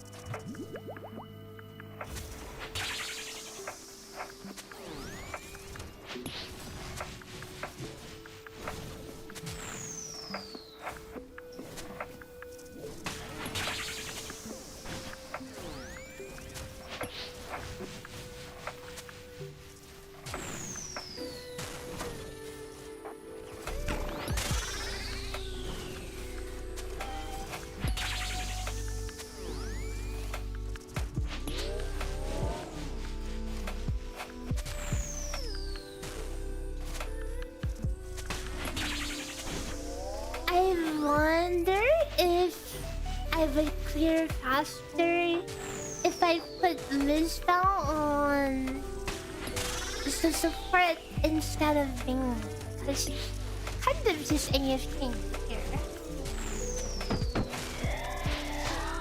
But then again, I mean, I really have no real investment in characters now anyways.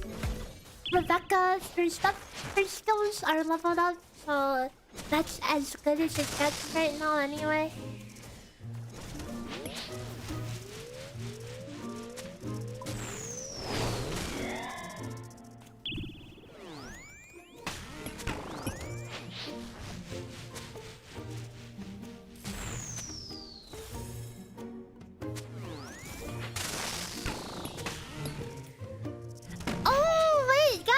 we got 45. That took a little longer than I expected, but not bad, not bad.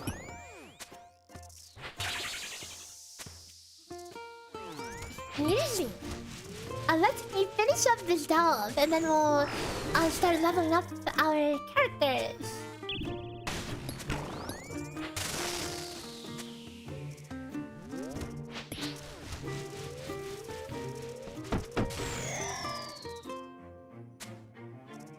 Rebecca will do 80% damage anyway. Why Rebecca's so OP? AFK farming goddess.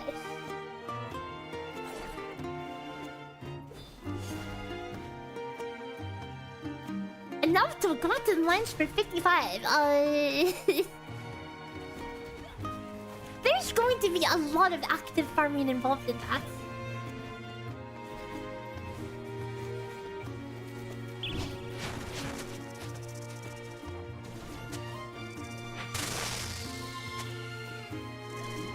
Guys, did I miss a weekly reset? Has there been a weekly reset yet? Surely I've missed one. I've probably missed one. Oops, my bad.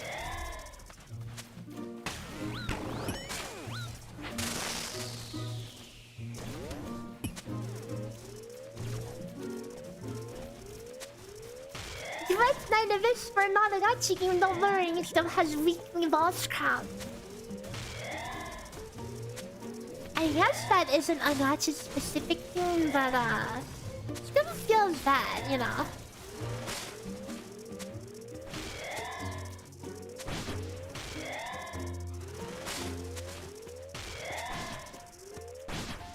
Yeah, after getting my DNA video out, I needed a freaking chill pill.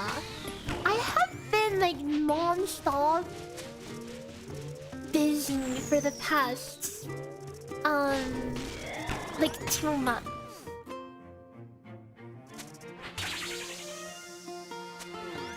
Kind of MMO. I mean,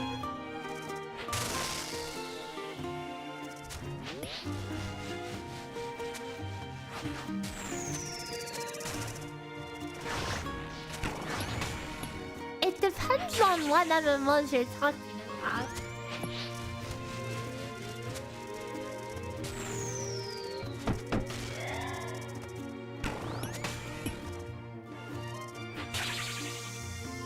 But I guess it's common enough. But I mean, we all know that the original weekly boss lockout for skill materials is only here because Gacha in the Sun has weekly boss lockouts for skill materials, you know.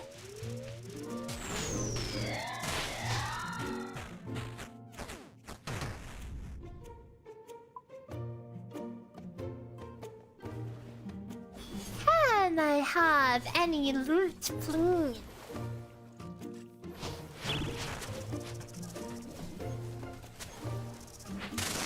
I am officially overranked for all uniques except the pets. But screw the pets, and I got it already. I don't want it.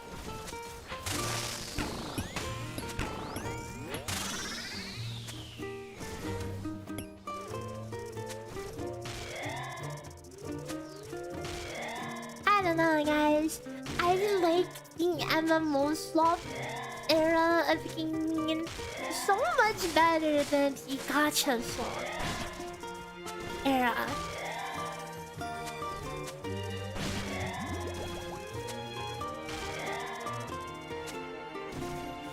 And I've played crappy pay-to-win MMOs like Aura Kingdom.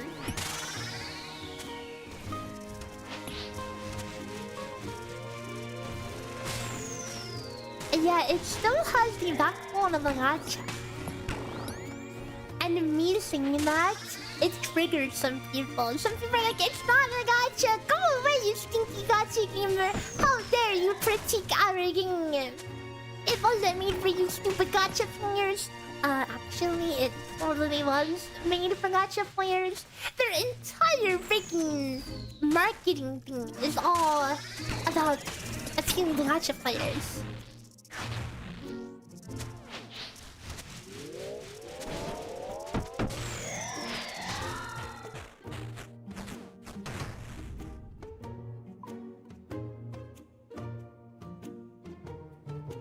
MMOs nowadays have mobile parts. Yeah, dude, mobile gaming was a mistake, but you know, mobile games make a lot of money cause there's a lot of normies out there who play games on their phone a lot and don't play PC games.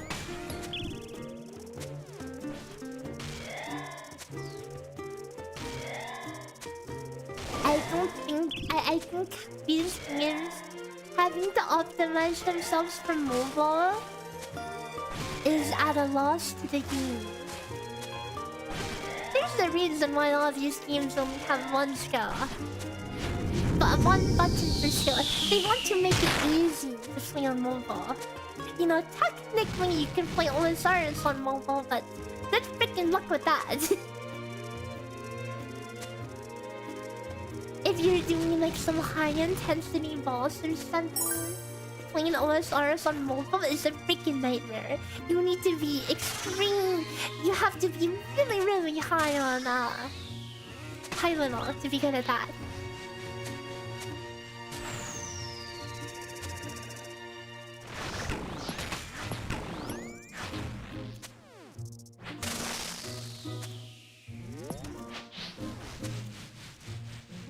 There's a difference between games that happen to be available on mobile versus games that were made to be played on mobile. And made specifically with a mobile audience in mind.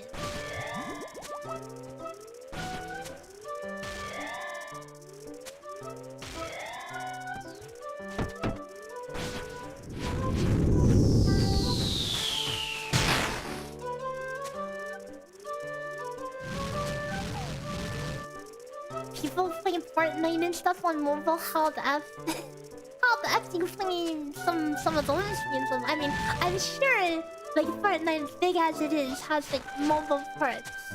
But it's like the point is that the original game isn't specifically designed with mobile in mind. Cause mobile just limits things a lot.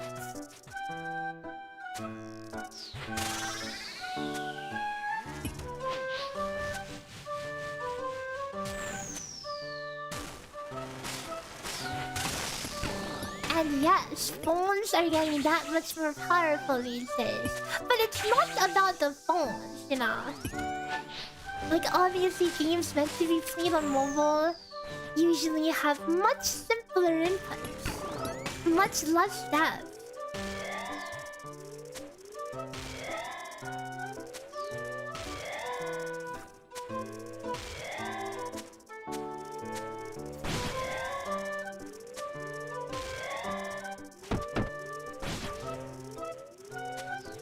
Zoomers are cracked mobile gamers. Yeah, I guess are the rest of us just too old for this or what? I don't know. I mean, a lot of the newer mobile games aren't exactly, you know, they aren't exactly hard to play.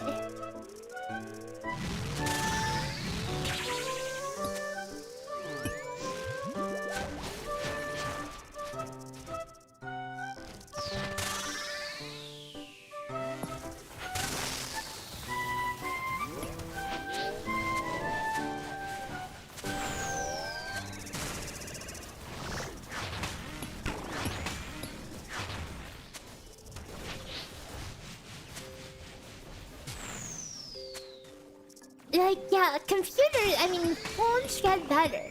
But it doesn't change the fact that you have to play on a tiny ass screen and poke at things with your fingers. the strain on your poor eyes. And yes, I know mobile gaming can be addicting. And you can sit in bed and play on mobile. I have sat in bed and played Uma for hours, but not exactly good for my health at all.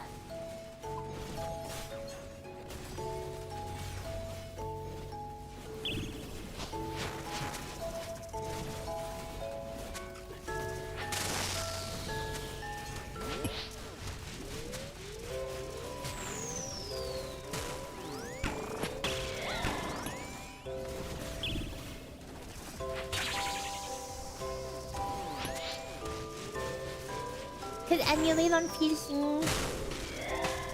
Yeah, but the main point is that the games typically just have simpler input just to appeal to like simple mobile gamers, the average mobile gamer.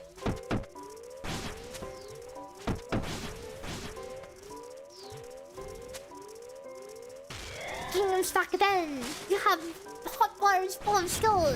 Games now, you have literally one skill button. I'm not saying that skill stand is a good design. I'm just saying.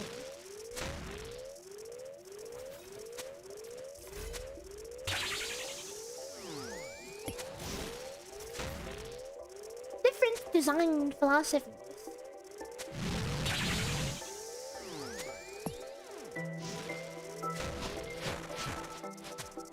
Yes, I did play PS1 still. I'm really sad by how they basically killed the game. They killed all the hype for their own game by announcing NGS before PS2 got to live its life, and they announced NGS way too early before it was ready. Which is another case of how first impressions mean a lot. Like, NGS was a complete flop on release. It was so bad. I was really enjoying PS2 on global. After they took 7 million years to bring it to global from GP. And they effectively killed both base PS2 and NGS by having NGS as early as they did.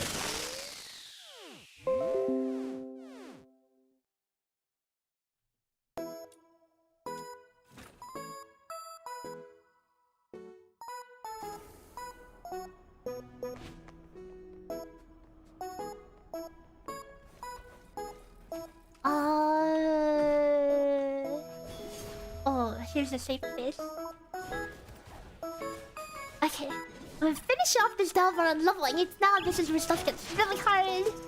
So I'll walk in, we'll win, we'll get some sick loot.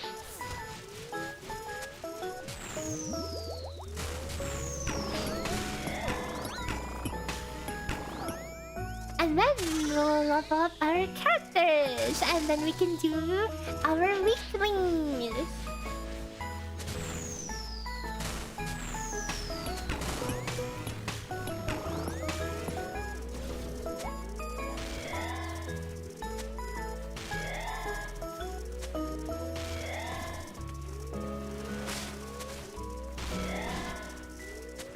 NGS players are fine with eating cows. I mean, true, if they stuck around this long, you know, they're built different. I should probably deal with some of those mailing gloves, but too late.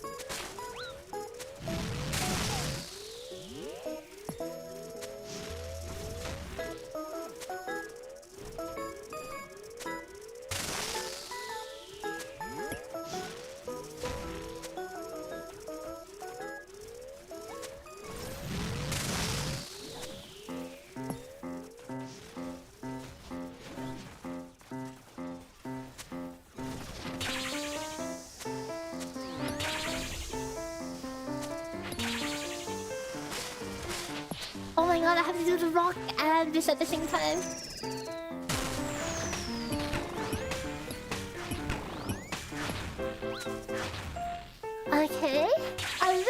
love me did it.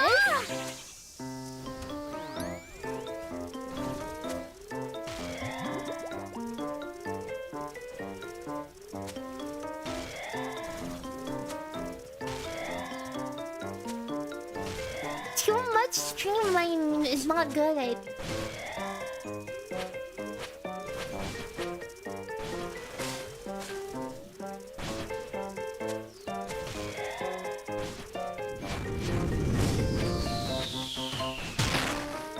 Hopefully it still has 150 health.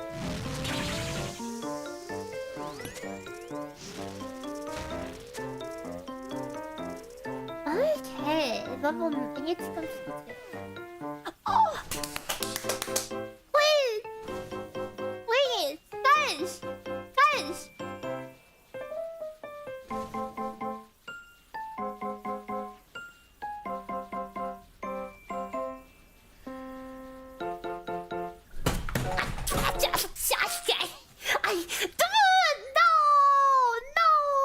No! I already have 2 of these!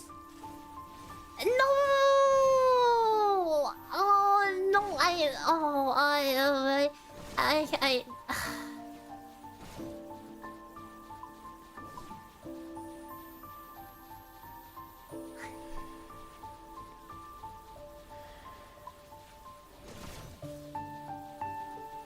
1,566 total kills. I should have 1 of each of the unique items. Instead, I have 3 of the things that I cannot use.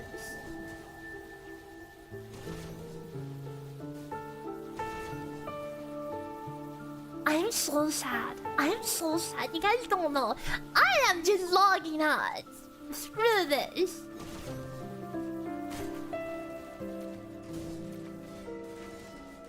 I mean, loot is loot. Better than nothing. But is it really, you know... If I could... I bet it's like... I'm so sad, man. I'm so sad. I can't even see what the clan chat was saying because I just logged out. I'm just sad. That boss, I've killed 1,600 times. And there are 3 unique drops from it. A pair of best in slot boots for all attack styles. Really good item. There's a staff that is insane DPS, one of the best staffs in the game. And then the last unique is a dinky ass cloth, which yes, it makes the best in slot mage glove in the game. But to make it, you need an extremely high crafting level, which I do not have. In fact, I've been picking seaweed constantly. I have spent very long picking seaweed to slowly level up my crafting. And yeah, I just I can't even use it. I now have 3. Good morning, Pevin. You know, Pevin, I was watching you play Soma this morning, and I have not seen anything about the game. But after watching that, I want you to know that I went ahead and watched a 2-hour lore video after, because I was pretty intrigued. Interesting stuff, that game.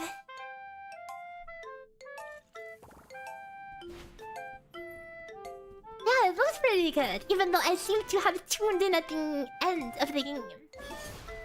But I was kind of trying to piece together what the game was about, watching from the end, you know. Very cool. Okay, so we finally got level 45. So we unlocked golden wedges and a new muffle cup.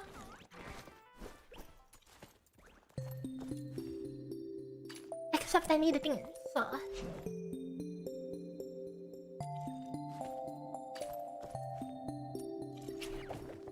Exploration.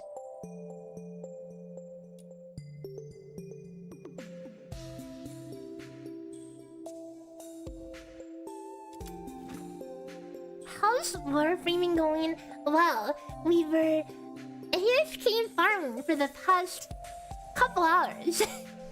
Cause you get 2 teammates in this game, so you can kind of just AFK farm. And I needed to AFK farm some stuff because there's some. It's like the mastery level in Warframe. You need a certain mastery level to do certain things.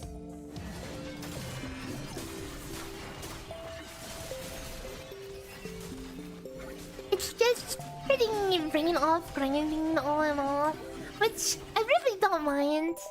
But again, I still really think the game is undercooked, and it's, you know, it could do a lot better if you throw it back in the oven for another year or so.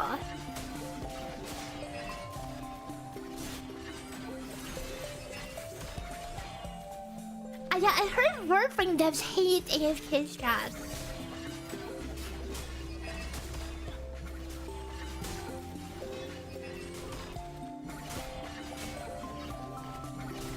I'm pretty sure the DNA devs did say that they like approve of AFK, you know, they even said, oh yeah, you can just AFK and let your teammates do the work. So I guess it's a lot more casual.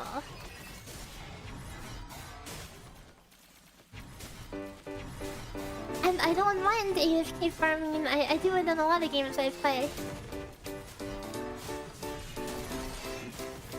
I did it in Ring. RuneScape is... half of RuneScape is AFK farm. And then, even games like Guild Wars 2, I would do some AFK farming sometimes to make some extra gold. You wouldn't play the game if there wasn't AFK grinding, yeah. And then, but on this, at the same time, there are some people who are like, who would be like, I wouldn't play it. They don't want to play the game because there's AFK grinding. For some people it's a huge turnoff, but for some people they love it. I love it. I think it's fair for what it is. It's already inefficient. Are you really playing the game if you're only playing for AFK grinding? I mean, there's a reason people like playing games that idle grinding simulators, idle farming simulators. You know, it's pretty much just that, is it not? Guild Wars 2 like, oh yeah, I know Guild Wars 2 hates AFKers, okay? But, you know. That's just how, I mean, the game gives you minions, they give you turrets, okay? But you're telling me I wasn't supposed to sit at the wall of Ascalon and farm piles of luminous dust? I've gotten whispers from people saying mean things to me because they hate AFK farmers.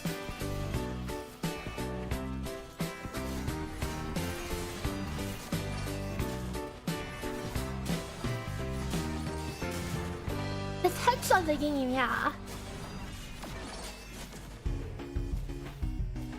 Like, I mean, in Guild Wars 2, they hate AFK farmers a lot because sometimes, if there's a big cluster of AFK farmers, one, it doesn't look good for the game to just run past a huge horde of, like, necromancers and their minions, AFK farming, you know? It just looks a little scuffed.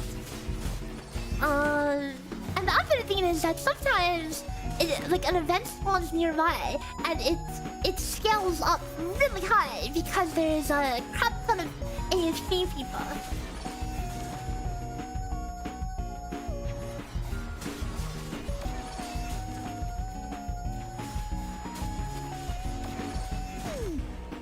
Yeah, remake AFK farming is totally legit.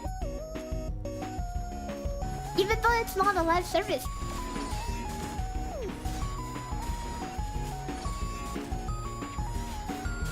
You have that option when if you just need some materials for something to just AFK farm.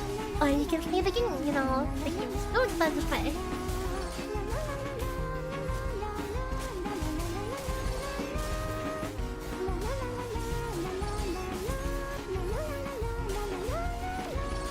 5K farming makes you not want to play because you feel like you're behind. I mean, I could kind of see that as well, you know? But it's not like you can just press a button and AFK overnight, you know? You have to click every minute, you know? You're saying as a GBF that they could have done so much more for links. 100%. Think of all like the really epic raids we could have gotten. Like actual 6 dragons raid, Revenge. What else would be real cool? Rise of the Beasts event. Imagine that in Relink as well.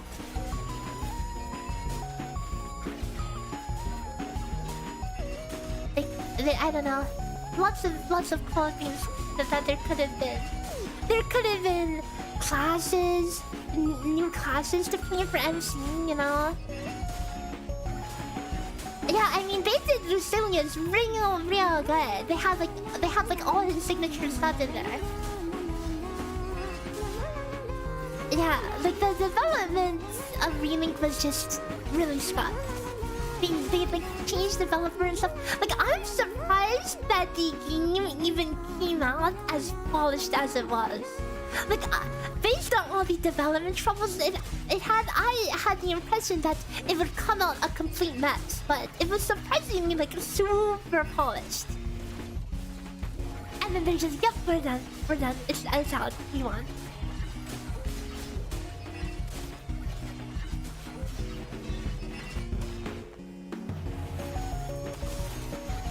Who knows? Maybe they will add more in the future.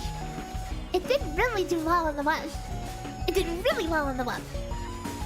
Which is not normal for Grandville stuff, because Grandville stuff in the West is pretty niche.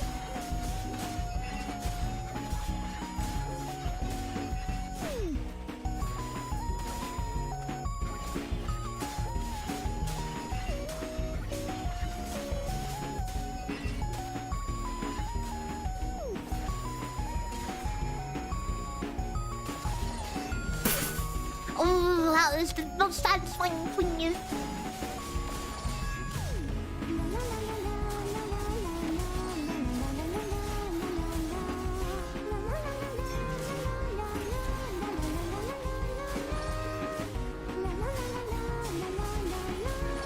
I just think like a GBF, like MMO or something would be so sick with the class system.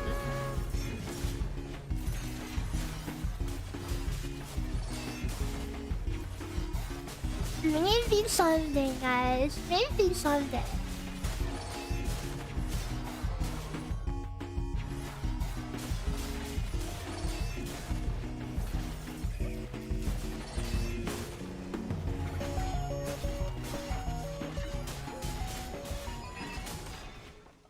Oh wait, am I supposed to kill them next to the thing that's hovering? Surely they will revisit it. I have hope. I do have hope.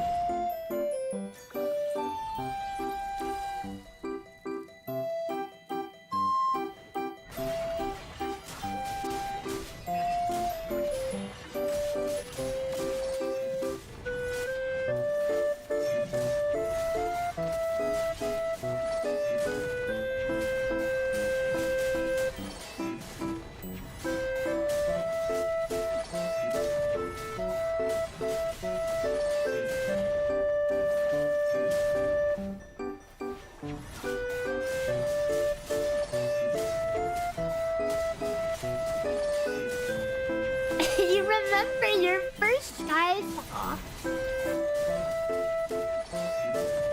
Yeah, you're not using myth through that. How many of these do we need? I think I need like 8. Okay, I guess we keep going. The music is a bit loud. Oh my bad. Why is it so loud all of a sudden? I feel like that maybe that one song in particular.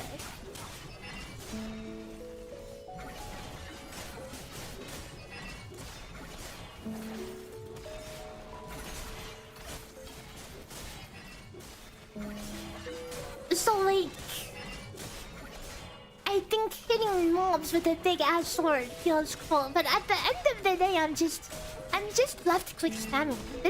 I'm just left click spamming, and sometimes I hold down left click. Okay. The combat is saying it's two-dimensional is a bit generic, which is what I think is one of the biggest things with this game. Aren't there guns? Yeah, but you never have like any real reason to use them.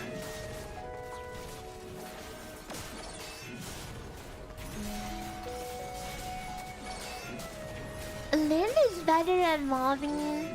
Yeah, but she's not as cute.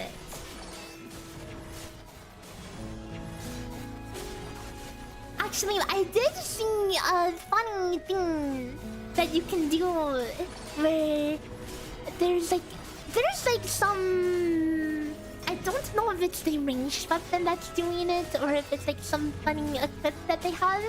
That's like there's so many in the small blades and stacking combo, but I saw that there's a funny lit spell build where you just spam your ranged weapon and stuff and get your combo really fast in single target scenario. And then you can just spam your big slash. But obviously against tons of trash mobs you don't need that because you can just generate combo by hitting all the trash mobs. Maybe other characters are more interesting.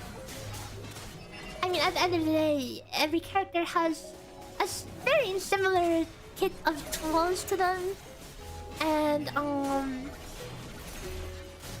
you only really need to use one of those tools, the one that's the most effective.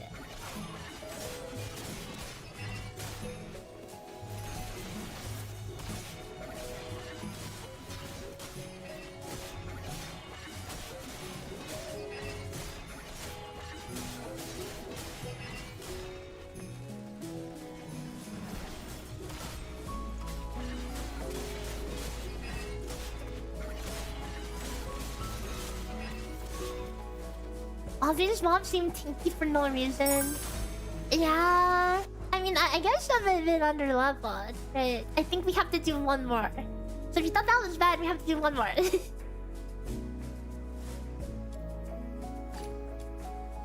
Oh no! I didn't click the thing. I didn't click the thing that said. Oops. Okay, well now we have to do two more. Come on.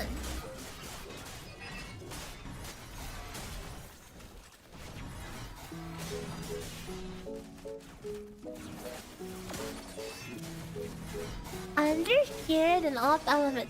Wait, there is an element weakness for this? I mean, I guess.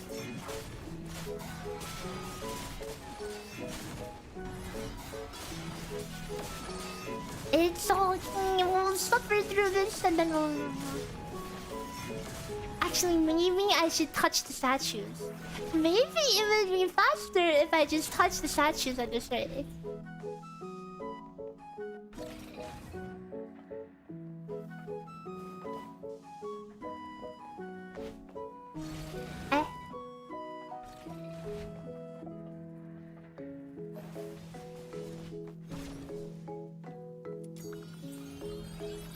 I think the rewards get better.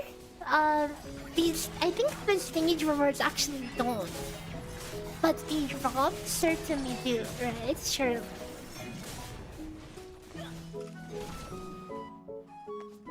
I mean, if I run away like this gets them to group a little better.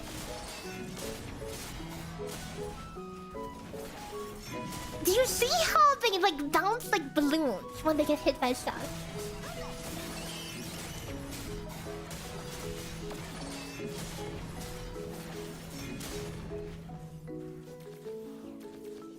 Okay, I'm gonna go touch all the other things.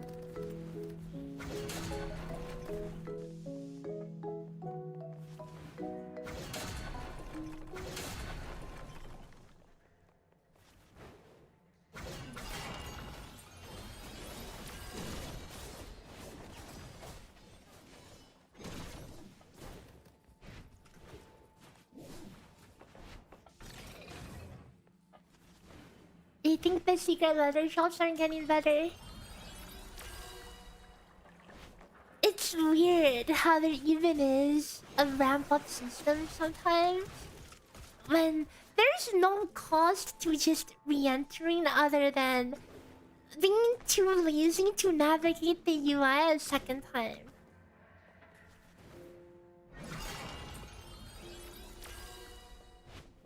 That is literally the reason I click ramp up instead of just going again. Cause each level only drops one purple mat anyway, so it would be easier to just spam the first one, but I just was too lazy to click the menu again and go through the load screen again.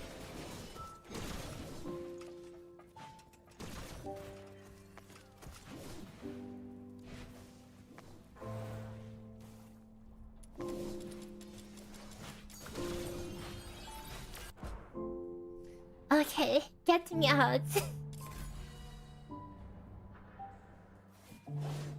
You're getting strong Charlotta flashbacks?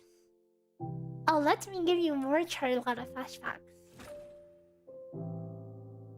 Remember how to get around quickly on Charlotta? This?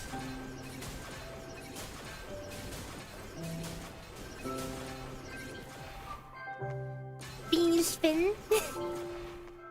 Although I think it's faster to just run, but if you want to like run and do some damage, then what's the end game like? A time thing where you have to kill a bunch of waves of mobs and the boss in a certain time, and you need 2 different teams, and you need to have the right element team, or else if you have the right elements, you do 10 times more damage, or else you get cucked.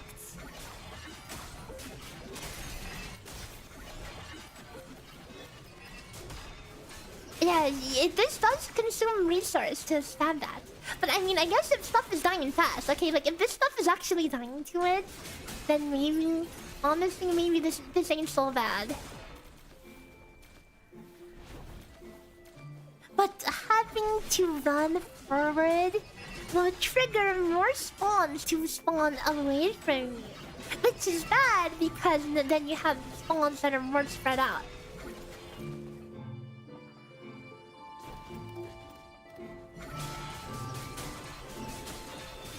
Oh yeah, the skill does not build combo. So there's that's kind of scuffed. Okay, and now we should have enough things. This looks very stiff. Yeah, the combat, to say it's a bit stiff and 2-dimensional might be a bit of an understatement. The thing is with this game, it's like, unfortunately, I would say the mobbing is like where it is the best content. It feels a lot better than fighting bosses. The bosses in this game, actually, you know what? Let's give her another visit. And now that we're higher level, okay.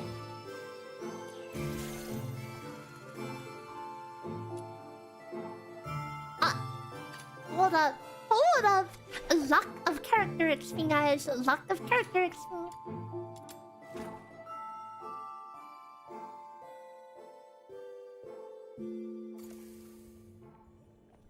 Oh, and you see these generic maps that we're loading through the end game mode called Immersive Theater. It uses these same maps even though there is literally a theater map. It just uses the same cookie cutter maps. Have I finished the story? Yes, I have. And the story ranges from like a 1 to... I'm not gonna say 10, but it's like a 1 to 8 in quality.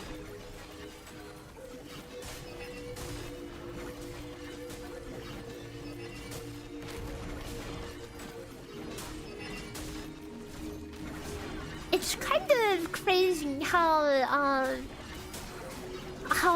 different it is.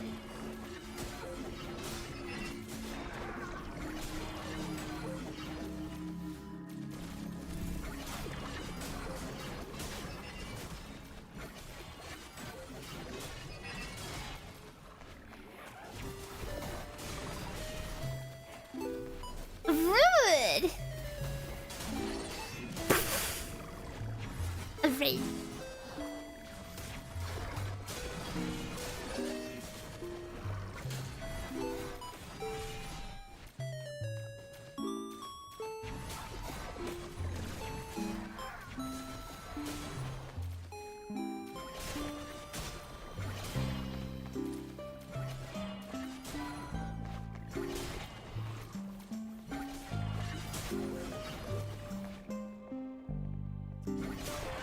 Oh, it's so all the mobs are so painfully spread out.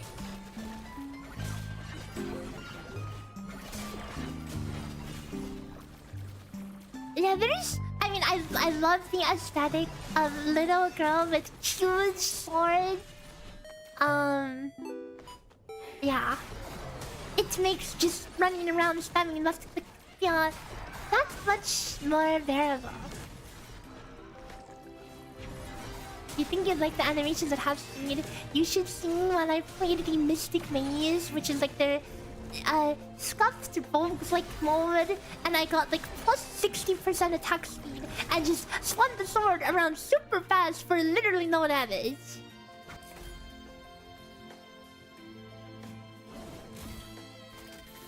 I already have attack speed on, I'm pretty sure. Is that enough extreme? I mean, surely not, right? Let me just get a feel for how much I'll need. Honestly, not bad. A couple more times.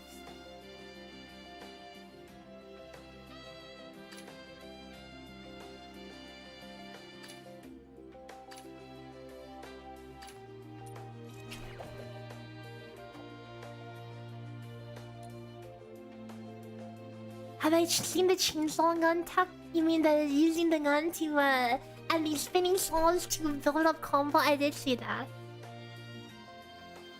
Looks decent for bosses.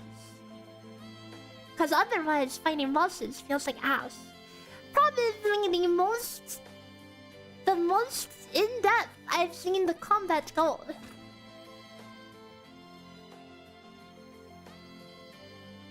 Cause other than that, the combo is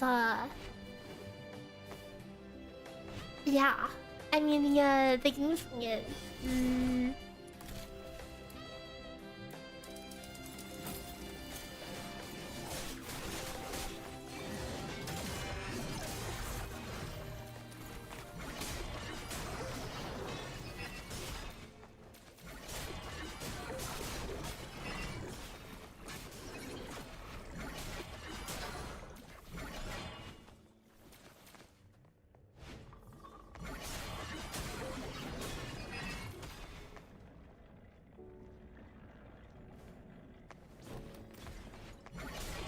Here seems to be turned around using Saichi to aerial bombard everything. I mean, she was the first limited unit.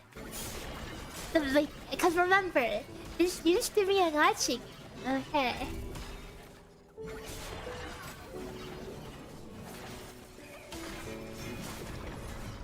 Rude!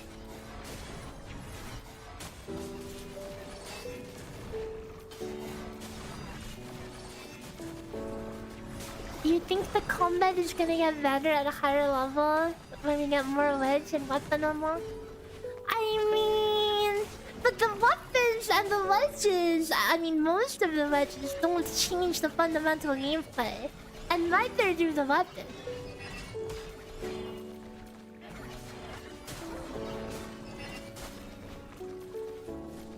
But there'll probably be some funny combos of some funny wedges. Probably, but the core for a lot, I imagine, will not change too much.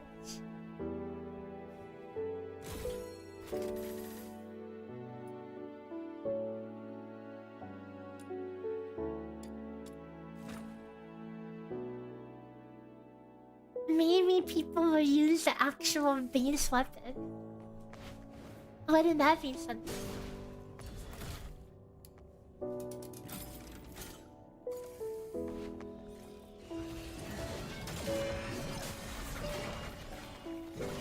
I just think there's too many fundamental shortcomings of the combat, you know, that I would really love to see them improve on.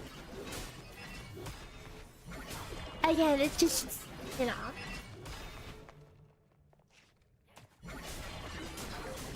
The stiffness, the movement, the first sprinting after dodging.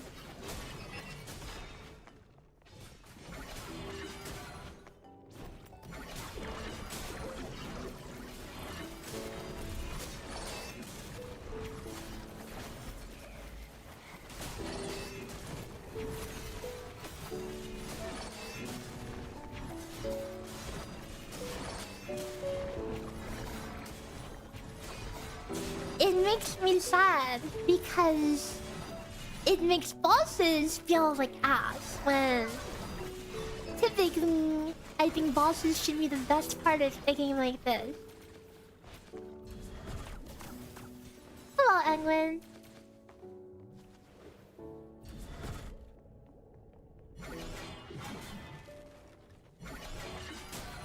I don't think you can cancel anything with side attack. Like, for Lizbel's weapons, because she uses one of those conjured weapons or whatever, you cannot cancel any of her you cannot cancel her attacks at all.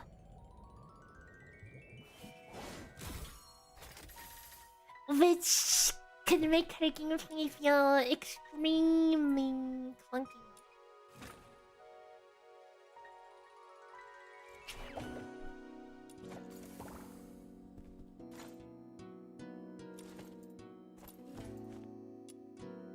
Seriously?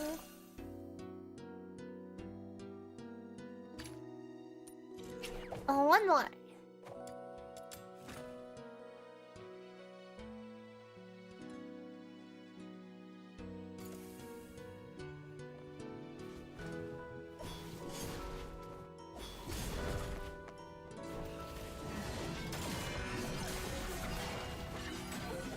You don't think the deep combat system is a cool thing? It's not. I'm not like. It's not. I'm not asking for a deep combat system. It's just like the fundamentals, you know, do not feel there. For like, okay, like don't get me wrong. I've played games where you fight a raid boss, spamming almost exclusively one button for 15 minutes. Okay. Healer is an FF14. Maple Story 2. But it's like, even like a scuffed game like MSQ has things to it that make the combat feel basic but nice, you know?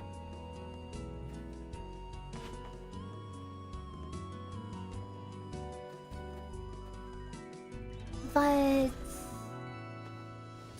this game just has so many of these things, like a lot of little things adding up. Did you miss the Soul Sora review? I mean, I'm not reviewing Style of Sora. It's just in the title to let you know that you can use the command to open a link to the review video, which is already out. How goes the farms? We AFK farmed for a couple hours, got to level 45, so we unlocked the new level cap, and then we'll try fighting the boss again. And while we're fighting the boss, you guys will see exactly what I'm talking about when I say that there's something about the boss thing that makes it feel really scuffed.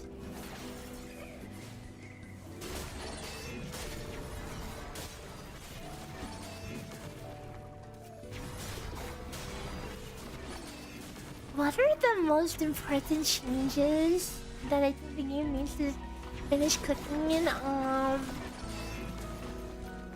mean, it's a lot of little things, you know. I don't think any one of them is too much of a thing, but it's just a lot of little things added together. the general polish on quests and stuff. Instances not feeling like the same exact instances every single time, and then the fact that Mystic Maze feels like you're just refreshing the same room 10 times in a row and doing the exact same thing 10 times in a row feels like ass. Why is immersive theater not even in the theater? I mean, I feel like that's that seems like such a stupid thing to nitpick, but it's also such a stupid thing to be lazy on, you know? It's like, why? This is your ending that people are going to be grinding their ass off. Dude, you have this beautiful theater. Why does it not take place over here?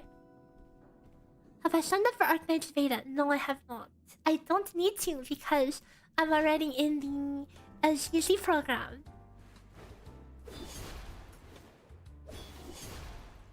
So I get guaranteed access.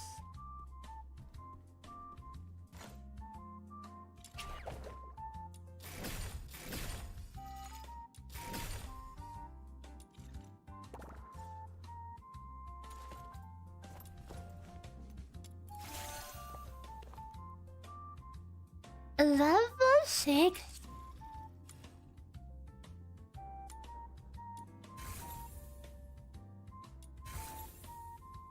Skill level up.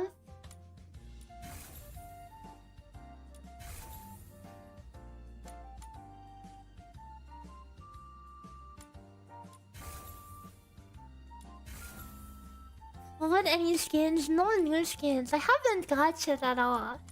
I mean, let's see how many free pulls we got. 1. Okay, we have 1 free pull and 2 rainbow pulls.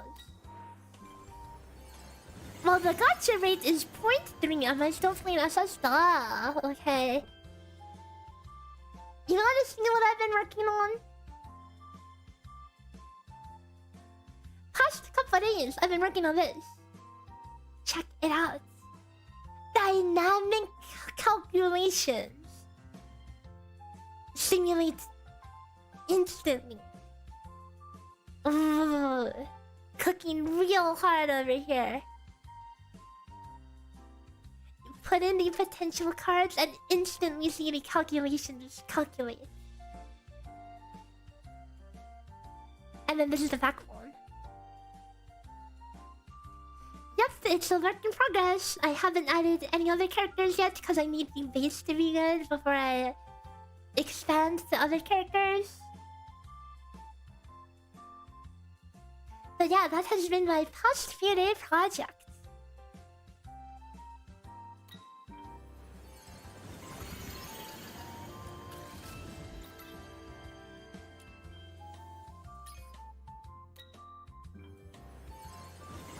I'm glad you like it!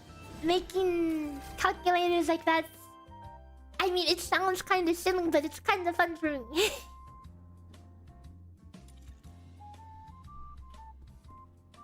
Okay, and now that we're level 60... Oh wait, there's a level 61, but it's the level 51 that drops these secret letters, so we only need to do the level 51.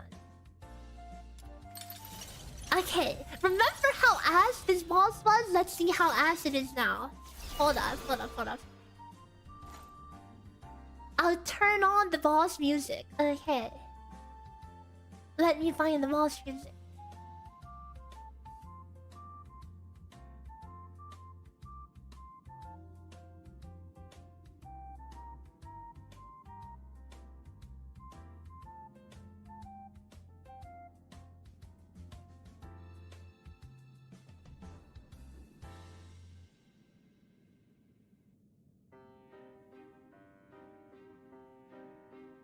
I mean, sure.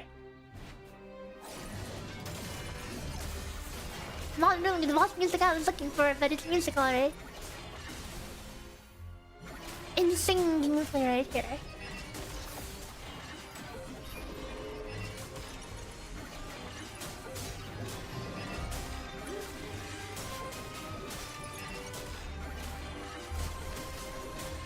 Spell sort of thing is weird. I mean, it's just like a... I don't think it's too... I I don't know. I'm fine with it, okay?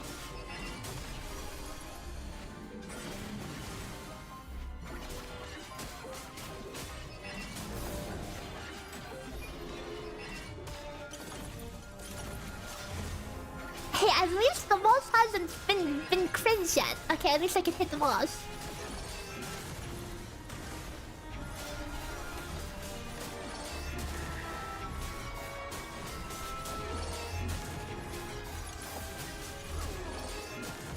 Don't be cringe. Don't be cringe.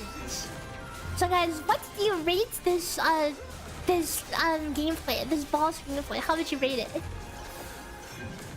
I missed. I'm killing myself.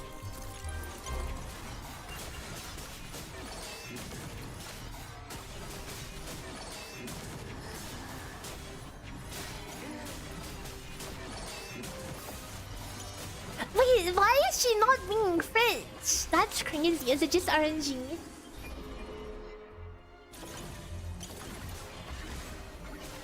.5 out of 10, really? That's really generous.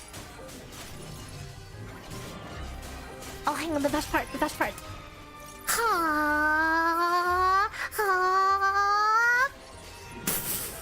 Wait, what the F did she die to? I didn't even touch her. Looks foreign to you? Yeah, if it looked like I was just spamming left click, that's because I was just spamming left click.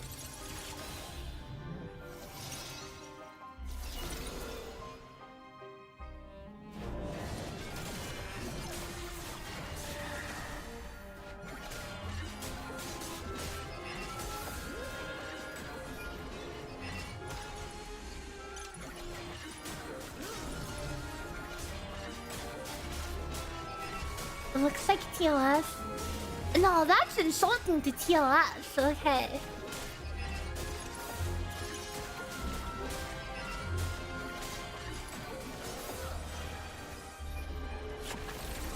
Even one character on TLS. If you're playing one character instead of all three. Even playing one character, it's still more input. Oh no, this is the gameplay that I've been waiting for.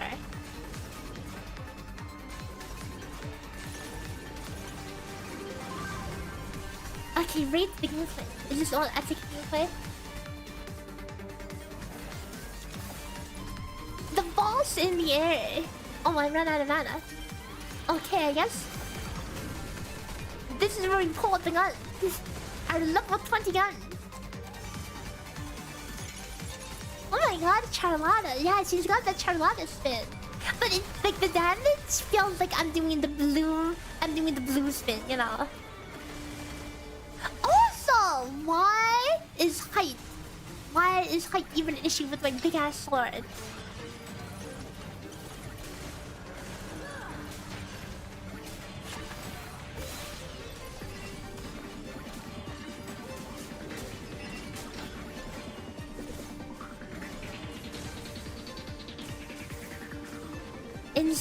Insane gameplay, guys.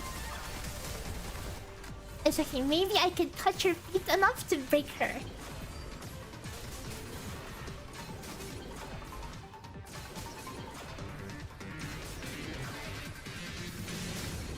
Okay, nice. Oh, I got interrupted by the ads. Come on, dude. No, I'm stupid. Now I'm out of mana. Stop. Where does the game tell you what the buff? It's also resistant to what? Dude, TBH? I don't even know. Okay.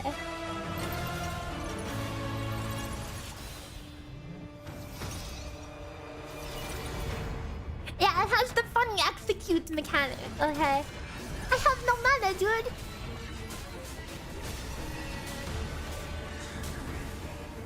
But yeah, I feel like the boss fights in this game do not exactly feel too great overall.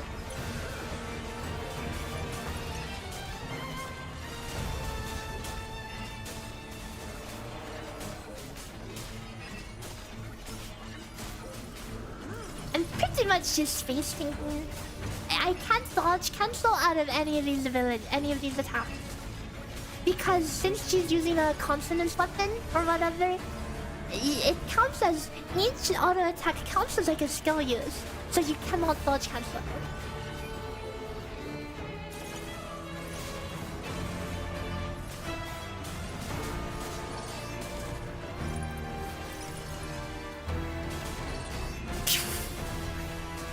This may think we skipped the cringe ass fling phase and we could just auto attack her to death.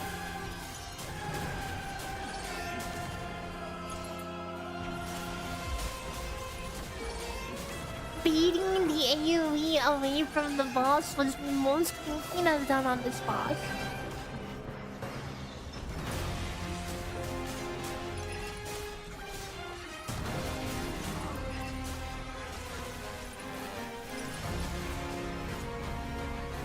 Hacha!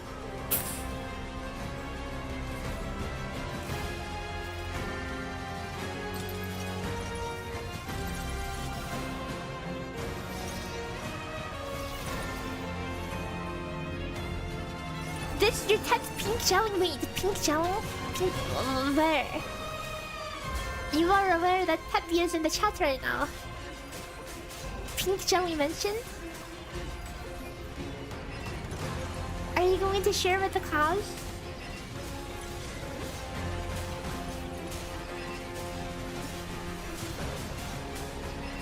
The gelatin cube from Secret Letters. Oh, it's not the other pink showing. Unfortunate.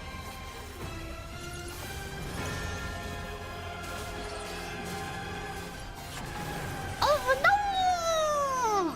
I blocked the cringe. Oh man. I guess we're just not playing the game today. I will just go tickle her feet. I guess I need to wait for her. Like, she's freaking invulnerable.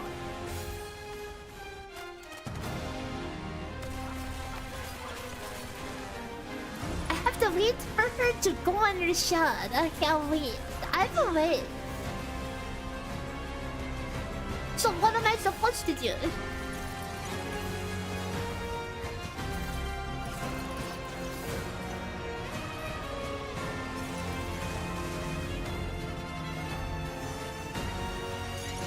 You done yet? Okay. Now let's break her feet.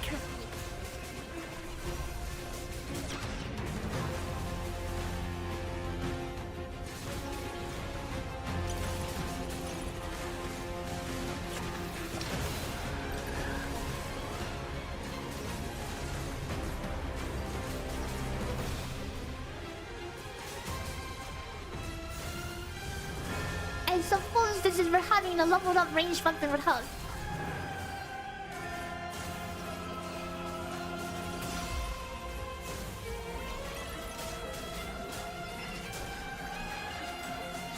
Do you find it funny how I'm struggling to target the boss when it's literally sat on the floor?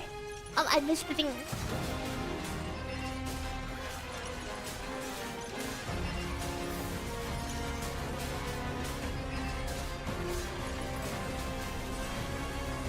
Oh, that's what the nails do. I see.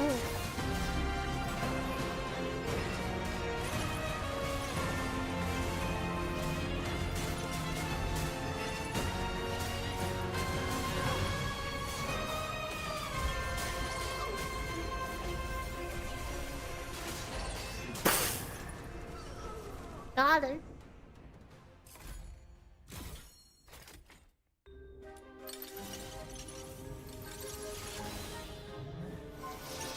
I didn't pay attention during story. Dude! I was paying attention during story, excuse me. I mean, I did the nails every other time. Okay, that was the first time I skipped the nails. Okay. I didn't even know what they were doing. I was just hitting them because it fits.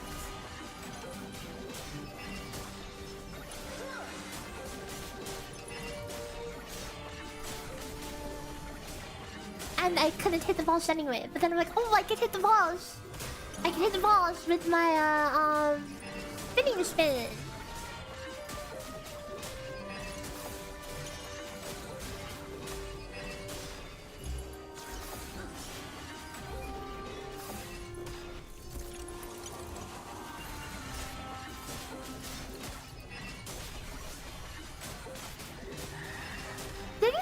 played Fantasio in this fight anyway, so you didn't really get to see what anything did anyway.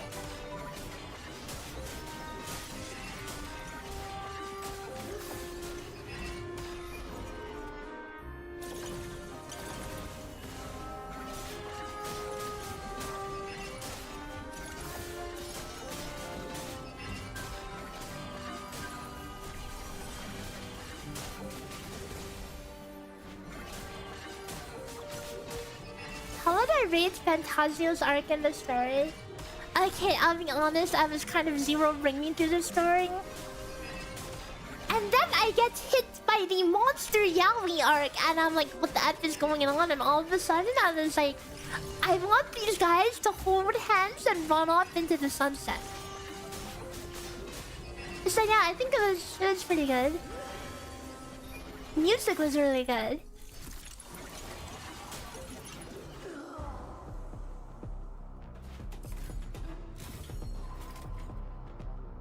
Oh. Okay, that's all the weekly. That's the weekly done, guys.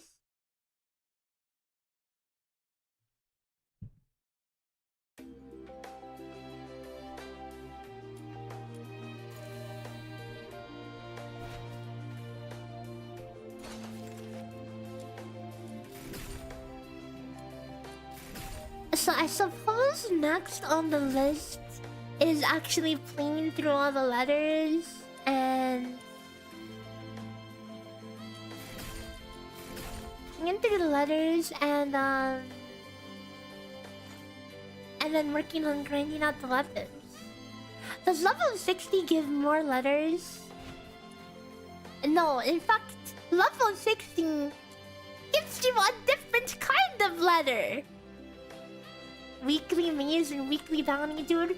Screw off with the weekly. So, okay. I do this for Lispel, okay? Not everything else doesn't matter.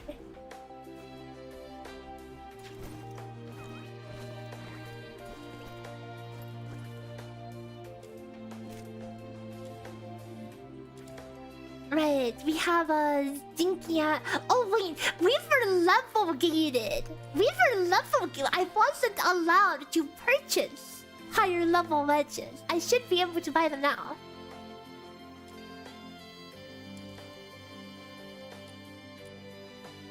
Yeah, okay.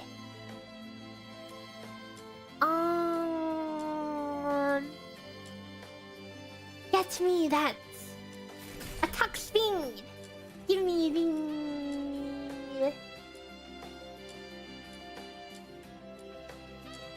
smash attack. Give me the normal attack. And now that's as much as I can afford. Those are ranged. Oh. Okay, well, I'm old enough for anything.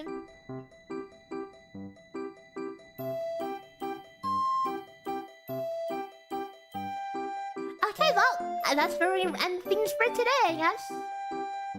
Yep, I'm done. I am so done.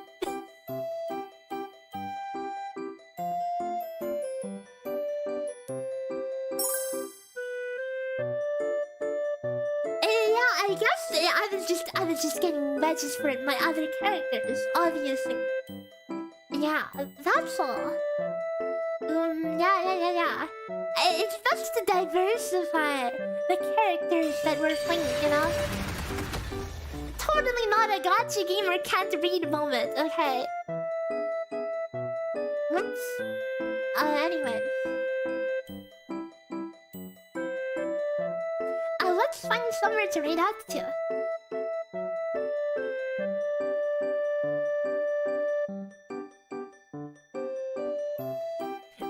Yeah, I was just getting the XP for the wedges, cause I wouldn't buy those wedges anyway. So I should just. It makes sense that I buy the wedges that I'm not going to use, right?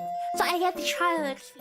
I'm just looking to the future, and I'm getting to level 55 so I can get the gold wedges. Yeah, so I'm not wasting my money on the crappy purple wedges that I'm going to be replacing, you know? Yeah. All part of the plan. Okay, who can we read out to? Let's see.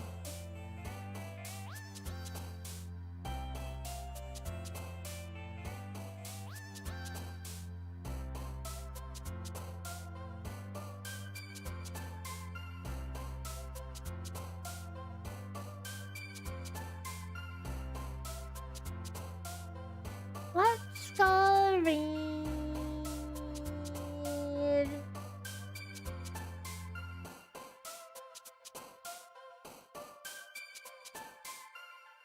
I don't know who it is.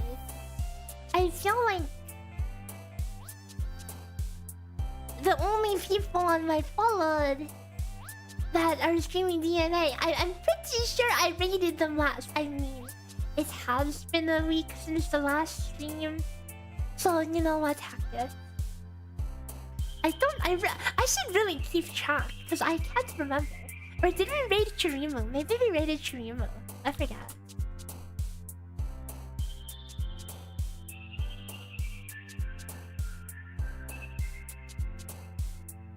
Okay, whatever. Anyways, thank you guys for hanging out. And I will see you all soon, TM. Maybe we'll play somewhere tomorrow. Let's see. Okay. Until next time then.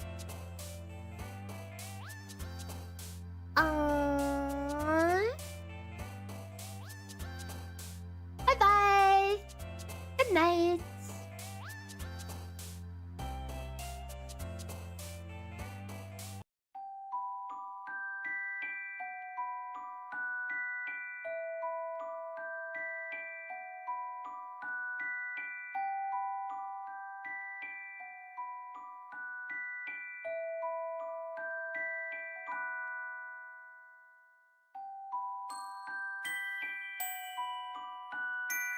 Yo, yo, yo! Copy paste the raid message, okay? Use the copy pasta.